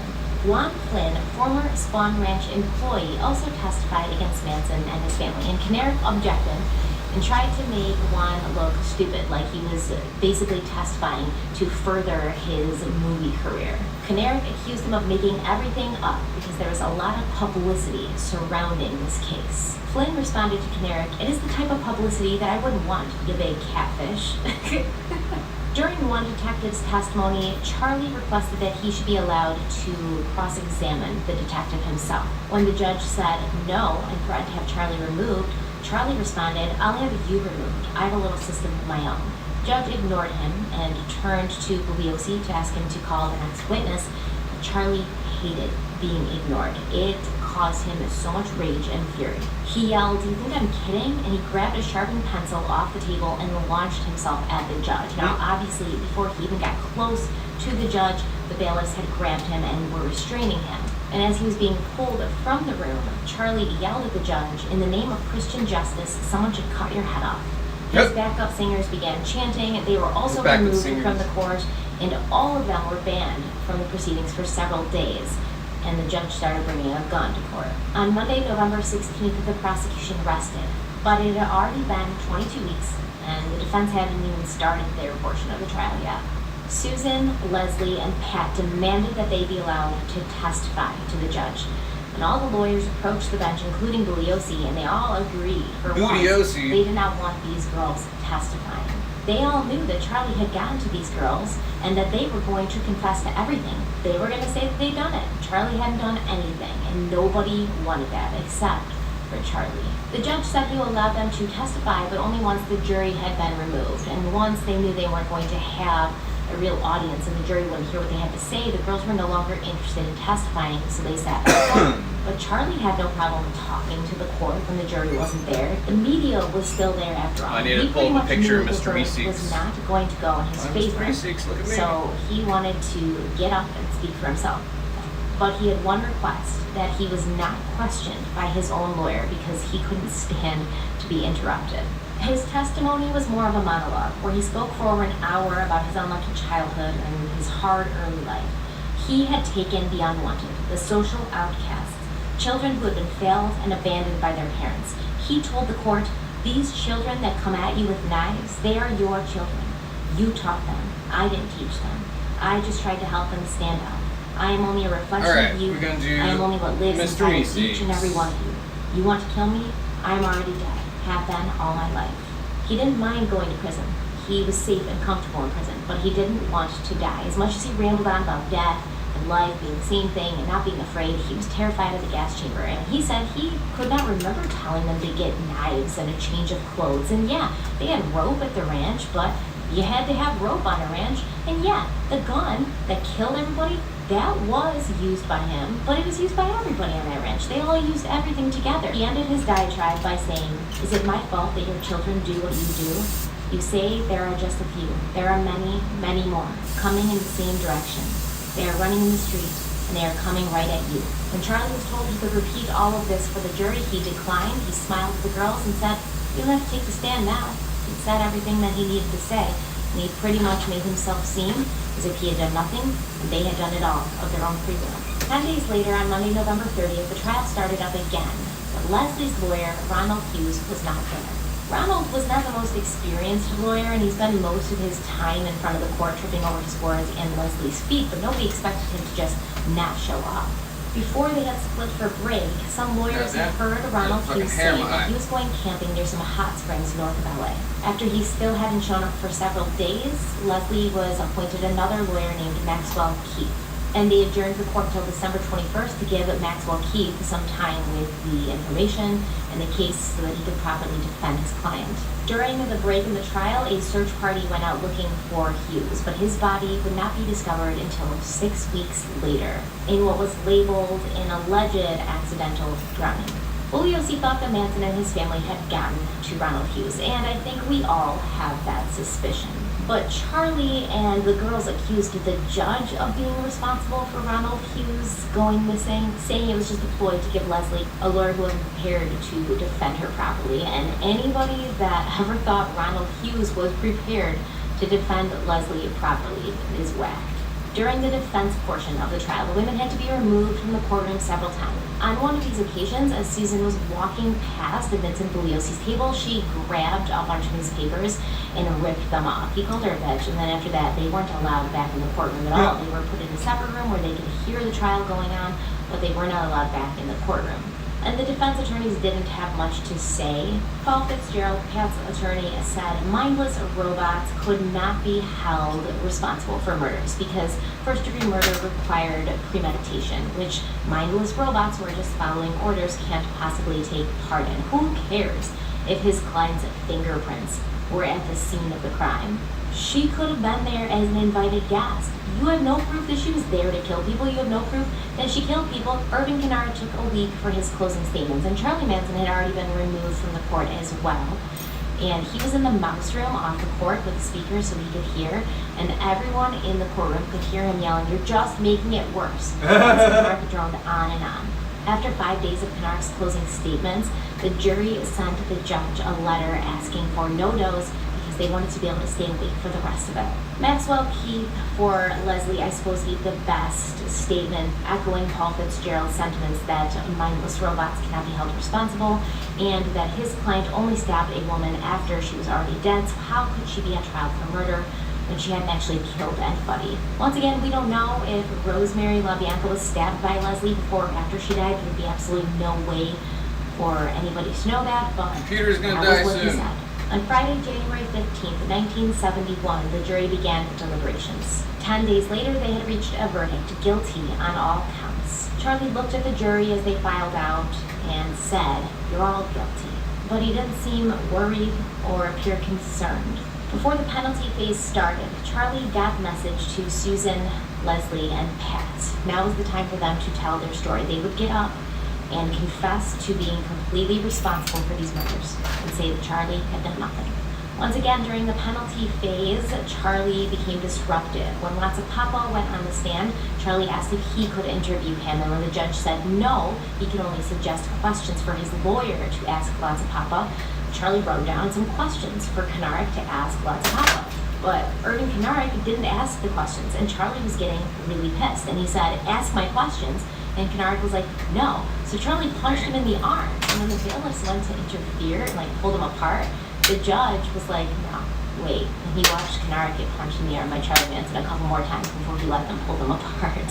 He was probably so sick of this guy just going on and objecting and making it such a long process that it didn't need to be, that he really appreciated seeing him get wailed on a couple times.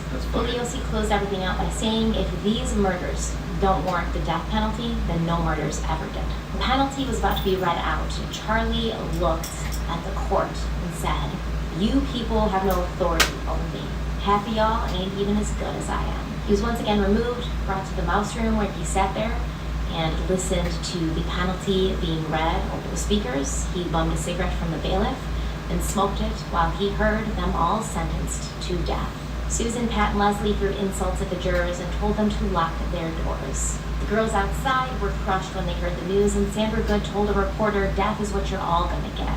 The family members included in the plot against Barbara Hoyt were all sentenced to 90 days in jail, which doesn't seem like a lot for trying to kill somebody with acid. Oh, except for Ruth Ann, the one who actually gave her the acid, because she'd been released on her own recognizance because she was very pregnant, and then she just didn't show up to be sentenced, so nothing happened to her.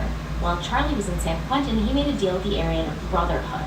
They would give him protection in prison, and in turn, he would give their members on the outside access to his women. But this deal included something more, a breakout attempt. The AV leader in San Quentin was named Kenneth Cuomo, and while he was being bussed to testify at a trial, he escaped and hid out on Swan Ranch with the family. They then decided that they I'm were Mr. going to Meeseeks, break look at me. Charlie Manson out of jail.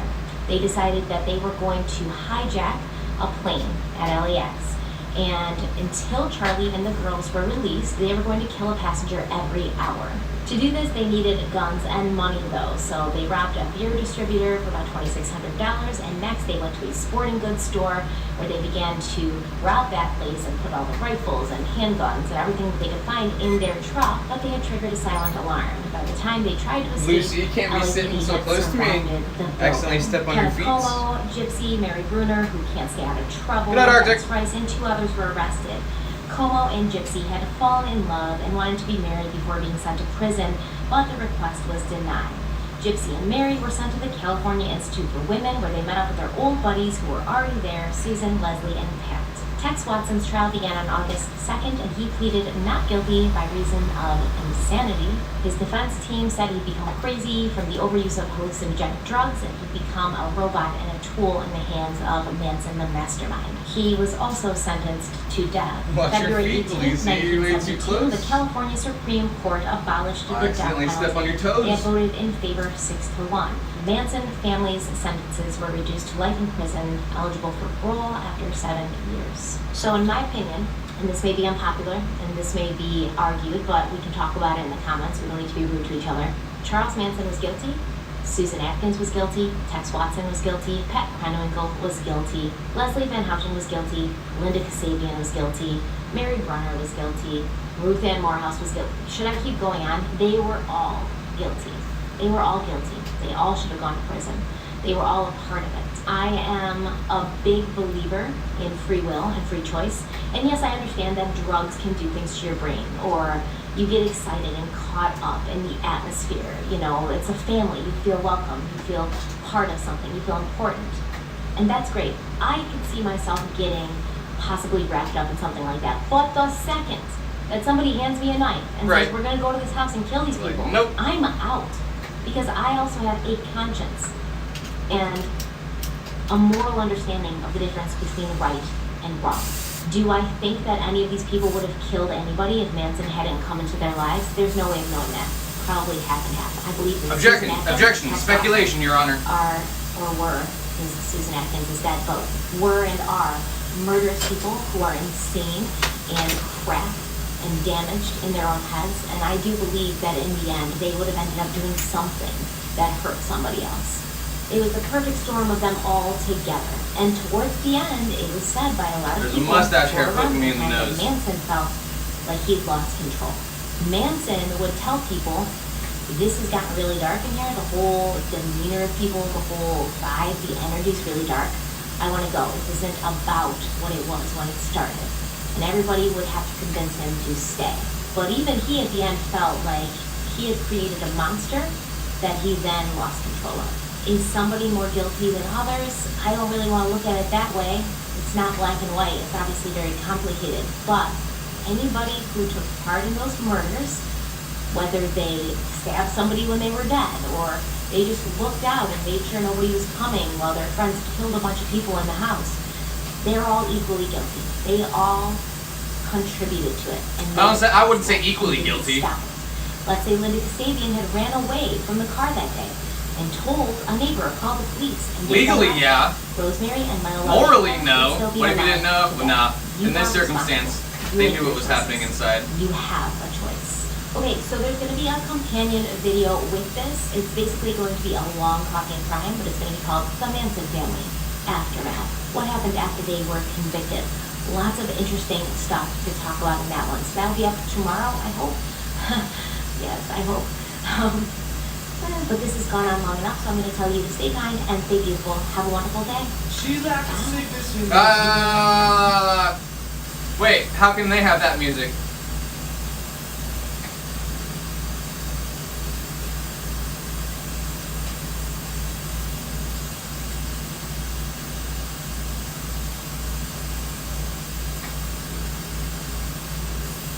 Maybe that was like their own theme song.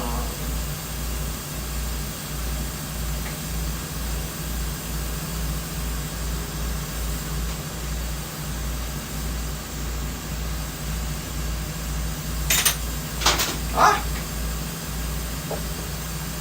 Couldn't tell where that went just now.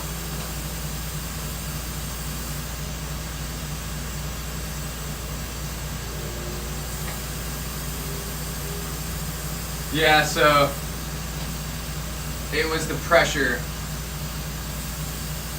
of the oxygen this entire time.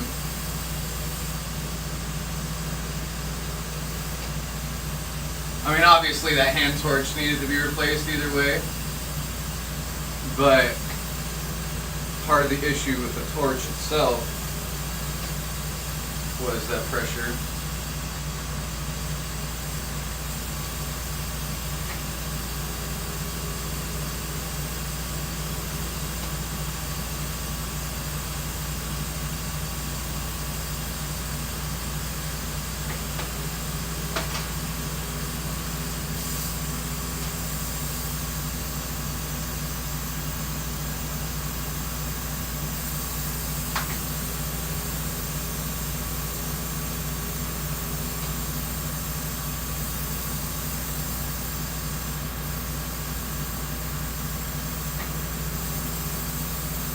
Cool. We have a Mr. Meeseeks.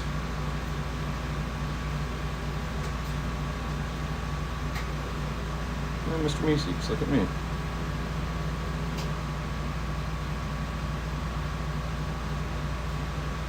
I want to practice his face too because I want to do more Mr. Meeseeks. I'll take that off the handle in just one sec. And then we will be done for the evening.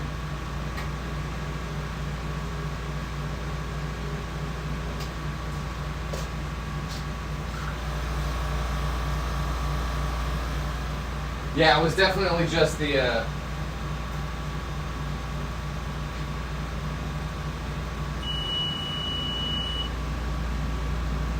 pressure that the oxygen was at that was causing the issue.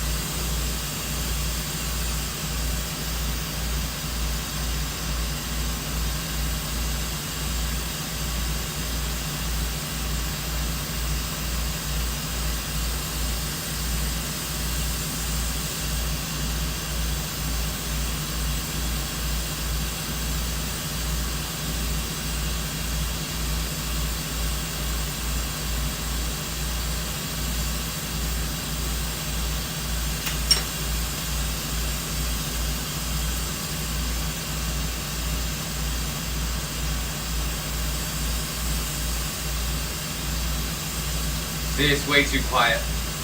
So I have to have fucking noise in the background.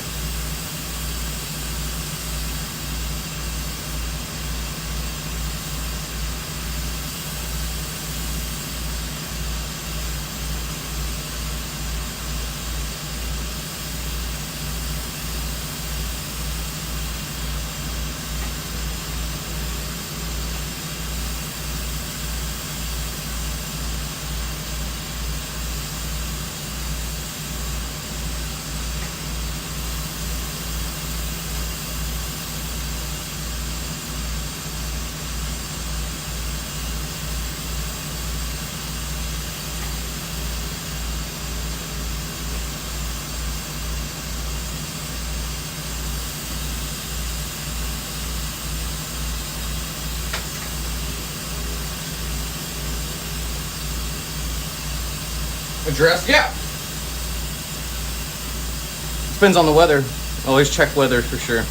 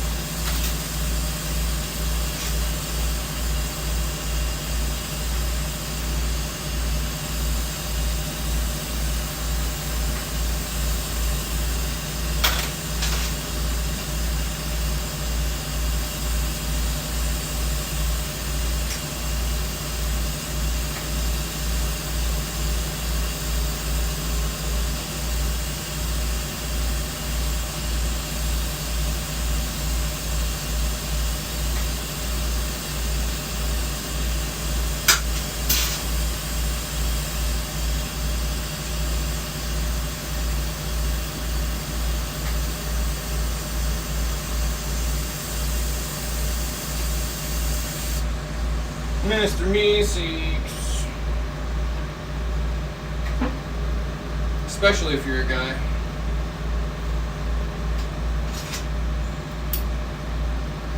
I usually wear skirts while I blow gloss. Even though I am not a guy.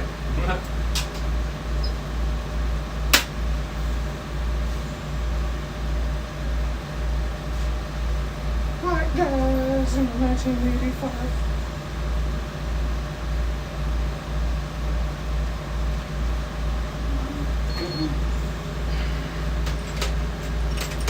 So excited for the new hand torch. I'm very happy that Amazon delivers on Sundays.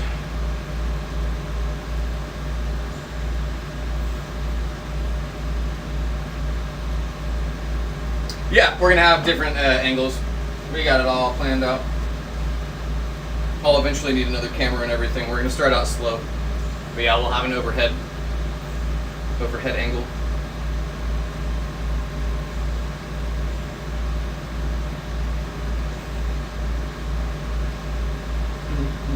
Gotta make a lot more money before then.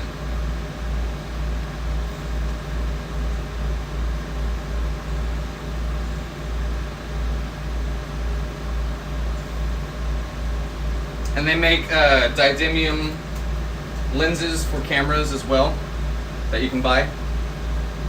So that swap will have a lens over it as well whenever we go to the different camera angle.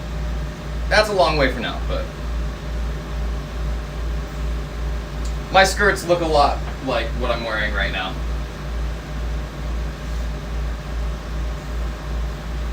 This isn't one, but they end up looking like this anyways. So I'm not surprised you can't see a difference sometimes, but yeah, often I wear them.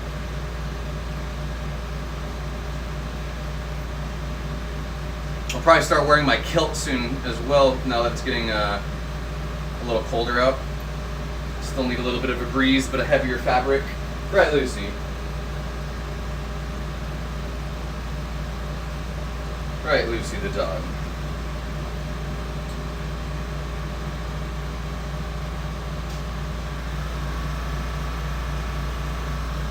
Alright, we'll hang out for a few more minutes. Take a look. What's in a book? Reading rainbow. Sorry, have to. Let's see what's here. Let's clean up the bench a little bit. We'll start doing that at the end of our streams. A little cleanup time. Somebody wants to sing the cleanup song. Clean up, everybody, everywhere. Clean up, everybody do your share.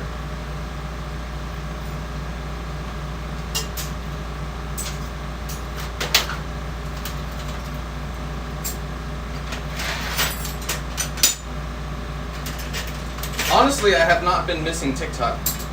I don't know if y'all share that sentiment or not, but I really have not been missing the overstimulation that is that place. Whenever we go back to there, we might try a different way to where I have chat pulled up on my computer, log into TikTok on the laptop, and then use the front camera for TikTok, because it'd be better quality than with the front camera.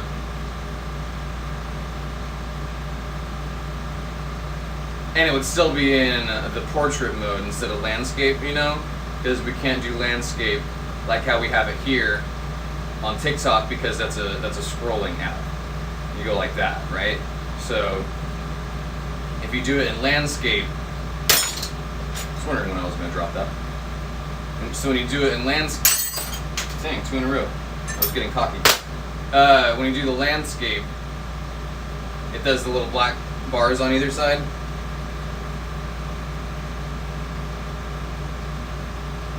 Thank you, John. I appreciate you. Ooh, that happened. See, that's so nice. And here, let's test our oxygen quality. It really was just me being dumb, and I didn't have the pressure set right. I need to stop being dumb.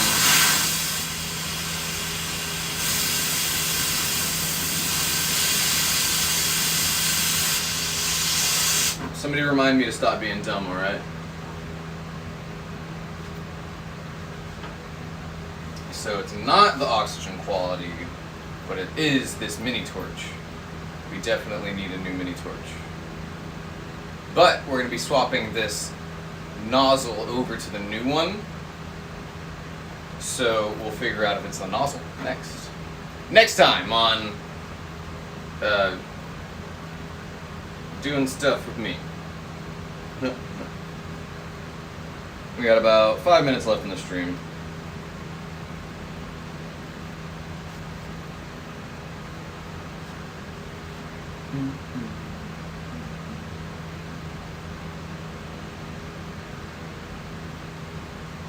But if I were to wear a dress, would you even be able to tell? Like I said, I'd be wearing skirts and dresses all the time. I've worn a dress before. Especially that one time after the dude was like, "Oh my god, is that a dress?" And I was like, "No, but this one is." And I went and changed. That was a fun one. Like, no, that one's a skirt, but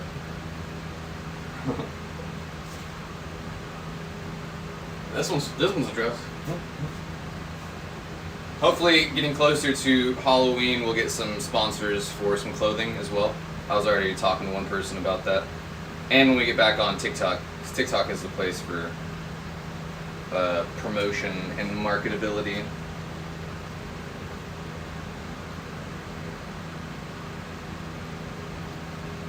My God, 1985.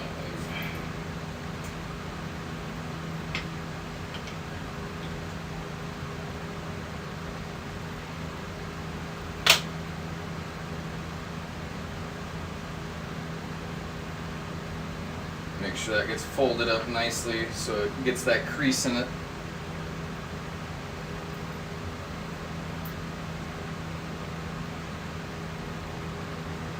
Alright, got that turned off.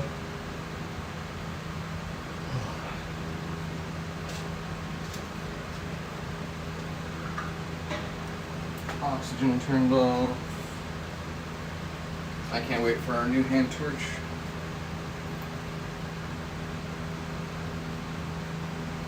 I'm glad I thought about it too, because if I were to try to, well, I would have needed the hand torch to do the next move in that pumpkin anyways, so. Either way, I would have noticed that I need the hand torch. But I'm glad we're getting it tomorrow. As soon as we hop off here, I'm going to check the tracking on that. Hopefully it's here in the morning.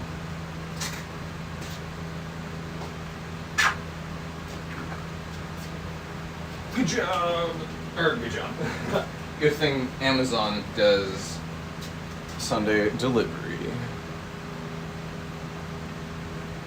No, I don't use any pressure in my mouth whenever we're blowing glass.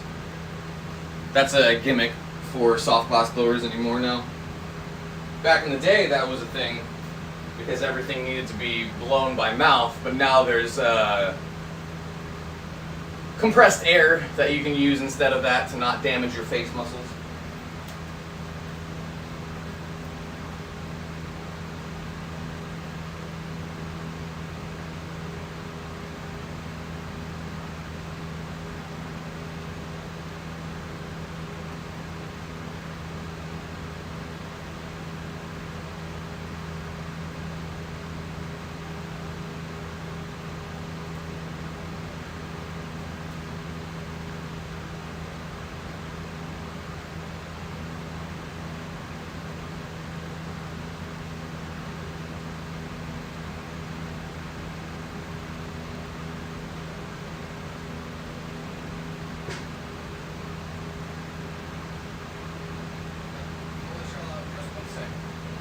I gotta say bye to the peoples, doggo. We gotta do one more trick. Yeah, good job, Lucy. Gotta do your sign off.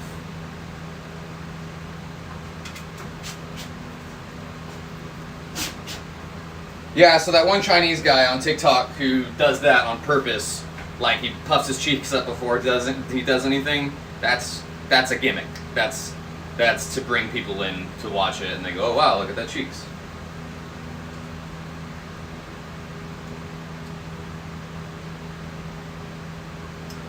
It doesn't matter with the pieces that they're making. They need to pump as much air into it as possible. So if you had, and they use molds instead of free-forming it. So free-forming stuff, yeah, it's a lot to do with the pressure and whatnot from your mouth. But if you have molds and whatnot, you can pretty much blast air through it. I have a mole on the back of my neck, and it's getting bigger, I think. Or I scratched it the other day. I need to keep an eye on that. Got eyes on the back of my head. Nope, just a mole.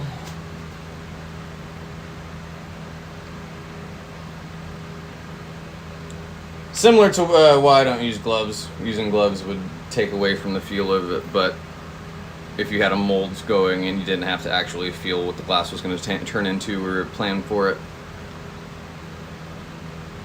then you just go straight for it. Using molds is a little bit of a cheat. Not cheat, obviously, but a lot easier. This new tubing is very, very strong smelling.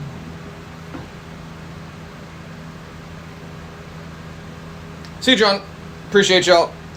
I will be signing off. There's Lucy for you. Lucy, stand up. Lucy, sit. Oh, I knew she was going to come over here. Alrighty, friends. Same time, same place tomorrow. No TikTok yet. We will be back, hopefully, with a new hand torch. In the meantime. Yeah, there's Marley. Marley, you can say hi. Alrighty, friends. I appreciate each and every one of you. We will be back, same place, same time. Maybe not same time. We may do midnight tomorrow night. Just because we're doing shorter nights anyways. But I'll see y'all then. Until then, love y'all.